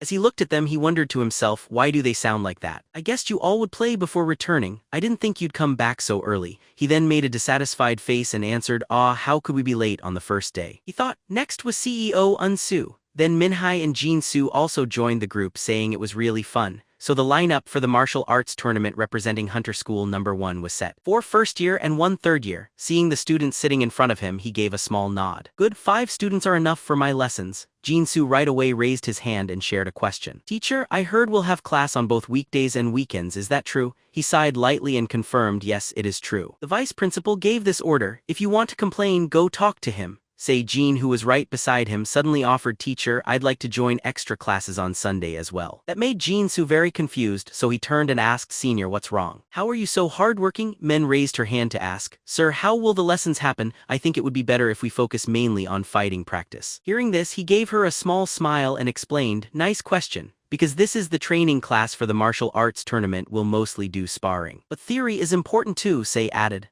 Teacher, I don't think I need theory. Would it be okay if I do personal training during the theory class? Looking carefully at this girl, he saw that she was not only hardworking but very eager. He heard she was the champion last year. Maybe she will meet her main rival in this year's tournament. He then took out a pile of documents and spoke. Now look at these before you decide about theory. After she looked at the stack, she asked, what is this? It looks like some kind of course manual. When she read the title, she quietly muttered. While thinking, she told herself, I thought it would be like before, where we spar and the teacher points out what we did wrong. If the class is mostly theory, it's kind of a waste of time. But then, as she read, she saw something that made her eyes go still for a few moments. Jin-soo quickly looked through it, then asked curiously, teacher, doesn't this method cover more than just swordsmanship? He answered, the martial arts tournament isn't only for swordsmanship students to join.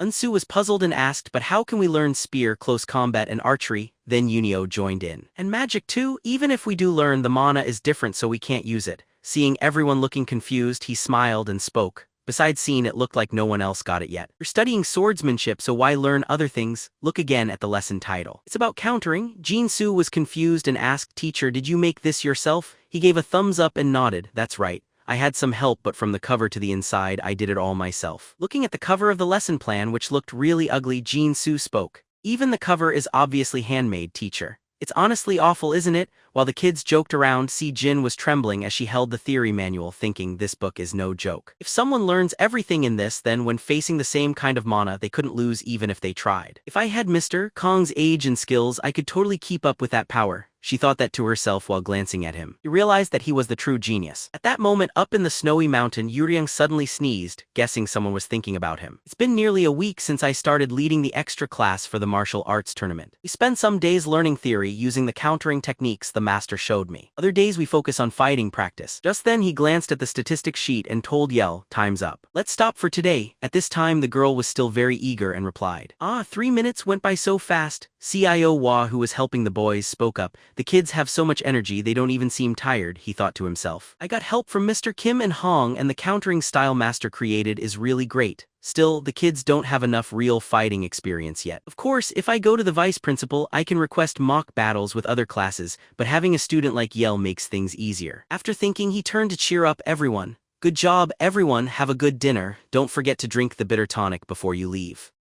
Starting Monday, the first years will do a 3-day training run. Normally, you just rest at school. Remembering what the vice principal told him, he thought, by the way, I remember you acted as an instructor during the training camp too. This made him very confused, so he spoke up. What kind of deal is this? I'm not the homeroom teacher. I only teach swordsmanship. Man Dong replied awkwardly, this time's promotion exam recommendation letter is really important. Come on, help us one more time, teacher. So I had to join the training camp. That old man only acts this clingy once in a while. It's not like he's leading the kids through a gate or anything. Still, he appears worried. After watching him think for a while, Ko W turned and asked Mr. Kong, are you still making tonic for the kids? He smiled and answered, yeah, I heard there's a kind of tonic that's helpful for students who are still growing. After hearing that, Ko smiled and spoke, you really care a lot for the kids, teacher. They are really fortunate. Hearing this, everyone showed an unhappy face. Master's tonic was shown to work well, although it could also be because they were at their growing age. But thinking back to the latest midterms, their basic skills had clearly gotten better too. Yell stepped up and said, Mr. Kong, let me help you clean. He quickly shook his hand to say no. Oh no, that's all right. You've already done a lot, just go inside first. She complained a bit and answered, are you sure, teacher? I don't have anything else to do. He gave a smile. Just having your help during training is more than enough for me. Next time, I'll buy you a good meal. When he finished cleaning, he walked out of the training room. He locked the door and said to himself, ha, today is finally done too. Just when he thought about taking a break, a voice suddenly called from behind,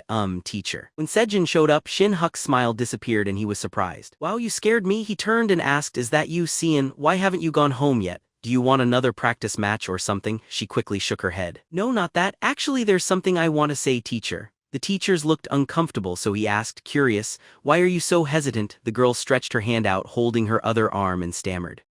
Actually, starting next week, I won't be able to come to class on Saturdays anymore. The girl's voice sounded really sad. This made Shin-huk stare in surprise for a moment. My first thought was, what? My next thought was, why? With fewer students, my work is easier. So why does my mood feel kind of odd? Maybe it's because I got everything ready for the training. So finding out a top student wouldn't be there made me feel odd. I've never really been very attached to teaching, but anyway, she's only missing Saturdays. Right, she's just missing Saturdays. Looking at the girl now, her tears falling from being sad, he said softly, so why are you crying so hard about it? Outside now, the teacher and student were sitting on the school field, having a talk together. He spoke sadly, this isn't good. The cafeteria shut down early, so all I can give you is this bitter tonic. She took the glass he handed her, which smelled pretty bad. Her face fell, but she tried to say something. It's all right, sir, this actually helps me relax faster. Then he asked, so you're going out for real hunts every weekend from next week? The girl nodded yes. Yes, honestly, I'd rather learn with you, teacher. But before she finished, he asked, puzzled, that's odd. Normally students only start internships in second year. Internships don't go on weekends, and besides, rules say you can't leave, she explained. My dad said he will talk directly to the vice principal soon. Right then, as he drank, he thought, weird, that strict old man doesn't allow things so easily. Wanting to know who her father is, he then asked, if just calling can get it done, does your dad know the vice principal? The girl replied, my father is the leader of the Aries Guild. After hearing this, Shin-huk looked at her, narrowing his eyes a bit and thought, so her dad is a guild leader, huh? It turns out this child comes from a rich and strong family. The girl went on, honestly, I don't really care about the National Martial Arts Tournament. I'm entering just so I can get a chance to join the WHCU 19 Hunter Championship. WHCU 19 means the World Hunter Championship for people under 19 years old. Then, as if he remembered something, he turned and said, oh, that's right. If you win the martial arts tournament, you get to enter that event. The girl nodded to show he was right. He thought to himself, she hasn't even tried in the qualifiers yet, but she's already thinking about the WHCU. Maybe she's a bit too confident. Scene had been the winner for 2 years in a row already. Some people even said that this year's winner would be seen too. He wondered out loud next. So you already joined the WHCU last January? The girl looked unsure for a second and said, yes, I did join, but before she could finish, he broke in, so it's true. How did it go? With Si Jin's skill, you wouldn't just end up in the high ranks. You could actually try to win first prize. But to his surprise, she answered awkwardly, I lost in the very first round, he muttered. Lost in the very first round, she explained, I got bad luck with the draw. My opponent in the first match was last year's winner. After hearing that, Shin-huk gasped. Oh wow, that must have felt disappointing, right? The girl said, it wouldn't be true if I said I wasn't upset, but I can't just blame it on luck. If I was strong enough, I wouldn't have lost, he thought as he looked at the young girl. She reminded him of what he used to be like when he spent all his time writing stories. Then he turned and gently patted the girl's head as a sign of praise. You really are a top student, aren't you? This kind gesture made her really embarrassed as she stammered, teacher, what are you doing? her sudden move startled him too. He then took a moment to calm down and talked again. Normally anyone would go easy on themselves, but when I look at scene you don't seem that way. But hardly anyone sees this kind of struggle, instead they just feel bad for you. What he said touched her, making her look flustered. Tears started to form at the corners of her eyes, almost falling. After making a girl feel so moved, are you just going to quickly walk off? He quickly got up to leave, saying, I'm going to go now. You should stay out here for some air and go back in later. About the Saturday class, I'll talk to the vice principal again. And that wasn't just about losing in the qualifiers. Your opponent won the whole thing, so you could almost say you came second place. You did a great job. Don't lose faith in yourself. Inspired by his encouraging words, the girl quickly stood up, gave him a deep bow and called out, Thank you, teacher, I will do it for sure. Meanwhile, he looked back with a frown, waving his hand and saying, Hey, I told you to relax. Watching him walk away, the girl's mood looked a lot better. Then she glanced at her phone that was ringing in her hand. Her father was the one calling. He answered the phone and said, Hello, Dad. Her dad's voice sounded a bit scolding. Why did you take so long to answer? He shook a little as she replied, Sorry, I was just asking someone something for a moment. Her dad spoke in an upset voice, asking about what? You should just listen to what I tell you. After that, the father and daughter talked a bit and she was left standing still on the school field, lost in thought. The Aries Guild was a well-known mid-sized guild. When it came to the Aries Guild, it was still the student days. In the story, the person meant to take over the Aries Guild left and created a new guild. And that new guild was called Dawn. In the Aries Guild, Kim Si-jin is someone who disliked her parents so much she changed her name. Really strong? When Kim Do-hyun was a second year, he did his internship at the Dawn Guild. While Se-jin watched over Kim Do-hyun, they slowly grew closer. It was surprising that such a skilled character wasn't in the main series. It honestly felt odd. I thought she was just an impressive side character. Who could have guessed Seon would change like this? She turned out to be the main heroine after all. If the story stays the same, Sean and her dad will completely fall apart. The turning point would be the WHCU tournament next January. Since her results were not good, Sean's dad got really angry and yelled at her. Looking back, maybe the writer wanted readers to feel strongly involved.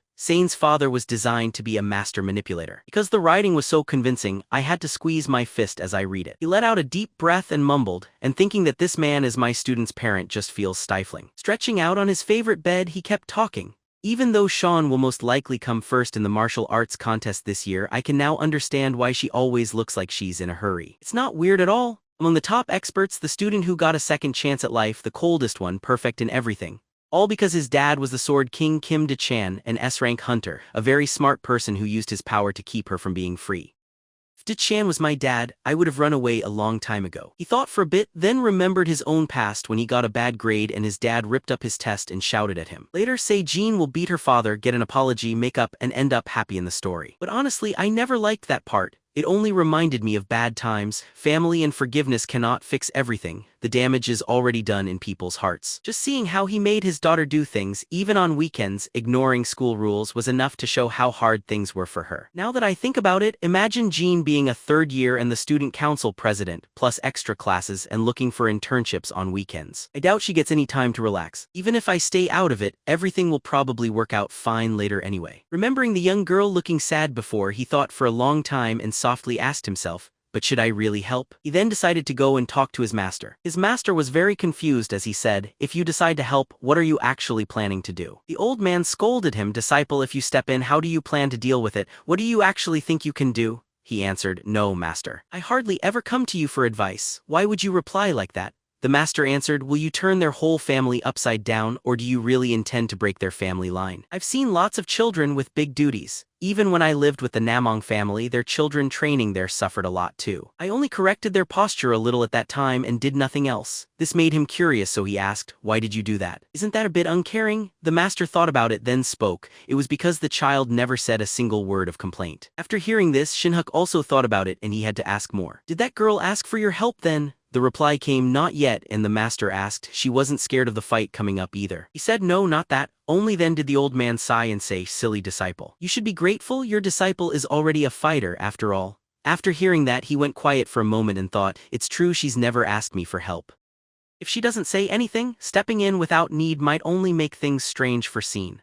The WHCU tournament is still a year away and so far there's no fight with her father yet. Thinking too much gave him a strong headache. He held his head, saying something out loud. Ah, my head hurts? Seeing his pain, his master spoke, just pick up your sword. If you need to let off steam, sparring will help most. He agreed with a nod, got up and said, tomorrow I have to get ready for the training camp. So go easy on me this time, master. When he said that, the old man immediately asked, "Where are you in a hurry to go now? You just arrived not long ago." He answered, "I'm an instructor now, so I need to be there early to get things ready." The master sighed and said, "It looks like you're the busiest lately. This isn't the best time to be thinking about your student, is it?" He gripped his sword a little tighter and spoke. "Don't remind me, that's why I haven't had a chance to train myself lately." He closed his eyes to feel his strength inside. "Really, ever since I started that extra movement class, I've been way too busy. Next week, I'm taking the A rank promotion exam. After that, I still need to take Mr. Kim and Mr. Hong out for dinner. Tomorrow, I also have to go to the training center to be an instructor, even though in my past life I was overwhelmed with author deadlines. Why does this life feel even more tiring? Right after being reincarnated, I started living as an academy student and had to get used to Gong Shin-huk's body.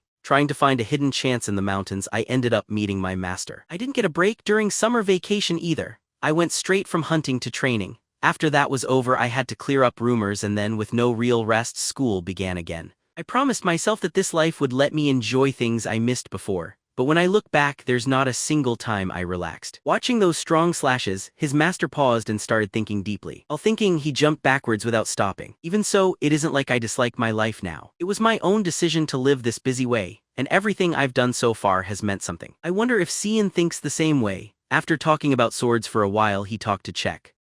"That's true, even though the start wasn't what I wanted. After meeting you, Master, I was able to show Siora the truth about Antas. Even fighting the vice principal helped me get much stronger, even though I lost. During summer vacation, even though I went out to work in JU, it turned out to be a useful lesson. Because I grew stronger, I managed to save my students and got help from those with me." With a small sigh of relief, he felt good. Right, life isn't so serious. Maybe Master's words about letting go of impatience meant this. But all at once he felt his head spin. His eyes narrowed a little as he spoke. "Master, my internal energy is suddenly running wild, and I can't control it. Shoot, did I lose focus too much while sparring just now?" He grabbed his dantian, crying out, "Triple AAA, it feels like my dantian is going to explode. It hurts a lot. It's worse than when Master opened my rim meridian earlier. Am I having Kai deviation? All this internal energy is making my dantian burn." His internal energy escaped the dantian, leaving the normal route and quietly going up his spine. "I have to put things under control." This wasn't how Kai normally moves, going from the belly area, then up to the heart area, then higher to the neck, all the way up to the inang acupoint. At last, when that powerful internal energy struck the biwi acupoint, it broke open and brought him many realizations. His face changed right away as he spoke quietly. The pain disappeared almost instantly, and my mind felt completely clear now. He lifted his hand and looked at it, hesitantly saying, "What is this?" His master came closer and said, "Congratulations." This made him very confused as he asked, Congratulations for what?" "Congratulations on understanding something new. You have just overcome another barrier." After hearing this from his master, he thought, "Overcame a barrier? Does this mean that my martial arts reached a higher level?" His out-of-control internal energy suddenly returned inside. The strong internal energy moved up from his chest, past his heart, and filled his neck as if it might burst. When it moved to the inang point between his eyebrows, it faded away just like the pain did. His master then explained what he had felt. After going past the inang, the energy gathers at the bill point on top of the head. Then the energy that felt like it was going to burst simply disappeared. He agreed, "Yes, that's exactly how it felt." Hearing this, the old man smiled and calmed him, saying not to worry, "Your internal energy didn't go away. It just left to make room for something new. Since I know your nature, I thought it would need more time. I didn't think you would notice it so fast," he replied, still unsure. "Even if I noticed, I don't feel anything special." His master went on, "Normally, people don't change much when they move up just one level. There are still many levels ahead. One of these is that moving into the transcendent realm needs you to be free of burdens. Even though you can't fix everything, if you know how to accept things and see them as a part of you, that's a type of letting go too." He thought about his master's words. "After accepting what's happened, I really do feel lighter, Master, and my stomach is starting to feel hungry too." His honest words made his master sigh in both amusement and annoyance. He said, "You've been circulating your Kai for 4 whole watches. Of course you're hungry." When he heard this, he was startled, checked his phone, then yelled in surprise. 4 watches have passed already. It was now 5:30 p.m. The old man confirmed this with a nod. "That's right. Didn't you say you still had to go to the training camp? Eat the ramen I made before you leave." He was still deep in thought. "The last realm, when I was getting used to the energy around me, was the highest realm. If I've gone past that, it means I've reached the start of the transcendent realm. How strong am I now really? I have no way to tell just yet. If only another chance for a match would come up. That would be helpful. Luckily, it happens right when the training camp begins." When he finished eating, he walked to the teleportation gate and said something. "I'm done eating. I'm heading out. See you later, Master." As he left, the old man said sadly, "Oh my goodness. I forgot to remind him that he should control his strength if something happens, but it's probably not a problem anyway." Now at the school, the person in charge checked his watch, noticing the time was up and nobody was there, and he said, "How could something like this happen? They had said that your school must provide the training camp director this time too." The person agreed, "Yes, our school does need to handle the training director job this time as well." The one who said this was a young blonde man who spoke with sarcasm and confidence. Looking at the teachers coming from School 1, he said, "Is there even a single A-rank hunter among them? So this time Mr. Kim Yong-hyun from School 2 will be the training director." One teacher protested, "But didn't Mr. Kim just start last year? He's not even a full-time teacher yet." Another replied, "That doesn't matter. What's important is strength, not experience." He was standing outside the group watching and thinking, "You've been at this for an hour, scrambling to get ready." He saw he got to the camp right on time. He thought that things would finish fast if everyone just shared out the jobs. He didn't expect them to fight over who should be the training director, the lead person in charge. Are they enemies or something? Nobody wants to give in. I've heard that schools really care about their reputation. Apparently it's really this serious. The blonde guy kept talking loudly. "How about letting the teachers from School 1 have a duel to sort this out?" On hearing this, he touched his chin and thought, that could actually work. That would be much easier. Talking won't solve anything. Choosing a winner through a duel is way simpler. A teacher with brown hair looked worried, touched his chin and spoke up. "A duel, really now? Do we have to have a duel just to choose a director?" The blonde man answered, "Do you know a better way, teacher? If you do, speak up," he said. "If it must be a fight, then each school can pick 5 people to compete." Thinking about this, he looked at the man. "Impressive. Looks like we have a teacher from our school who can think. Even though School 2 has an A-rank hunter, they still have C ranks, but all teachers at our school are B-rank hunters." After hearing this idea, the blonde guy shook his head and said, "No, there's only 30 minutes left before the training camp check ends. The person in charge is waiting. Let's just do a one-on-one match to keep things simple. What do you all say? Anyone not sure?" The teacher from School 1 got really mad when he heard this. Standing at the back, he let out a sigh, thinking this is so silly. Are they all just scared of that A-rank title? Then the blonde looked straight his way and spoke.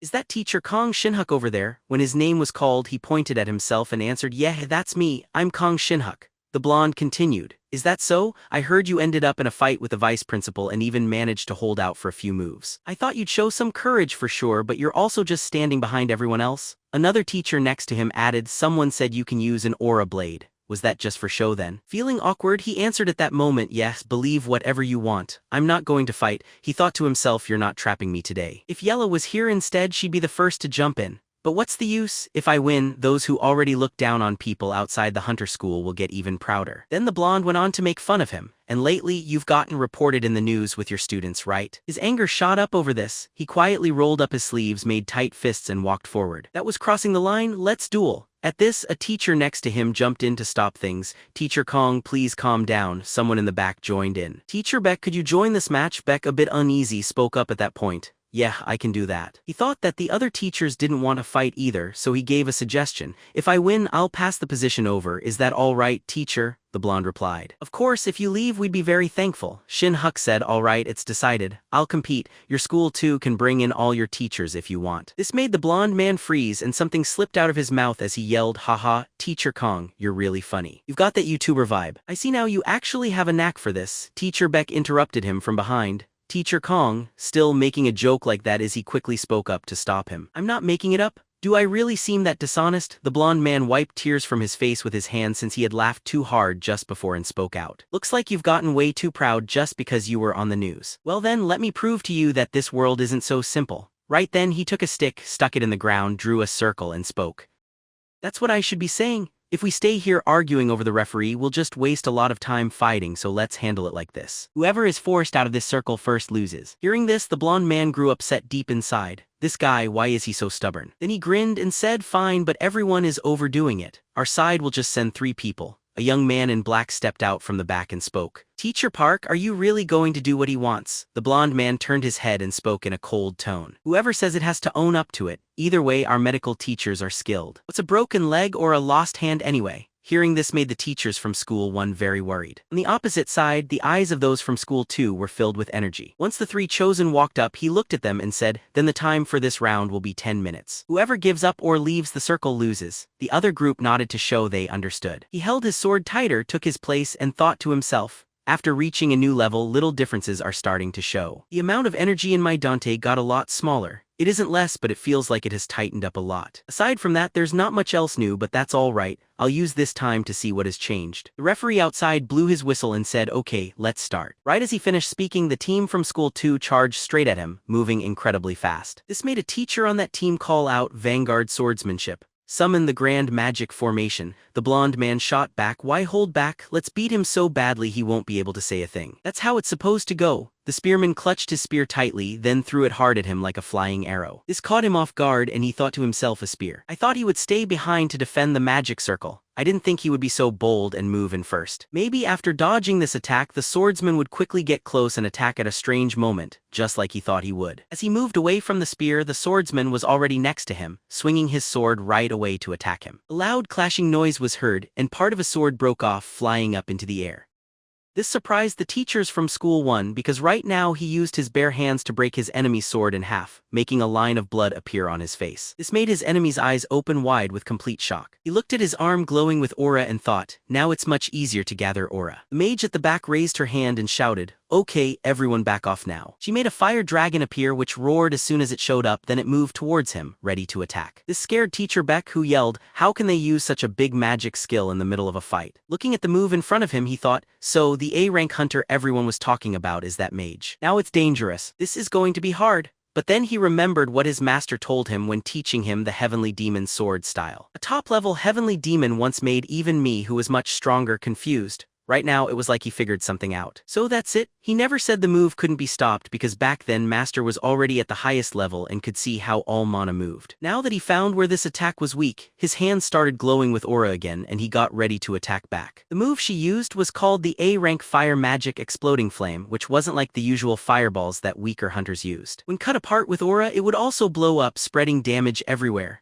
This type of magic was tough to deal with, but now it seemed like nothing even happened. Female mage's eyes opened wide as she gasped in shock. No way. The exploding flame sent out by Kim Yong-hyun, the A-rank magic teacher from Hunter School 2, disappeared right away in matter when Gong Shin-huk, the B-rank sword instructor, cut it with one strike. The other teachers could not believe what happened and one asked, what just happened? Did you all see that too? Beck tried to figure out the situation. Breaking a sword using only his hands was one thing, but after that he even stopped the magic. Who is Teacher Kong anyway? Ignoring everyone's talk, the strongest one was simply glad at that moment. Wow, this is really amazing. The sword move I did quickly worked even better, but what really surprised me was the mana flow back then.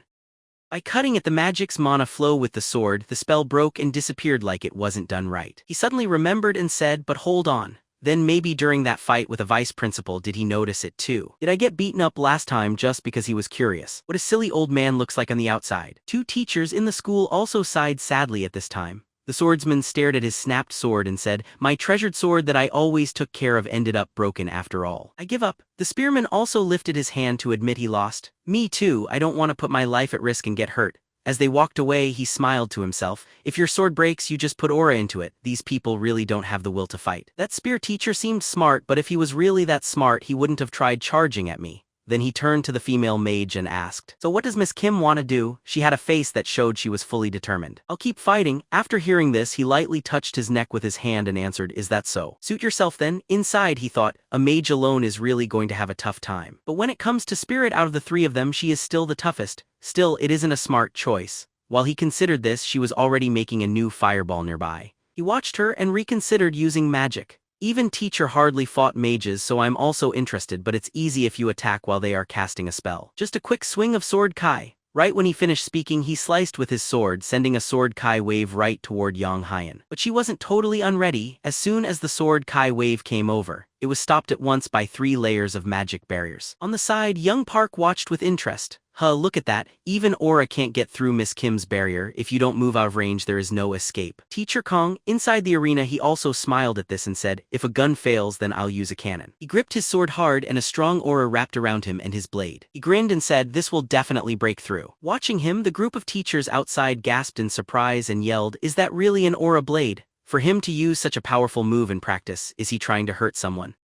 Not bothered by the shock of everyone, he asked back, is it really that frightening? And what about that friend there? She was willing to burn the whole training hall just to catch me. She was ready to destroy the whole training field. Then he turned his sword over, threw it forward and called loudly, come on, let's see for ourselves. What will break first? The barrier or my sword? The sword moved as fast as wind, flying straight at Yong-hyun, who was still busy preparing her spell right then. Once the sword made contact, the 3-layer magic barrier burst. There was a huge explosion spreading dust and smoke all around. He used his hand to cover himself from the dust floating in the air. After the dust cleared, he found it funny inside at this point. It broke, the barrier cracked first. Now it was wide open, and if things kept going this way the spell would have to stop. Even though he thought otherwise, young Hyan stayed very calm and quickly moved forward. This made Shin-huk open his eyes wide with shock. What? Using magic while running? Young Hyan still held onto her staff tightly, quietly saying strange magic words. Then it was her turn to amaze the other teachers using magic while walking. On top of that, it's hard to pull off big magic like this. Very impressive, said another teacher. And there's no time to bring back the sword. It's already headed the wrong way. If this goes on, we'll all get burned. Thinking about how everyone feels, he stretched out his hand and said with confidence,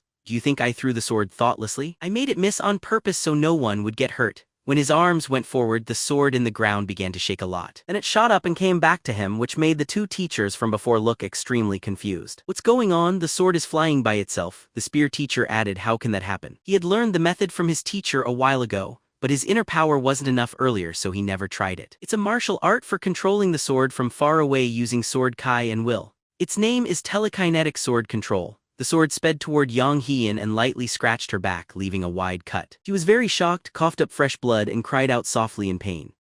On his side, he showed a pleased expression about what he just did. But then the outside teachers quickly shouted, Miss Kim. Miss Kim, is she going to make it? Her back looks really weak. Get a doctor at once. Seeing the chaos, his face became pale as he thought, using so much internal power is too much even with good control. I shouldn't do this anymore. Right away, the medics arrived to help her. The host read out the result. The winner now is teacher Gong Shin-huk from Hunter School 1. So teacher Gong Shin-huk will get to choose the new head coach. After their team lost, teacher Park came by, nodded with some embarrassment and said, teacher Gong Shin-huk, I was rude earlier. The man next to him said, I also said some bad things. I am truly sorry, teacher. The apology made him uncertain as well, so he replied, no problem. I was impolite too, he thought to himself. I didn't think they would actually say sorry. They didn't seem like the kind who would ever apologize. It's unexpected. They didn't seem nice at first, but in the end they lost fairly. After all, we will have to work together on this training trip for the next 3 days and 2 nights. Anyway, he walked up to the female mage and spoke. The mage who lasted to the end. Are you Kim Yong-hyan? She turned away shyly before answering. Ah yes, that's right. It was a very good match. He thought for a few seconds and then made a proposal. Then let's do this.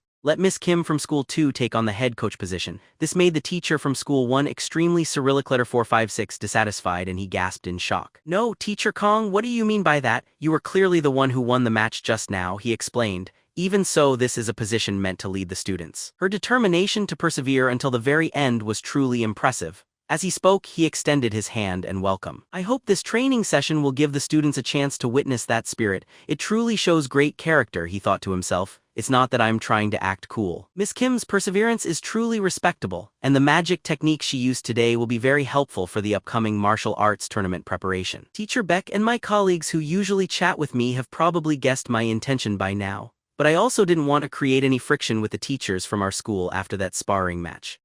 The teachers from both schools stepped up at this moment, shaking hands warmly, and spoke up. Then please guide this training session. Well, another person spoke up. By the way, since we've come early for the inspection, why don't we go out for a get-together? Someone nodded in confirmation. Sounds good, let's all go together. A black car was moving down the road. Inside the car, someone spoke up. Did you get the message, teacher? The other person replied, what message? That Miss Kim from my school has become the head coach. This person was none other than Vice Principal M. Bong Pal of Hunter School 2. Right beside him, Kim Mandan replied, I just received a message now. I heard a teacher from my school once but handed over that position. These slightly mocking words startled my Bong Pal. What? But your school doesn't even have any A-rank teachers. Looking out the window, he replied casually, it's no big deal. It was just luck. Facing this attitude of his, my Bong Pal grew angry, veins popping on his face, but he still replied calmly, you say it as if it were a coincidence. But I can clearly see that you're smiling. The image of Man Dong smiling with intense excitement was reflecting on the car window glass. Many other students were standing around listening. Man Dong slowly walked up. Man Dong stood on the high platform with the students lined up below in 3 dense rows. Since the students from our school and School 2 combined amounted to a whopping 400 people, the already spacious stadium of the training center was completely packed. The long-haired student complained, what the hell? How much time has passed already? The person standing in front of him also replied with annoyance. It's been a whole hour already, man. Dong spoke up, our students, you all must be quite bored by now. Right now I will say my final words. He spoke a 4-character idiom through the microphone that went, sweetness comes after bitterness. A female student with a gloomy face cried out, "Gosh, Vice Principal, this is already the fourth time you've said final words." The person next to her was also extremely annoyed. "They call this a training period. Is this even considered training?" Mandong finally managed to wrap up his speech with a single line. "So my story ends here." A blonde student rejoiced. "Finally over," the announcer's voice echoed back. "Next will be a speech by the Vice Principal of Hunter School 2. The crowd of students immediately held their heads and groaned as if they had just been hit with a splash of freezing water. Shin-huk walked over holding a folder. This was the period when the students had finished their induction ceremony and moved into their given dorms. As they were taking a break, someone familiar showed up. CIO called out, "Teacher Kong, you really fit being a coach." Tilting his head as he remembered, his voice then sounded happy. "Did you come here too? You must be busy with your classes, right?" Ko grinned. "This week both the second and third years have internships, so the students aren't in school." She folded her fingers together, slowly coming closer. "I heard that the instructors who are coaches arrived earlier yesterday. You all worked hard." He pointed out, "That is accurate. It's because of a certain person's dad." Seo gave an uneasy smile. "I also heard about that." "I heard you at first weren't supposed to be here, right?" He also gladly joined the chat. "Yes, I have to attend makeup classes almost daily, so I wanted to rest for a while." Ko looked at him gently and said, "It's likely because my dad thinks well of you, Teacher Kong. I heard he even wrote you a letter of recommendation so you could take the promotion exam, is that correct?" Shin-huk rubbed his neck and spoke hesitantly. "A good impression, maybe that's the reason," but in his mind he disagreed. "She sure does stay positive." They stood in front of a vending machine and Ko asked, "Oh right. Instructor Kong, you're the one watching over the obstacles, correct?" "I checked the schedule, it said it's happening in the afternoon. Can I come and watch?" Shin-huk saw her and kindly said, "Of course you can. By the way, do you know where the vice principal is?" After hearing this, she quickly invited him. "I'm actually also off to see him. Want to join?" Mandong's voice sounded. "Teacher Kong, are you here?" Instantly Shin-huk and Ko turned their attention. "Ko, talk about timing, there he is." He glanced at the two muscular men and felt small. Why are these older men so strong? "Who was with him?" Pong Pal came closer, excited. "Look who we have here. Isn't this COW? You're old enough to get married now." Ko greeted him politely. "Uncle Pong Pao, it's been a while. I hope you've been okay." Shin-huk looked on, thinking to himself. No wonder Ma Bong Pao's build is so impressive. So he really is Ma Bong Pao. Known everywhere for his strong body and carrying a fan as his main weapon. He gave a friendly smile. Ma Bong Pao, one of just 10 S-rank hunters in the country. Even though he looks tough, he was a skilled mage who mostly used protective magic. Since this wasn't the main character school, he didn't really matter much. He gave a respectful 90 degrees bow. "Teacher Ma Bong Pao, it's great to meet you. I am K Shin-huk." He glanced over. Kong Shin-huk. "Are you the one Mandong talked about?" He put out his hand. "I saw you in the newspaper too. In real life you look much better." "Nice to meet you." Finding this funny, he thought, he's a friendlier man than I expected, but he spoke politely. "Yes, thank you, teacher." Shin-huk quickly shook Pong Pal's hand. Suddenly his eyes got big as very large and cold eyes looked at him closely, making Shin-huk feel very small. He was scared. This old man had such a huge presence. It was like floating out in space. Pong Pal frowned and looked a little upset. As Mandong put his hand on Pong Palp's arm, he said, "That's enough, Pong Pao. You're taking this joke a little too far." He pulled his hand back and gave a friendly smile. "Sorry about that. I was just really curious about the person who defeated all the teachers at our school by himself." "If I made you feel uneasy, I apologize," Mandong said. "Please understand, Teacher Kong, he didn't mean any trouble." Looking down at his hand that was slowly going numb, he answered respectfully, "I'm okay. Anyway, why did you call me here, teacher?" Pomp and Kos watched them talk with friendly smiles. Mandong said, "It's something we need to talk about in private, so let's go somewhere else." "All right, let's go over to the nearby lounge." Hong Pao stopped them by raising his hand and said, "Wait a moment before you go, I want to ask Instructor Kong something." He said, "Yes sir, what did you want to ask?" Shin-huk listened. "I heard you won the match. Then why did you let the position of head coach go to an instructor from my school?" He closed his eyes and lowered his head, feeling embarrassed.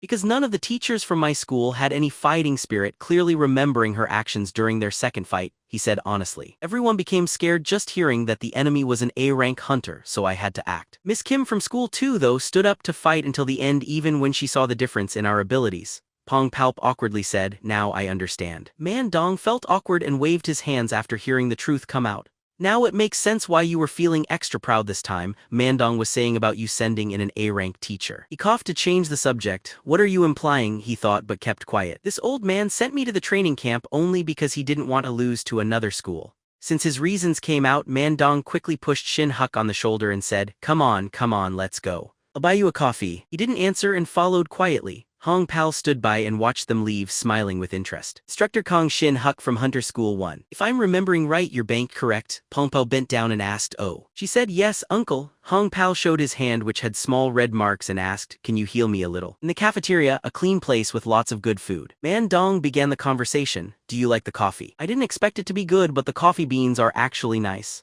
Shin-huk answered, since it's a free cup, it tastes even better, sir. He looked at him and spoke in a serious tone. Is that so, Teacher Kong? The reason I asked to meet is to talk about the A-rank promotion test, because I recommended you. I wanted to give some advice. Shin-huk asked, have you gotten ready for the test yet? He took a drink from his coffee, then calmly said, I've been busy teaching extra classes to the kids, so I haven't prepared anything special yet, sir. Mandong quickly asked, I see. Do you know how the A-rank test works? A time portal opened and Shin-huk already knew. I heard that we'll be doing an A-rank gate test. He nodded. That's right. They'll assess you inside an A-rank gate, and the number of testers will match the participants with an S-rank hunter coming along as the main judge. He stopped and thought, an S-rank hunter is coming too. I've never heard of this before. Then he asked, so are you the chief examiner, vice principal? He waved his hand and said, no, I'm just the one who recommended you. How could I be an examiner when you're so strong? Doesn't matter who comes, don't feel any pressure. Shin-huk closed his eyes and sighed. But if it were you, vice principal, someone I know, I'd definitely feel a bit more at ease. Then who is it, sir? While thinking of who he met earlier, he asked carefully. Could it be Teacher Mabong Pal who we saw earlier, sir? Mandong raised his hand in response. No, that's not correct. It's not that friend Pong Pal. He seemed confused. Then who is it? Please just tell me, sir. He looked at him and gave a clue. Here's a hint. It's someone connected to your student. Shin-huk realized what he meant and felt surprised. He looked up while thinking, an S-rank hunter who has something to do with my student. Suddenly he thought of someone and said, could it be? Mandong smiled instead of saying it clearly. That's right, I also didn't think that you would meet that person so quickly. He looked at the profile documents on the table and agreed. Sword King Kim Dechan, dressed in a suit, was sitting there drinking coffee. Mandong made it clear that this was the chief examiner for your A-rank promotion test. Hot coffee was steaming on the table. Shin-huk looked around, shocked. The person examining him in the test is Kim Dechan. I guess it's because I'm teaching Sin right now, that's why, he said, related. At that moment, Mandong spoke seriously, breaking into his thoughts. That guy Dechan is known for his harsh words and is known as the strictest examiner. Many say he's the toughest to pass. Shin-huk answered confidently, I'm fine as long as he is fair and doesn't purposely fail me. Hearing that, Mandong spoke in a calm tone. Yes, given how strong you are, you should pass without trouble. Also, because you're the teacher of the girl he cares about, he likely won't be as strict with you as with others. Thinking to himself, he thought, that elder is actually much stricter than I first thought. Across from him, Mandong kept offering tips. Shin-huk listened and also made notes of what to watch for. This information was very useful and not something everyone would know, like which things could subtract points. It basically meant he shouldn't disappoint the one who recommended him. Still, he felt thankful in his heart. The image of Yang Hyen came to mind. Choosing Kim Yang-hyen from School 2 to be the head coach was a great choice. She did her utmost to make sure the students stayed safe because she paid careful attention. Thanks to her, all the training went better. Because of it, the 3 days and 2 nights of ruin clearing practice, mountain courses, ziplining, CBRN training, dungeon gate fighting, and marching in full gear all went smoothly. The regular Hunter School students could finish their training camp without problems. Time went by fast, and 3 days later a voice called out from inside the building. All right, is everyone here yet? The extra class is starting now. Shin-huk looked at the students and said calmly, today the other teachers won't be helping. Instead, you'll pair up and spar against each other as practice. The rest of you will watch and analyze. Yinsu yawned, looking very bored. Let's start already, teacher. I'll spar with Jin-soo next to me. Yunio also seemed annoyed and spoke. I pick Minhai, I'll go against Minnie. Seeing that he could only remind them. Settle down, you all seem a little too excited. He found this situation a bit funny in his mind. Something did really happen during the training camp. Not far away, 2 people were quietly holding hands. The situation he talked about was actually Minhai and Jin-soo starting to go out. Noticing how shy they looked, Shin-huk said with a sigh, all right, you two. I'm doing my best to stay calm here. Then he remembered the past during the cliff jumping class. He could still hear the instructor's voice calling from a distance. All gear checked. Get ready. Training number 332, Lie Jin-soo. When Jin-soo finished getting ready to use the zipline, Shin-huk asked with concern. Trainee Lee Jin-soo, your face doesn't look so well. Are you able to do this? Jin-soo answered loudly, I can, sir. After hearing that, he placed his hand on the young man's shoulder to cheer him up. Strong voice, Trainee Lee Jin-soo, call out the name of the person you're thinking of and start ziplining.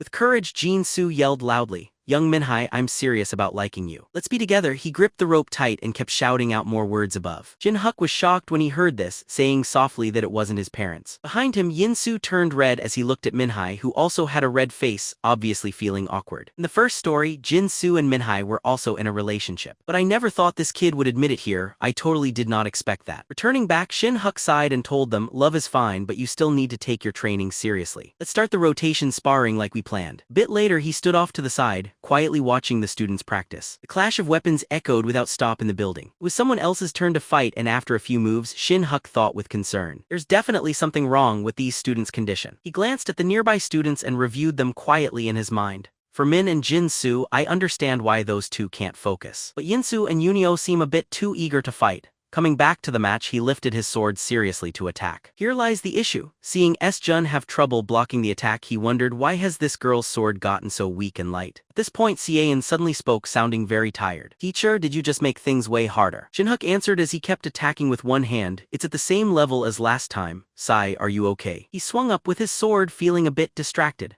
"My level has risen, so I'm getting used to it, but I already set it to match her skills, so the gap shouldn't be this huge." In a flash, he pushed Siean's sword aside. Shin-huk quickly put his sword away and said calmly, "You shouldn't think I'm weak just because I'm adjusting to your speed and using basic sword techniques. If you all just stick to what you've learned, you should be ahead. Where do you think the problem comes from?" Right then, Yin-soo raised his hand and commented, "Maybe because I'm not good at using counters yet, I sometimes end up using the basic sword moves." He agreed, "Yes, that's part of it." Then he spoke seriously. "The reason you sometimes use basic sword moves isn't just because you're not used to them. It's simply because you haven't practiced enough." Shin-huk pointed this out so everyone could see. The counters, as the name says, are a stance. It's not a move you think about before doing. You need to train until it becomes second nature so you can react right away when attacked. In the end, he made the rule very clear. From today and for the rest of the time, we're only going to work on speeding up our counters. For staying fit or building muscle, do those by yourselves after extra classes. After that, he turned and called out to Siean, Kim Sin. He answered surprised, "Yes, teacher." Shin-huk gave a firm rule: you are not allowed to do physical conditioning for now. But Jin-soo protested loudly, "Teacher, you are showing special treatment to the top candidate." At these words, he gently tapped the student on the head in annoyance and said, "It's not special treatment, you clown. Cynical strength has fallen even more since before the training camp. This shows that overtraining is actually making your body weaker." Wanting to be sure Siege understood, he asked the others, "Look, everyone. Don't you all think S-jun has gotten slimmer than a few days ago?" Yansu said slowly. "I thought she was just cutting back on food." "Young men," he added with care. "Even before you noticed, teacher, we were just telling her today that she looks like she lost a lot of weight."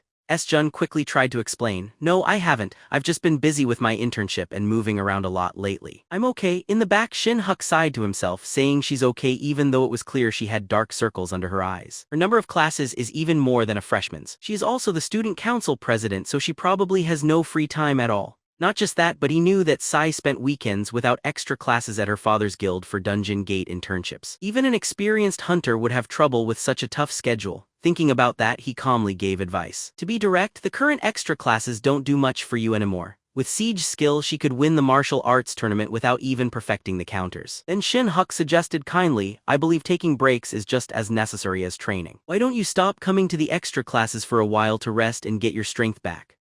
After this, S-jun stayed quiet with her head down. The other students nearby became quiet too after watching this. Few moments later, she breathed out and smiled, then turned down the offer. "It's okay, sir. I'm okay." Seeing her like this, Shin-huk just looked at her calmly, then turned to leave, making sure to give her some advice. "If that's what you want, but if you ever get tired, contact me and rest." Sai answered politely, "Yes, teacher." When he heard this, he sighed in frustration. If it were another student, they would have happily said great and left quickly. He thought this was good, but at the same time he felt sorry for her. Then he told everyone, "Today's class is finished." Many were surprised. "Really, sir?" Yansu questioned this in disbelief. "It's still not 600 yet," said Jin-soo, a bit full of himself. "Teacher, if you're ending class for me, you don't need to." Shin-huk smiled while warning. "Does Jin-soo want to run 10 laps before going home?" Behind them, S-jun narrowed her eyes as the scene began to blur. S-jun slowly removed her glasses and wondered to herself with doubt, "Did I go over my limits?" Suddenly, a few drops of blood fell on her glasses. Confused, she thought it was just a little lightheadedness. Meanwhile, the others didn't notice and kept messing around. "Hey, aren't you going to keep your boyfriend in check?" When she heard this, young Minhai blushed and softly said, "Well, when I look at him, he sometimes looks cute."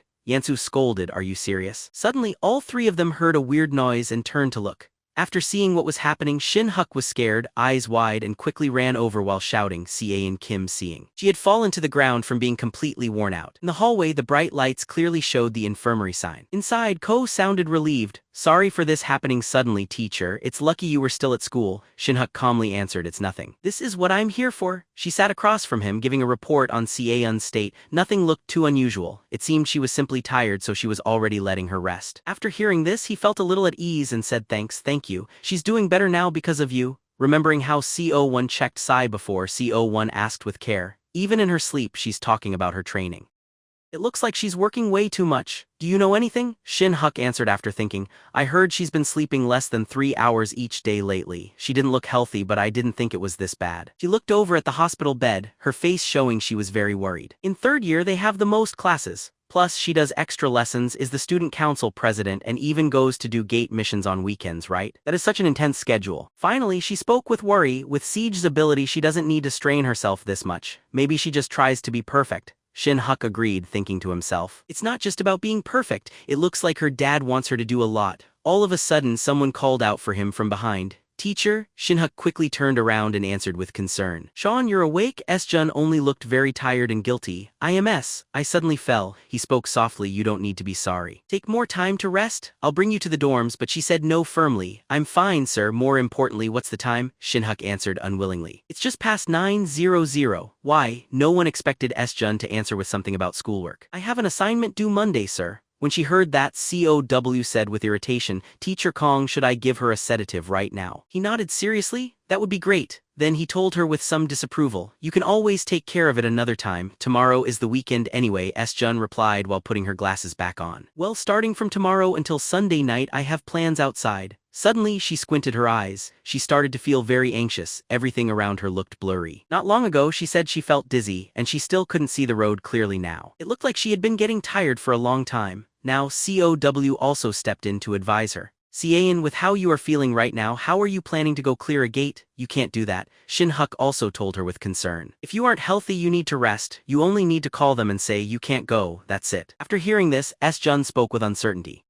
"Well, the thing is," before she could finish, he interrupted her quickly. "Is it because of her dad? I'll contact him." This left her more shocked as she asked, "You're going to call him, sir?" Shin-huk calmly replied, "Although we don't have any special connection, I'm seeing him this Sunday." S-jun exclaimed in surprise. "My dad, what's happening, sir?" He kept a relaxed attitude as he said, "I have my promotion test this Sunday. The vice principal told me that your dad is the main person marking it." Listening to this, she spoke up a little nervously. "Thank you for your concern, teacher, but it won't help to talk to him. He isn't someone who gives special chances even to his own kids." After that, she quickly thanked them and said she would leave. "Because of you all, I could sleep well for a few hours. Thank you for the drip as well. Now, if you don't mind, I'll go now." Shin-huk let out an annoyed sigh. Then, without stopping, he placed his hand on her head and pushed Siege down on the bed, not minding her protest. "Teacher," he simply told her, "I told you to rest, so you should rest." Shin-huk looked at her and spoke very seriously. "At the very least, stay lying down until everything is done. Also, don't concern yourself with adult problems." Hearing this, Sai told him her worry. "What if my dad gives you a bad score on the test because of me, sir?" Then she asked, puzzled, "You're not my main teacher. Why do you care this much?" Shin-huk leaned on his hand, looking uncertain as he replied, "You're the student council president, aren't you?" He softly asked about the third rule in Hunter School.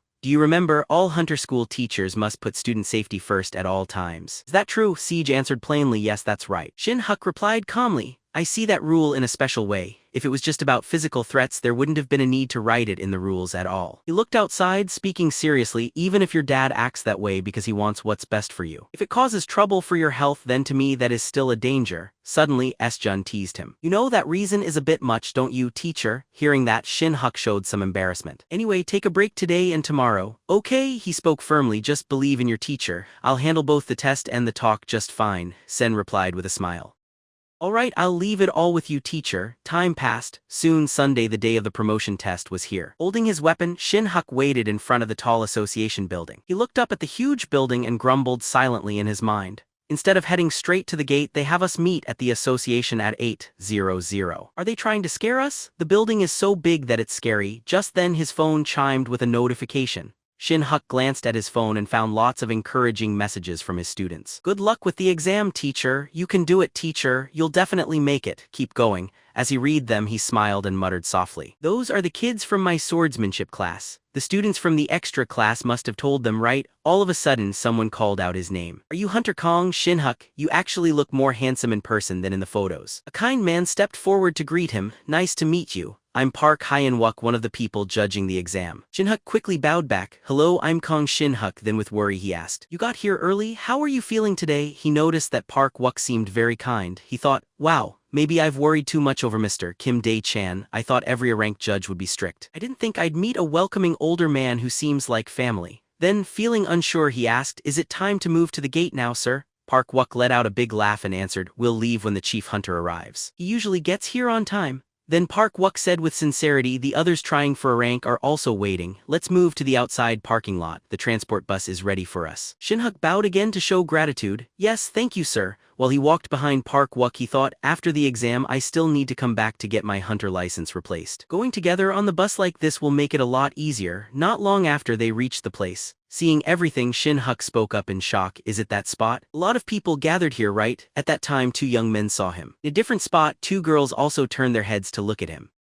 Shin-huk stepped into the crowd, thinking nervously to himself. It really is a bunch gathered to qualify for a higher rank. Their energy feels very different, almost saying, I'm really strong. A staff member then walked up and asked, hello, what is your name, sir? I am Kin-huk. The staff checked the personal info. Kong, this is your name. Please give me your hunter license and go to seat number 2. Shin-huk put his weapon inside the bus's luggage space and got on the bus. Now with the bag stored, it's time to board the bus. All of a sudden, a welcoming voice sounded nearby. Hello, everyone. When the person arrived, the others happily replied, hello, examiner. Good morning, sir. Shin-huk also turned to look. When he saw the man clearly, he was amazed. That person is S-Jun's father, Kim Dae-chan. The man then made a strong announcement with a serious look on his face. Nice to meet all of you. I am Kim Dae-chan and today I will be acting as the main examiner. After hearing this, Shin-huk's expression turned very icy. Finally, I am able to see Mr. Kim Dae-chan in person. A bit later, he boarded the bus. What's interesting is that Dae-chan took the seat right beside him. It's fine to meet him, but Shin-huk kept his lips pressed together, trying hard to look calm as he kept quiet, his face showing nothing. The vehicle picked up speed, taking his quiet frustration with it.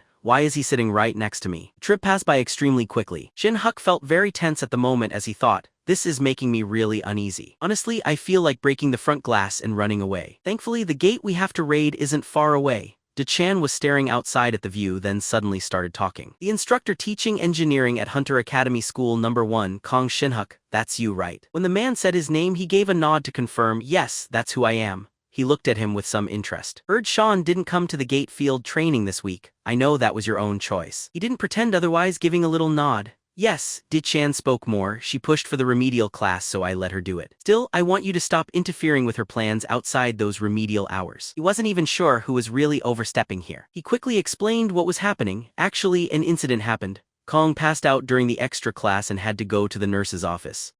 This statement made the man quite puzzled. What do you mean? He continued explaining. They said there was nothing too strange going on. It looks like just being too tired. I thought letting her rest for one day wouldn't be enough. Oh, I made her skip it. Without the remedial class with Kang's skills, she should still win the martial arts tournament, right?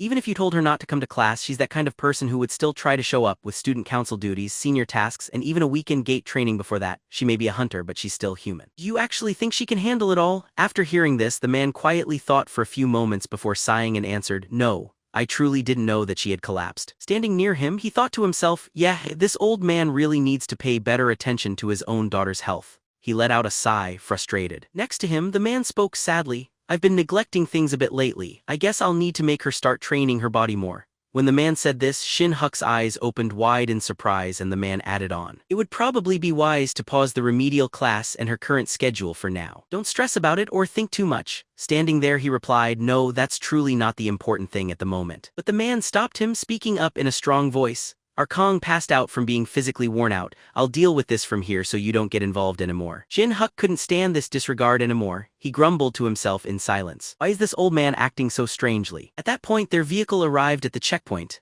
After about 40 minutes on the road, we came to the rank gate. Kim Dae-chan went first, leading the examiners inside, and we walked right after them. Even if the talk about Kong wasn't finished, now they needed to concentrate on the test. no one knew what land waited ahead. As soon as he stepped into the gate, he blinked and saw a giant, never-ending desert stretch out before them, filling everyone's sight. He looked around and thought, a desert? I've had this twice during practice before. Maybe because the area was tough, the applicants all looked worried. After everyone gathered, Dichan stepped up, dug his sword into the ground and said, "All right, I'll speak plainly until the raid is finished for everyone's convenience.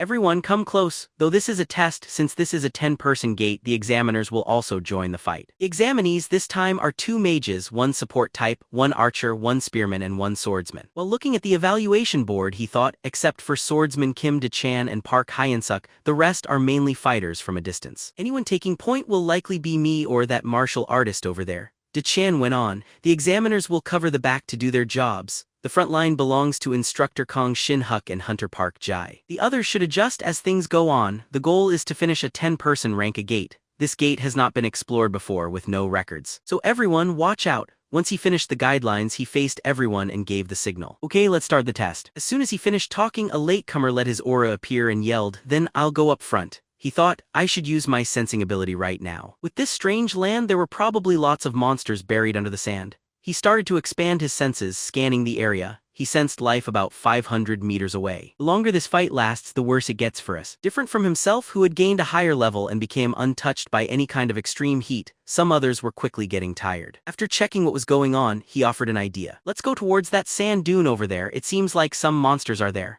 When she heard this, the girl next to him looked confused and spoke. Really? I don't see anything there. Dichan and his group saw there was no movement yet, so they came to check out what was happening. Frontline team, what's happening here? The girl answered, Instructor Kin-huk says there are monsters near that sand dune. Someone else spoke up, clearly doubting it. What? Someone's eyes couldn't even see that far. How do you even know that? He responded plainly. I pushed all my mana outward to feel them. The blonde girl looked back to make fun of him. You're bragging quite a bit. That's at least 500 m away. How can you possibly send mana that far? Dealing with this attitude, he cursed to himself.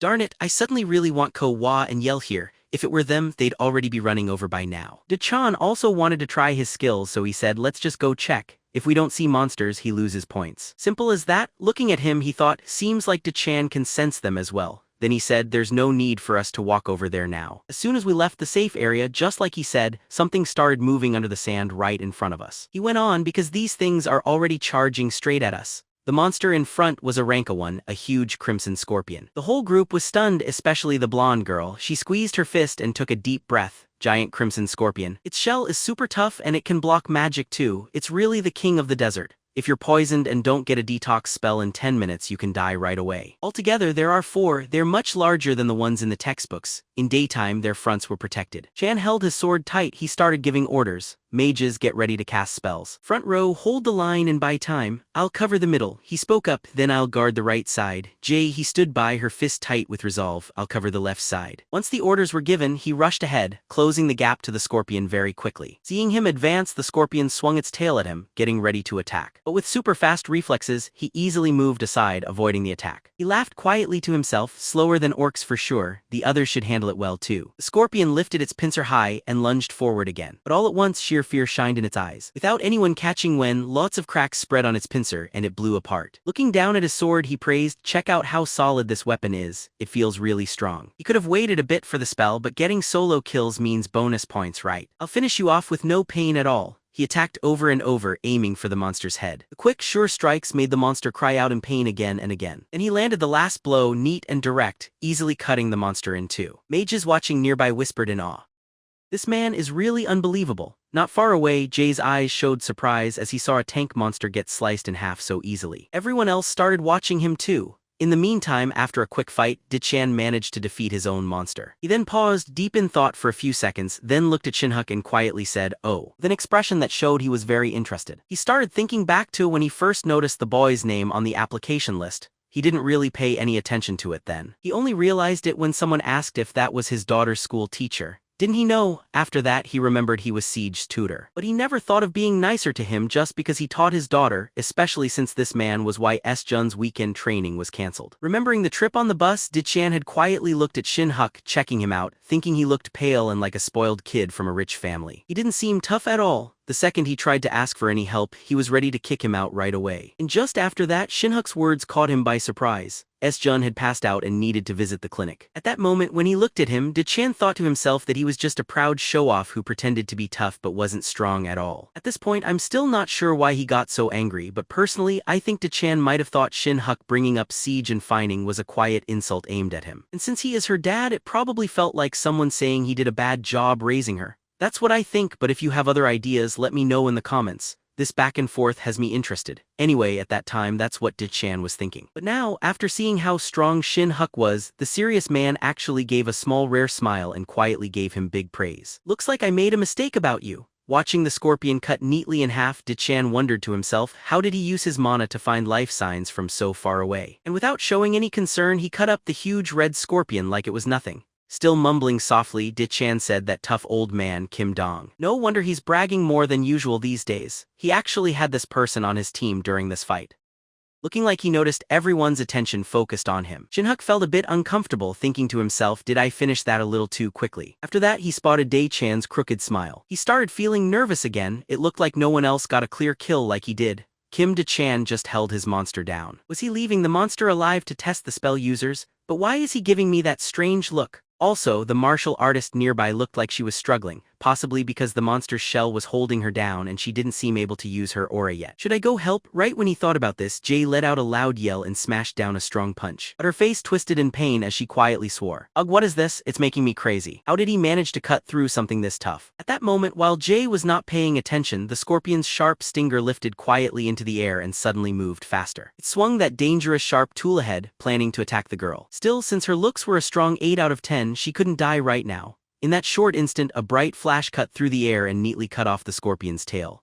Seeing this happen, Jay just stared in confusion. I have no clue what just happened. Right then, Shin-huk came over and asked, are you okay? He stood in front of her at that moment, looking very cool. But before he could pose for long, an examiner behind yelled loudly, you two over there, the magic is fully set. Move away at once very quickly. The scorpion was completely frozen all at once. Meanwhile, Da-chan watched the scene quietly from afar. Although the monster resists magic, it is weak to ice magic. That is a smart pick. Most mages passed while the one who used lightning did not. Right then, someone nearby let out a groan and caught Da-chan's attention. He looked over to see two young males whose faces were twisted in pain. In his mind, Da-chan thought to himself, those boys will need to work on their aura and retake the test. Their only job was to give extra time for the magic setup, but instead they wrecked their own weapons. All of them failed over here. Jai also came up and spoke to Shin-huk. Hunter Kong Shin-huk, thank you for your help, and I'm also sorry about what happened before.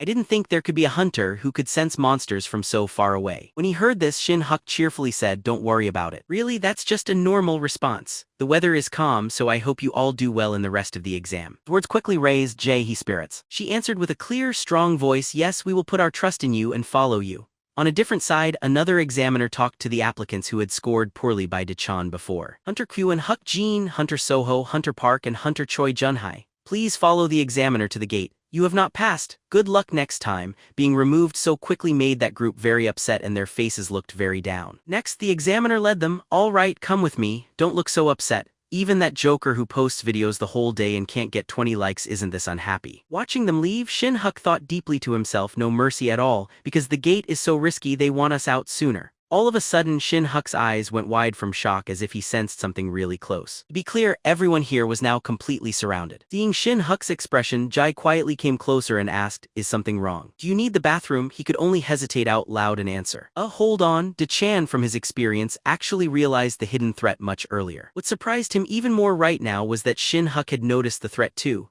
Another question quickly popped into his mind. How does he know? He's sensing the mana all around with perfect accuracy, even faster than I am. On his side, Shin-huk kept watching everything nearby. He murmured to himself, is it coming from the front? No, nothing on the right either. Front, back, left, right. They're getting closer from every direction. How many of them are there? The whole area is packed. Realizing hesitating would definitely lead to trouble, Shin-huk shouted, everyone be careful below. As soon as he finished speaking, the ground under their feet began to tremble hard. Shin-huk sensed through his intuition that it wasn't just several monsters but just one creature. A single monster had boxed in the test candidates and started to open its huge mouth.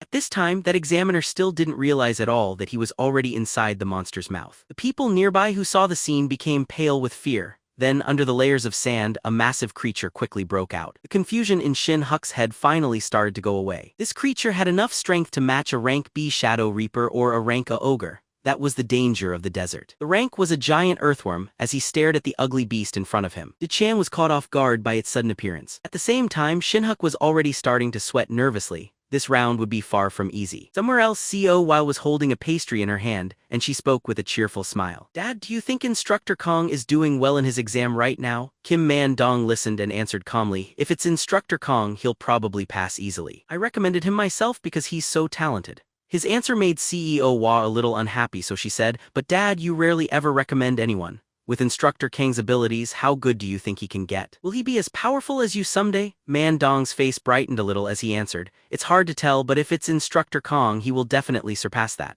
But CW, to beat rank A, you need one important skill." This made her very curious. Ko opened her eyes wider and asked her father, "What do you mean by an important skill?" Mandong answered, "For instance, if there's a tough anomaly, the one who runs away is a rank B hunter. The one who remembers their job and moves into battle position is a rank A hunter." The exam may seem to only test fighting skills, but really they watch these actions very carefully. You can't see these actions unless a true emergency happens. That's why they bring more people than needed. Unless it's for an experience party, that is COW asked more questions. "Dad, then if something similar happened, what would a rank S hunter do?" Mandong quickly said, "Well, they get rid of the main problem causing the trouble. If you remove the problem, then the danger goes away. Top hunters just think like that naturally." Back at Shin-huk's test right now, Dachan, a hunter with the drive of a rank S hunter, was running fast straight towards the earthworm in front of him.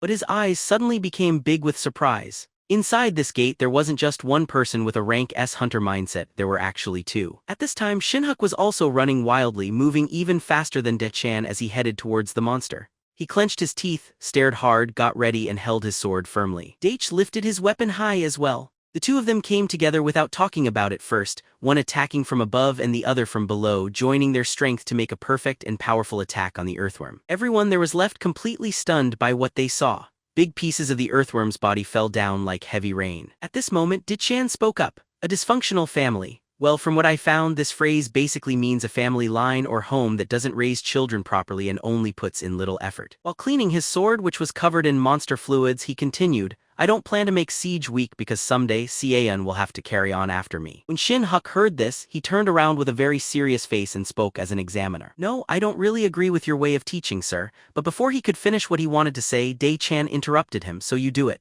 Shin-huk looked a little shocked and confused, finally saying in a worried voice, "That's not allowed, right?" "What do you mean by wanting to do it?" Dachan answered right away, "I won't force or stress Siege anymore. You be the one in charge and lead Sin to win first place at the swordsmanship event." Now Shin-huk asked, "What if Sai can't win the championship?" Dachan answered right away, "Because your words stopped Cian from winning, you have to take the blame." Shin-huk's face got even more serious as he agreed, "That's true, I have part of that duty." After he said that, a really evil smile spread over Dachan's very sinister face. He confidently suggested something. "Then marry my daughter, how about that?" Right after hearing this, Shin-huk's face became totally cold and grim. He couldn't get rid of the heavy feeling even after he got his new hunter license. Taking a shower felt exactly the same, sleeping felt no different, and going to school still felt just like that.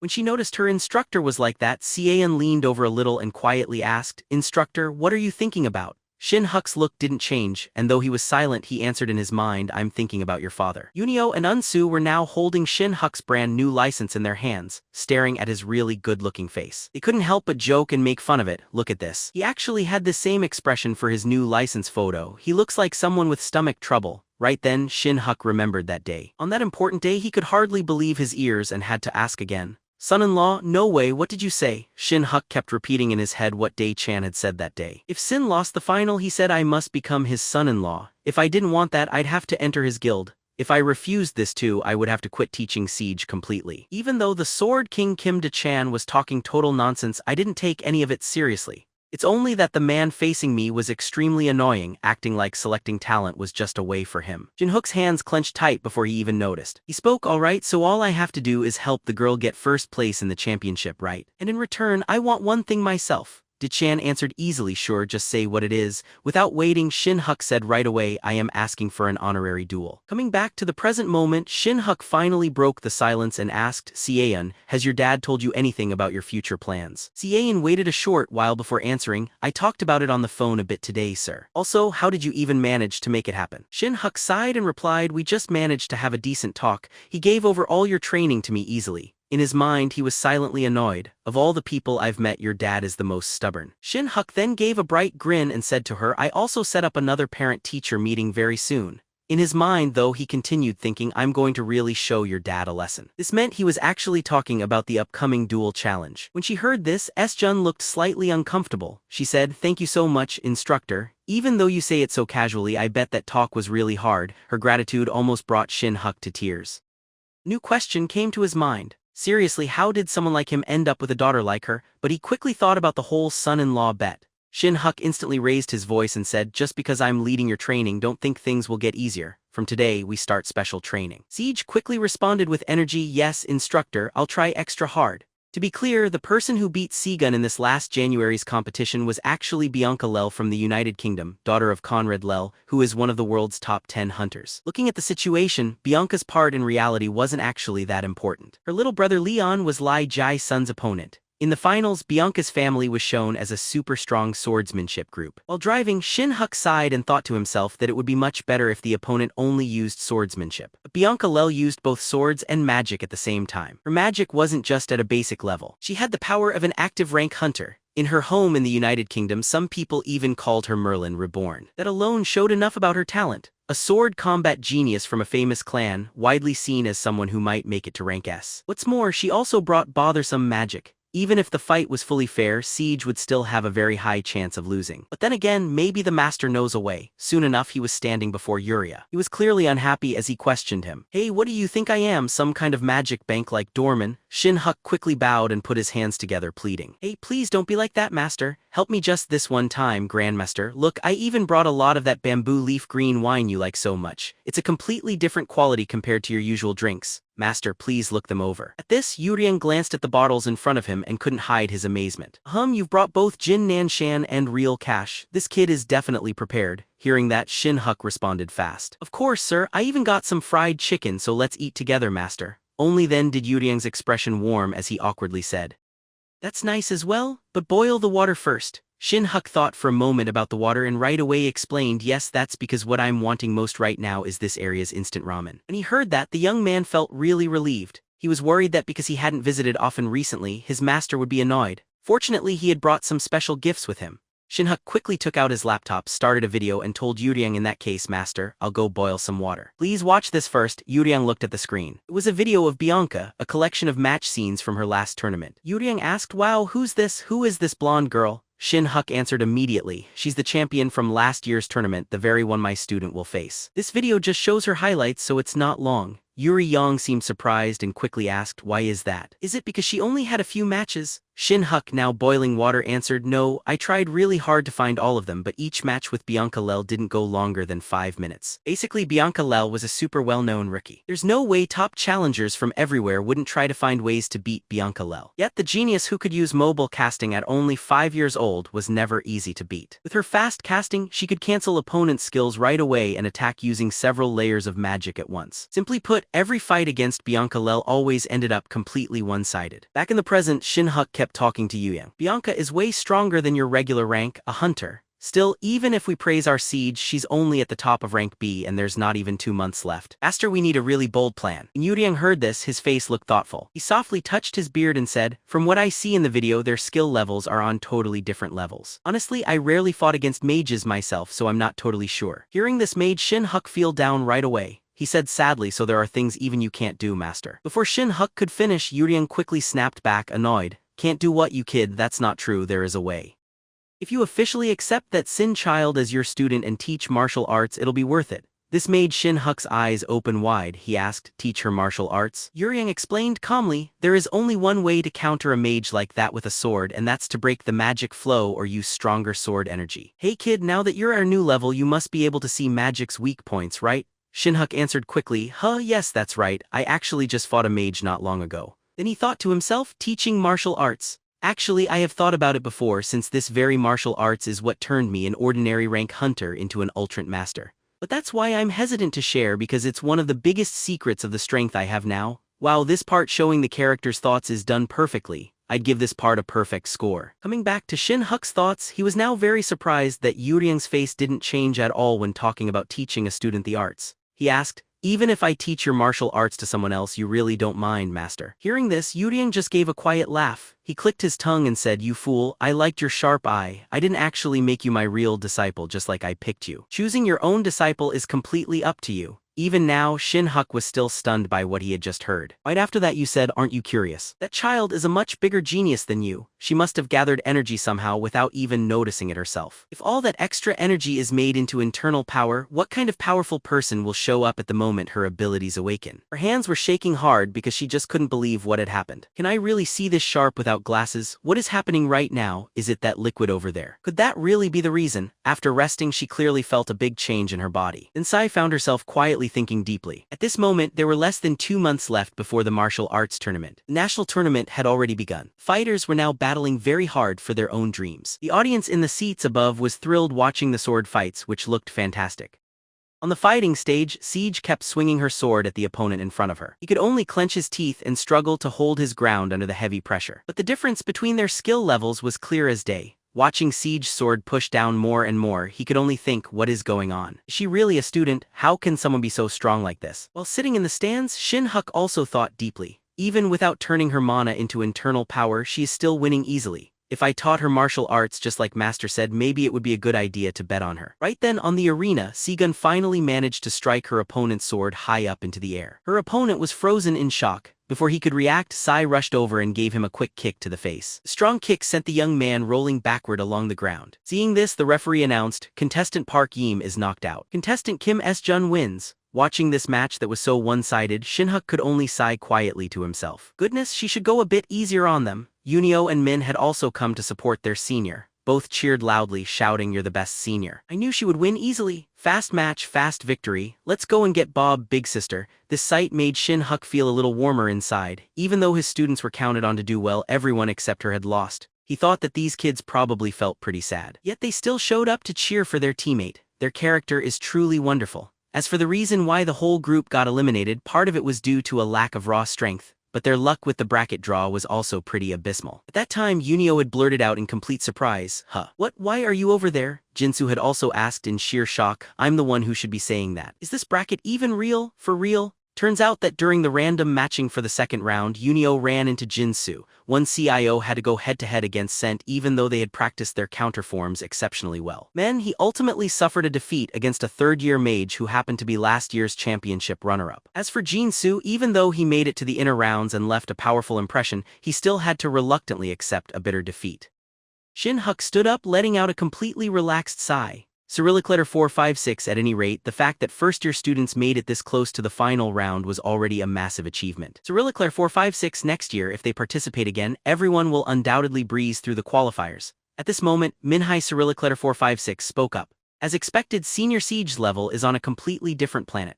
Yunio immediately chimed in to Cyrillic letter 456 confirm. Exactly, you can't find a single flaw in someone who has been winning championships since her freshman year. The moment she stepped off the Cyrillic letter 456 stage, S-jun waved her hand at Shin-huk and said, "Instructor, I'm back." He also replied cheerfully, "Great workout, Cyrillic letter 456 there. Your condition looks excellent." Sai immediately responded, "It's all thanks to you, sir. Will you be watching Cyrillic letter 456 the final match too?" Right then, Shin, who happened to turn around to head out as he answered, "Sorry about that. I actually have to run an errand for a Cyrillic letter 456 bit. Miss Ko was arriving shortly, so once your match is finished, could you head back with her?" Seeing this, Jin-soo immediately inquired, "Wait a minute, were you planning to go instructor?" Shin-huk closed his eyes and let out a sigh. "Where else to go meet a student's parent?" Obviously, exactly. Today was the day that the man had firmly resolved to give Dae-chan a thorough beating. He added, "With how Sin is right now, she can win a championship even without me around." Hearing his words, the girl replied with a hint of bashfulness, "Yes, sir, I'll do my best to win." Then, looking in her eyes, Shin-huk continued, "As expected, the one you're most worried about is still Bianca. Right? If you return with the championship title this time, I will hand down the solution to you. So while I'm away, make sure you secure that championship win." His words, as expected, completely fired Siege up. Very quickly, the announcer continued over the intercom. The martial arts tournament is widely known as the crown jewel of the Hunter Academy Festival.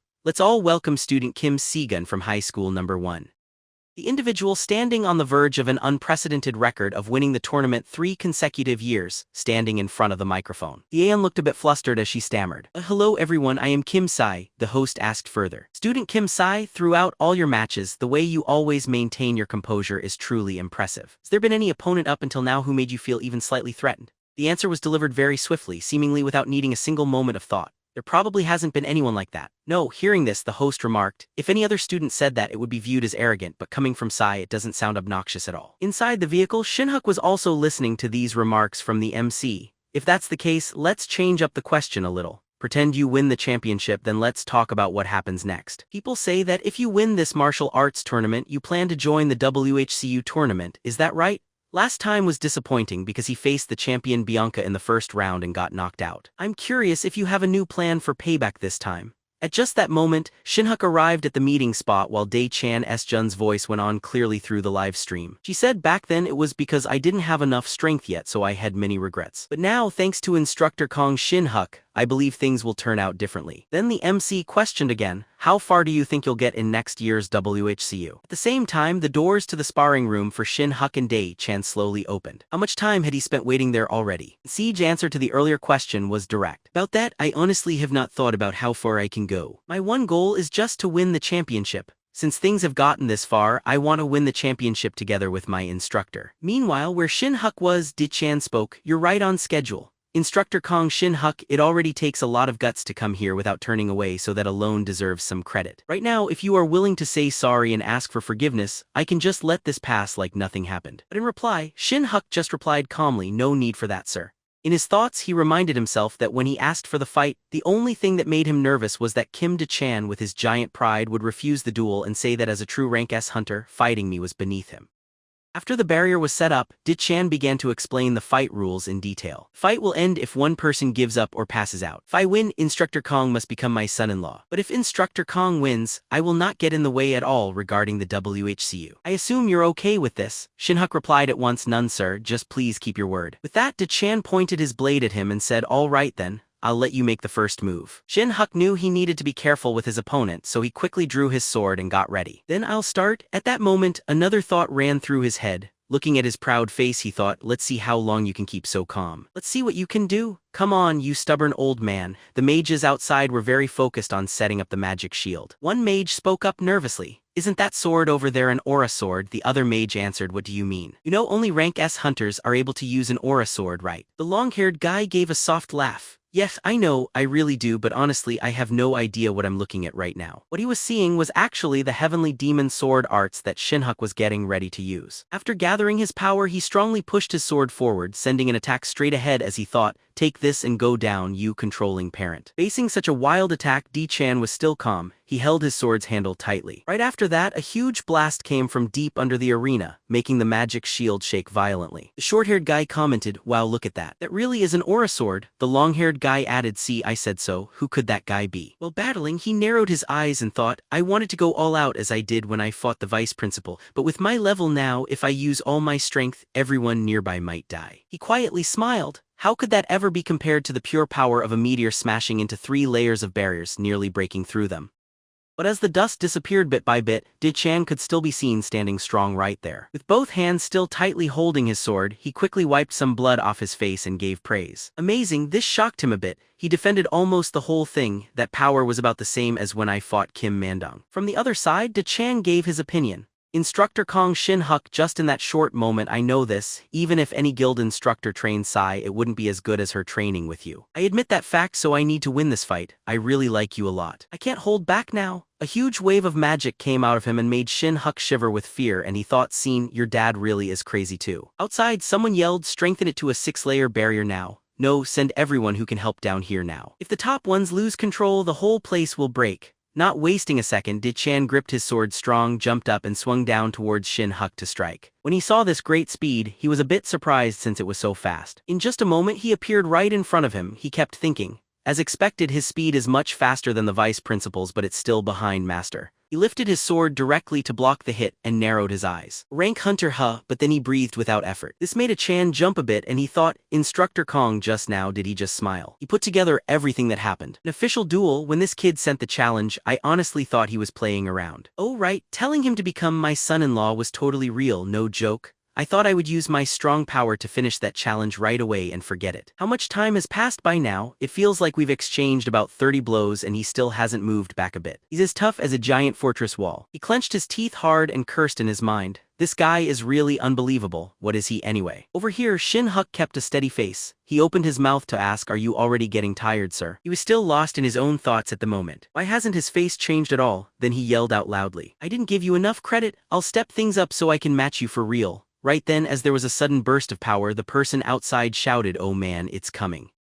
Is the barrier reinforcement ready? The other guy next to him said, 10 people have just got here. I told them to start at once. Right away, the newcomers began pouring more energy into the barrier. Inside, Dichan began firing many waves of sword kai right at him. Watching him, he saw him using aura to create a slash and shoot it off. That move is very much like meteor demolition. Is his anti-mana aura just overflowing or something? But he quickly got low and dodged the sword kai strikes, thinking, blocking all these strong attacks would just waste my strength. I'll defend against a couple and dodge the others. I'll defend against a couple and dodge the others. But then Dichan saw what he was doing and smirked, thinking about running away. Don't make this boring for me now. Instructor Gong Shin-huk, he swung again, sending out even more sword kai, which made Shin-huk curse to himself. This guy is out of his mind. He's actually going for another wave. Another flurry of attacks hit, making cracks finally appear on the barrier. The people protecting the barrier were so worn out they rolled their eyes back, with some even falling flat on the ground. As the dust gradually faded, lots of cracks could be seen all over the surface of the barrier. At the same time, Shin-huk still stood strong, not taking his hangul, Konyun enus hangul kou enus hangul konenus s off the other man. This made Dichan very entertained. Amazing, really amazing. Just who are you? Who taught you sword technique? Struggling to breathe evenly, he wondered. Who else could it be? The best person in the world for sure. Going to find my teacher was really the best possible choice. But why is he acting like this? Even if he has a lot of mana, he can't have endless amounts. He should have noticed we're on nearly equal footing, so why does he keep fighting this kind of mindless long battle? Then the man spoke, cutting off his thinking. Fine, I guess we can wrap up this match right now. This made Shin-huk question him. Why did you suddenly bring that up? He answered, look around you. So following what he said, he glanced around and saw that the whole place was trashed. The mages who kept the barrier up were all unconscious. This old fox, he thought, knowing he was about to lose, so he hit the barrier on purpose. He stretched out his hand and grinned. What a pity, even though there's no clear winner, I admit your skill, so like you wanted, I won't give Sin harsh training anymore. I also won't step in. Still, if she doesn't win the championship, you have to join my guild. Deal? This offer made him a little irritated and he swore in his mind. This old man just won't leave me alone, but with no options he agreed. Alright, I agree to your deal, but I have one condition myself. Hearing this made Dichan interested. Oh, is that so? Tell me what it is. His hand clenched and before Dichan could do anything he threw a quick punch that caused a nosebleed to spray. Clutching his nose, Dichan angrily said, what was that? For all of a sudden, he waved it off to explain. Honestly, you know why, I was about to win. But you stopped the fight and made a new offer. Me agreeing with just one punch can be seen as giving you a lot of respect. Knowing he had been figured out, Cha was left stunned. He went on, I'll make sure Sai wins the championship. As long as you stay out of her training, if she wins and you still try something, I won't stay calm next time. Take this as a warning. With that, he told himself, now that's settled. Top-level skill together with top-level martial arts. Even if time is short, no more interruptions. Even I can't tell how far this girl will go. Be ready, my disciple. Eat 3 wild ginseng roots and let's begin. Jumping to the moment after she easily beat her opponent, cheers filled the whole place. Champion, she's the top candidate, Kim Sai from the Best Hunter Academy. As soon as the match finished, a press conference was quickly arranged at another place. A reporter's voice sounded out, yes, just like people expected, she won this tournament too. If you had to name the hardest opponent in this tournament, who would you pick? The answer was, there were no hard opponents. That answer left the reporter not quite happy. I see your next stop is the WHC, you're correct. The blonde girl nodded and said yes. Her short answers made the reporter annoyed. Seriously, please give a longer reply. This is an interview. She paused, then switched questions. Then who will you focus on in the next tournament?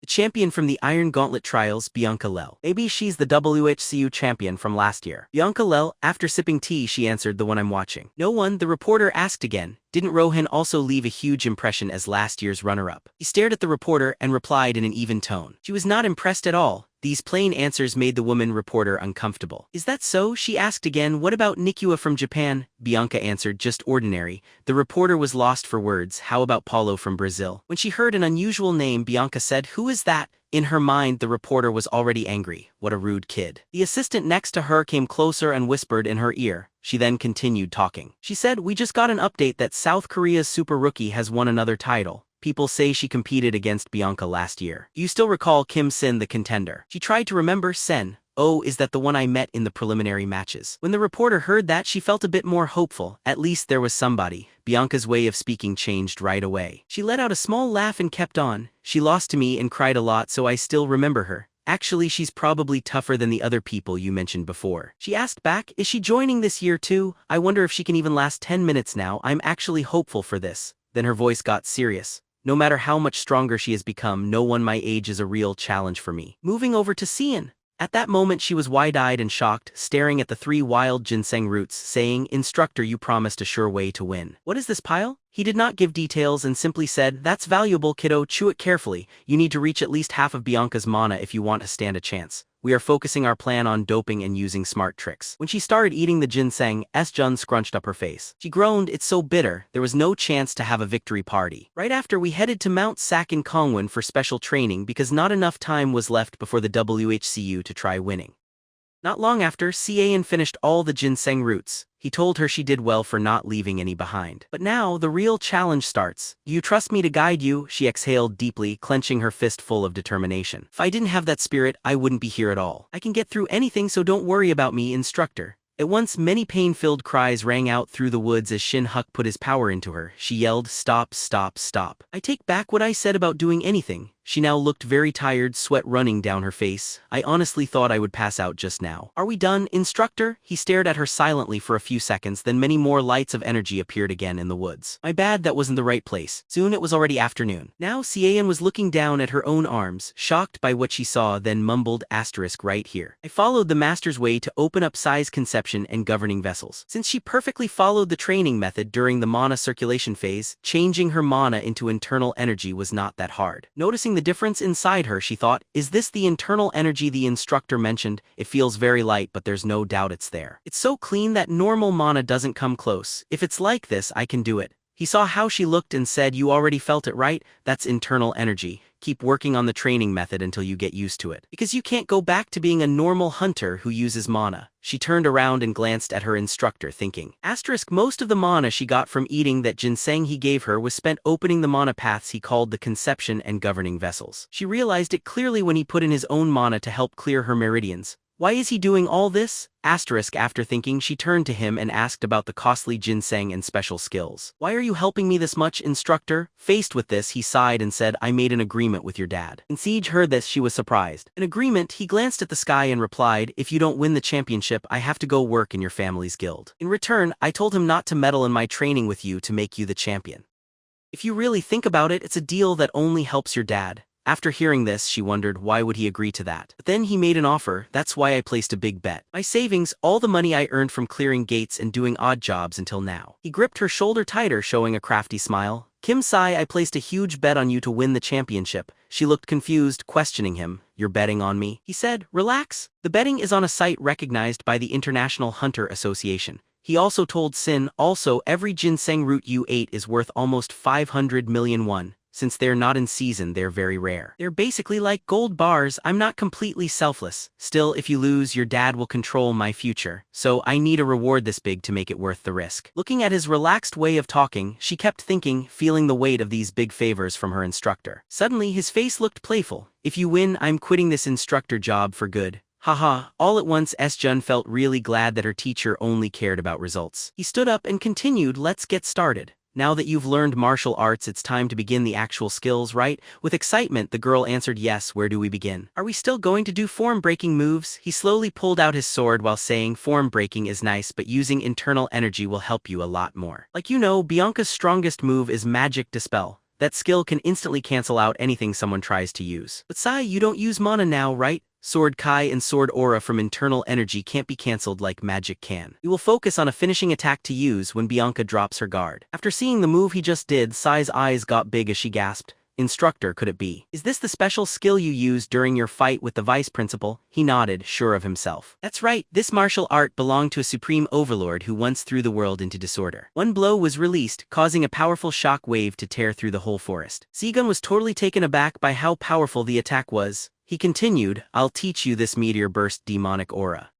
You have only one life, so let's give our best effort now. After that, many days of practice quickly passed. Tremors kept breaking out in the forest every now and then. As he looked at the pile of broken wooden swords below, he judged asterisk. Has it really been 3 weeks? It still feels like just yesterday that I took time off to come here for special training. Time was short, but it looks like teaching her worked. I can see more and more how amazing her talent is burst. If a person doesn't have main character level skills, there's no way they could understand this. Asterisk, seeing the marks she made on the rocks, Cian turned with a smile and asked, what do you think, instructor? I'm still not as good as you, but this is pretty great, right? He scratched his head, feeling a bit shy. Finally, we have a chance to win the contest. He thought if Master saw this, he might stop dreaming of reaching the top and instead want to train Siege himself. He smiled and made a suggestion. Okay, let's get ready to leave. We need to pack so you can get to the airport on time. The girl agreed, yes, instructor. The WHCU moves between 4 countries, the US, the UK, France, and Russia. This year, the tournament is in London. They had reached the airport.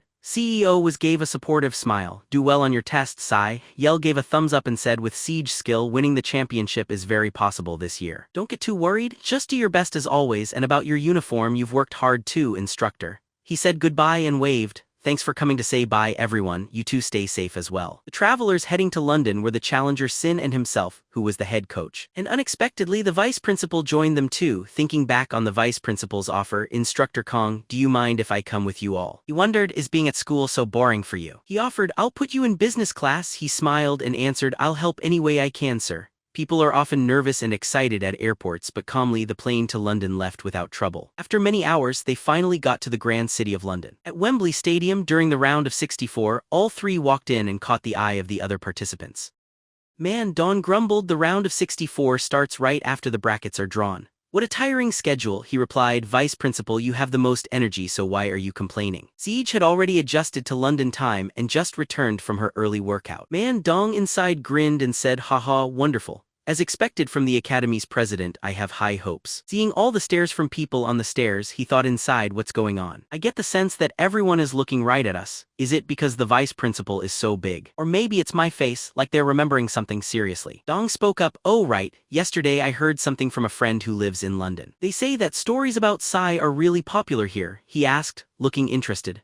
Sai Mandong explained that the record Siege set in the domestic qualifiers has been talked about everywhere. Didn't she beat every opponent in just a few minutes? The local media also wrote many articles on it. After hearing that, he slightly narrowed his eyes, realizing what was going on. I see now, we were busy training up in the mountains every day, so we didn't know. Dong went on, maybe that's the reason she's getting so much notice. If Sen and Bianca end up in the same round, people say it'll be like the finals happened early. As he walked, he thought to himself, asterisk, so that's how it is. If we were just competing, I'd probably feel some aggression, but most stares seem admiring and full of respect. AB to the new faces gathered here from around the globe. Sai is the only one who can help take the King Bianca off her throne for all of them. Asterisk, suddenly Mandong turned and asked with interest. By the way, Instructor Kong, is that rumor true? He asked back, which rumor, sir? He continued, what else? I heard you put your whole fortune on Scent. He nodded. That's true, I sold my stocks and borrowed from everywhere to bet on him. Don't tell me you chose someone else, Vice Principal, he said, sounding worried. Well, I also chose Sai, he answered. You said you bet on her as well. He said, come on, I'm still cheering for Sai, of course.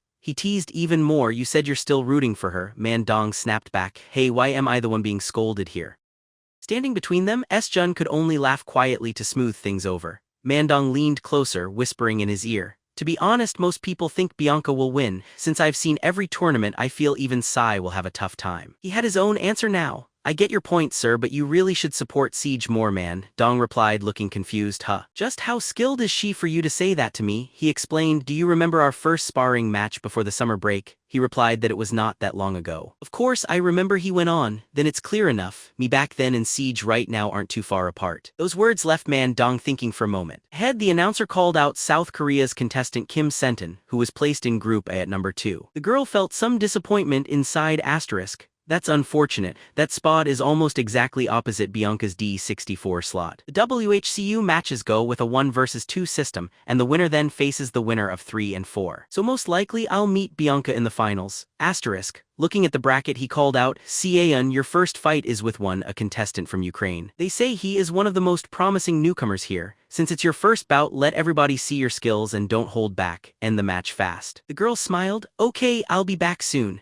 After the draw was done, Sai walked onto the arena floor. The referee began to explain the rules. When that was finished, the two walked to their own sides of the arena. He thought to himself, the referee is holding the whistle in his mouth. The match will likely begin right after the whistle is blown. As soon as the match started, she delivered a strong attack that immediately defeated her opponent. The match finished so quickly that what weapons they had did not matter at all. The referee was completely shocked by what she had just done. People watching in the stands felt the same, and her opponent in the round of 32 was an Italian mage. It was not clear if he was using Bianca's plan from the last year, but he started by using Memorize to quickly cast a binding spell. When Seaeun saw the chains rushing to tie her arms, she was a little surprised.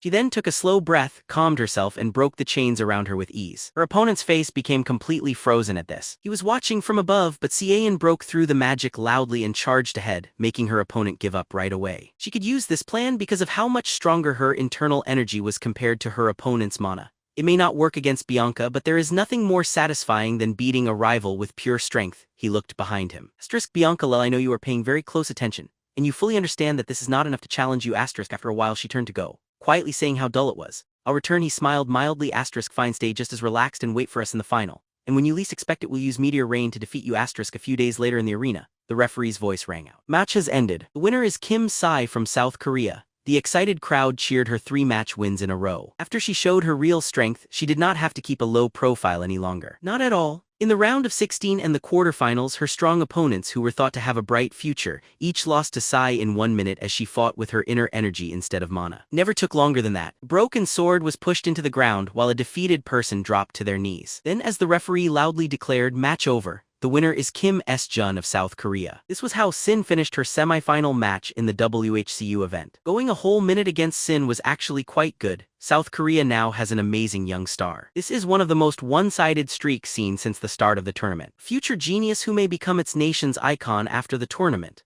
Though people kept praising the amazing newcomer Shin, odds for Sin did not rise in the championship betting event because everyone expected that, no matter who faced her, the champion would be Bianca Lal. The reporter asked contender Bianca Lal, "That was really incredible. You've just broken the shortest time record again in this semi-final. This achievement is even more impressive because you did it against a Brazilian martial artist and a Polish swordsman without using any magic.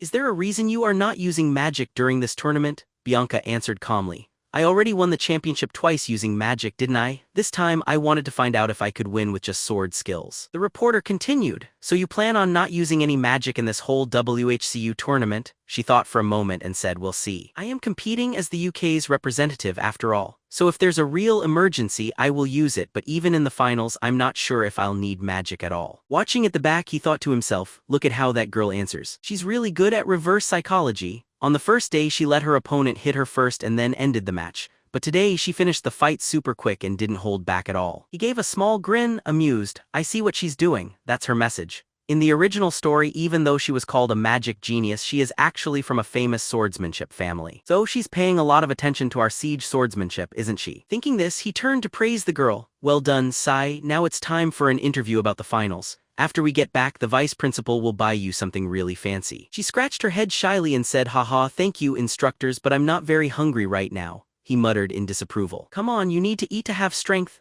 The girl sighed. "That's true, but anything I eat now will just make me feel even worse." He figured out the reason. In his thoughts, the girl is acting this way because she's about to go into the finals. She seems more worried than she shows. He moved closer to lift her spirits. Not being anxious at all isn't right, but being too anxious isn't good either. The girl looked down with a strained laugh. "Aha, I understand." But he kept encouraging her, sounding very confident. "I'm sure Sai won't let me end up on the streets, okay? Because I've put all my money and took out the biggest loan just to bet on you." These words made the girl feel even more pressure. He asked nervously, "Instructor, what if I lose?" Before she got to finish her sentence, he tapped her forehead hard and told her, "I only said that so you wouldn't feel nervous, kid. I have faith in you. Even if you lose, I'll be all right."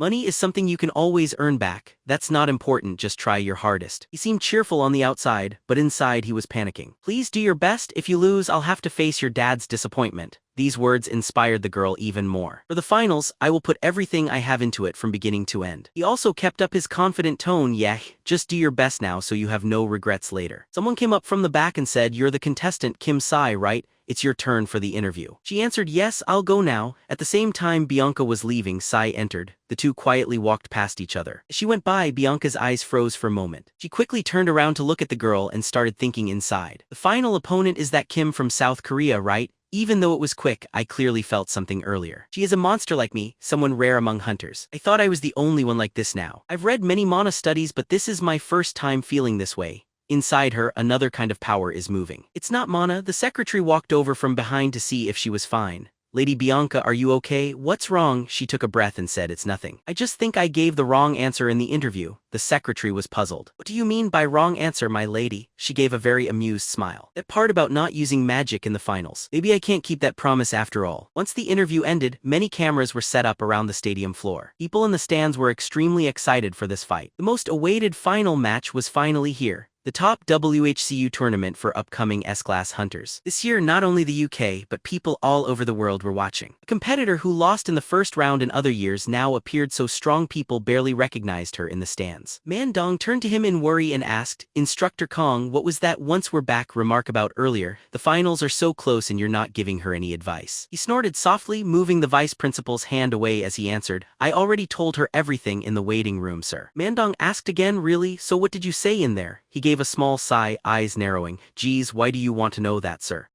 Man Dong replied, "How could I not? Cian really has gotten much stronger, but now she'll face Bianca Lel, who has won for 2 years straight." He gave a knowing smile and said, "Just watch, you'll find out." Above, the referee began to give requests. "Both contestants, please stand in your step. I will start the countdown. 3, 2, 1. The match begins, starting from round 64 and heading to the finals. She spent just 5 minutes in total playing her matches. She broke her opponent's time record easily, finishing each match in under a minute. Who is the star rookie of WHCU? Kim S-jan, the top rookie from the Best Hunter Academy. She didn't manage to break the main record because the top record holder was alert, and right as the match began, Sai quickly jumped back to give herself space. This made Bianca pause for a moment, a swordsman purposely creating distance. He kept watching her moves, but everyone who saw her earlier bouts expected her to attack straight away, even now in the finals. It was enough to make them believe she would do just that. Seeing all this from the seats, Mandan also looked a little confused. "Instructor Kong, is it possible that you?" He answered in a flat tone, "Sir, didn't I already say, this past summer break Sin got to the same level as me?" "That's exactly what you're thinking, sir." At this point, no one around her age in the world can stop Kim Si-gun. Si-gun was completely focused on the attack. Her energy covered her sword and spread into the air. People in the crowd started whispering, "Hey, isn't that sword she's using?" The other person said, "Can't be." A student right across was holding Swordy. Bianca calmly watched and assessed the situation. "Swordy, and on top of that, it's a very strong kind of aura. It's at a level you don't expect from a student. I thought there might be something different." It turned out she was saving her best move. Saving sword ki just for the final match is impressive. But I've felt auras from swords before during sparring with experienced hunters and can take care of it easily. Just see for yourself. She ended her thoughts and waved her hand, making a magic circle under Sai's feet. But the girl didn't care at all. She closed her eyes a bit, then opened them wide.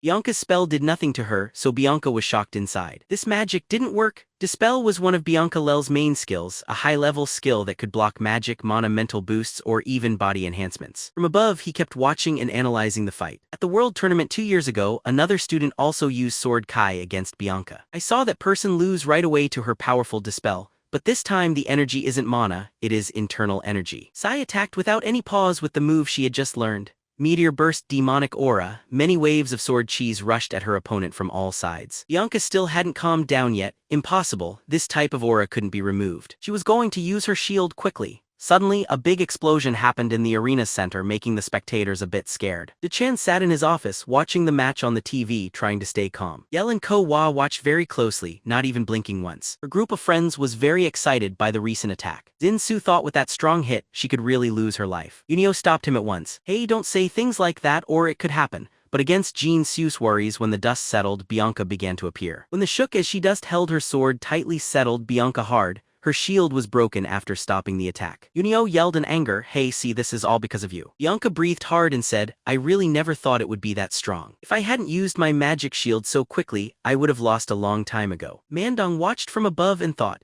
"Is this level of fighting and guarding really like a student? Now I know why Instructor Kong was so sure to send Sin in the match." "But Instructor Kong, are you sure this match will be fine?" He kept looking at the battle, asking with interest. Cyrillic letter 456, "What do you mean by that, sir?" Mandong went on. "If I remember right, before the recent summer vacation, Instructor Kong was very tired after using that powerful skill. Right?" Bianca just got a bit surprised. She doesn't look badly hurt. If she still can attack, could Siege be in trouble? He kept talking confidently. "If a sword blade had shown up, she would have been down quickly. Like you saw, that was Sword Kai."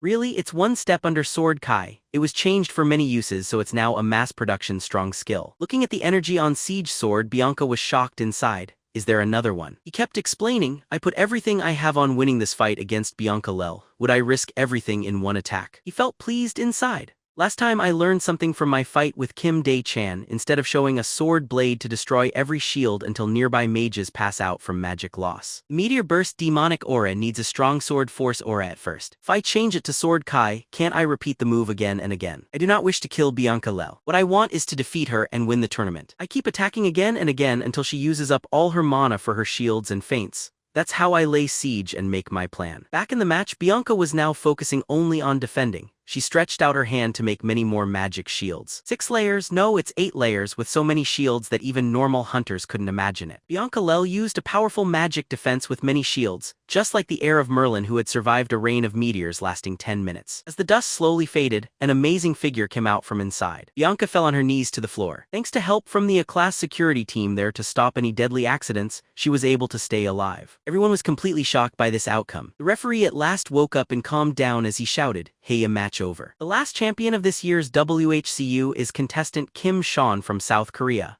The moment these words were said, everyone cheered at the result. Even the winner herself could not believe what she had just done. Let's move on to the guild headquarters a month later. Someone spoke up, "You made a good choice, Instructor Gong Shin-huk. It's really hard to get property this big near Gangnam Station, and since you wanted 2 units, it was not easy for me either." The person took a sip of tea and went on. "I was also interested, but since you kept wanting the building," Jun's voice interrupted. "Anyway, if we want to start a guild later, it's smarter to buy early." So, Sai and I both bought a building. In an interview at the airport after we returned home, Sai had said she wouldn't join Kim Dae-chan's Aries guild. The girl said she would work on her own and wait until she reached rank 3 as a hunter before making her own guild. Even if it's a hunter contest, is it really possible to use the prize money to buy a whole building? He turned just then to give an offer. "CJ, take this." The girl looked surprised and asked, "What's this, Instructor?" He answered, "That's 5 billion won from selling the wild ginseng. Think of it as a signing bonus. I bet everything with your name on it. Do you know what the odds were?" The girl was shocked and said, Instructor, how much was it?" He got closer and quietly said it was 24 times. Almost everyone in the world had put their bets on Bianca. Now Sai had a huge sum of money with her, but there was still someone who made even more money than Sejun, who got a big payout. "The story of the full bet belongs to me, Gong Shin-huk." On the other side, the broker asked, "Instructor Gong Shin-huk, but why did you only search for buildings close to Washington Electronics? With the amount you said, there were lots of buildings with better options." He shook his head, not wanting to answer the question. "It's just that the air over there feels really clean." Washington Electronics was owned by Lai Song's family. Living near the main character, any building here would surely be the safest place there is. They were both in the elevator right now. He talked like someone who was already rich, had just bought a building, had a hunter's body and a very good-looking face. "Now I don't think I'm missing anything, am I?" Cian could only smile awkwardly at him. "Most people don't talk about themselves that way, Instructor." The girl then looked over and asked, curious, "So will you quit being a teacher at the school now?" He touched his chin as he thought, "I haven't thought much about that yet. When you put it that way, that's true. I guess I don't need to get paid anymore, right?" The girl fixed her hair and spoke in an unsure way. Instructor, after I graduate, is there any chance for me?" Before she could say more, he understood her and quickly shook his hands to say no. "Oh, don't, I'm not interested, no way. Even close friends should not join guilds or work together. I don't want any of that. I'm just going to be a rich guy with no job, but I can't stop teaching until President Brad finishes school." Yes, the elevator doors were about to shut. Right then Cian hurried after him. "Really, you are hopeless, Instructor. Wait up." At this moment the system gave a message. Side story now open. Now the story of Gong Shin-huk, the soul who took over a side character, will be told. At this he grinned happily. "Isn't that right? This is not about the main character but me instead, so what title should it have?" "That's just right."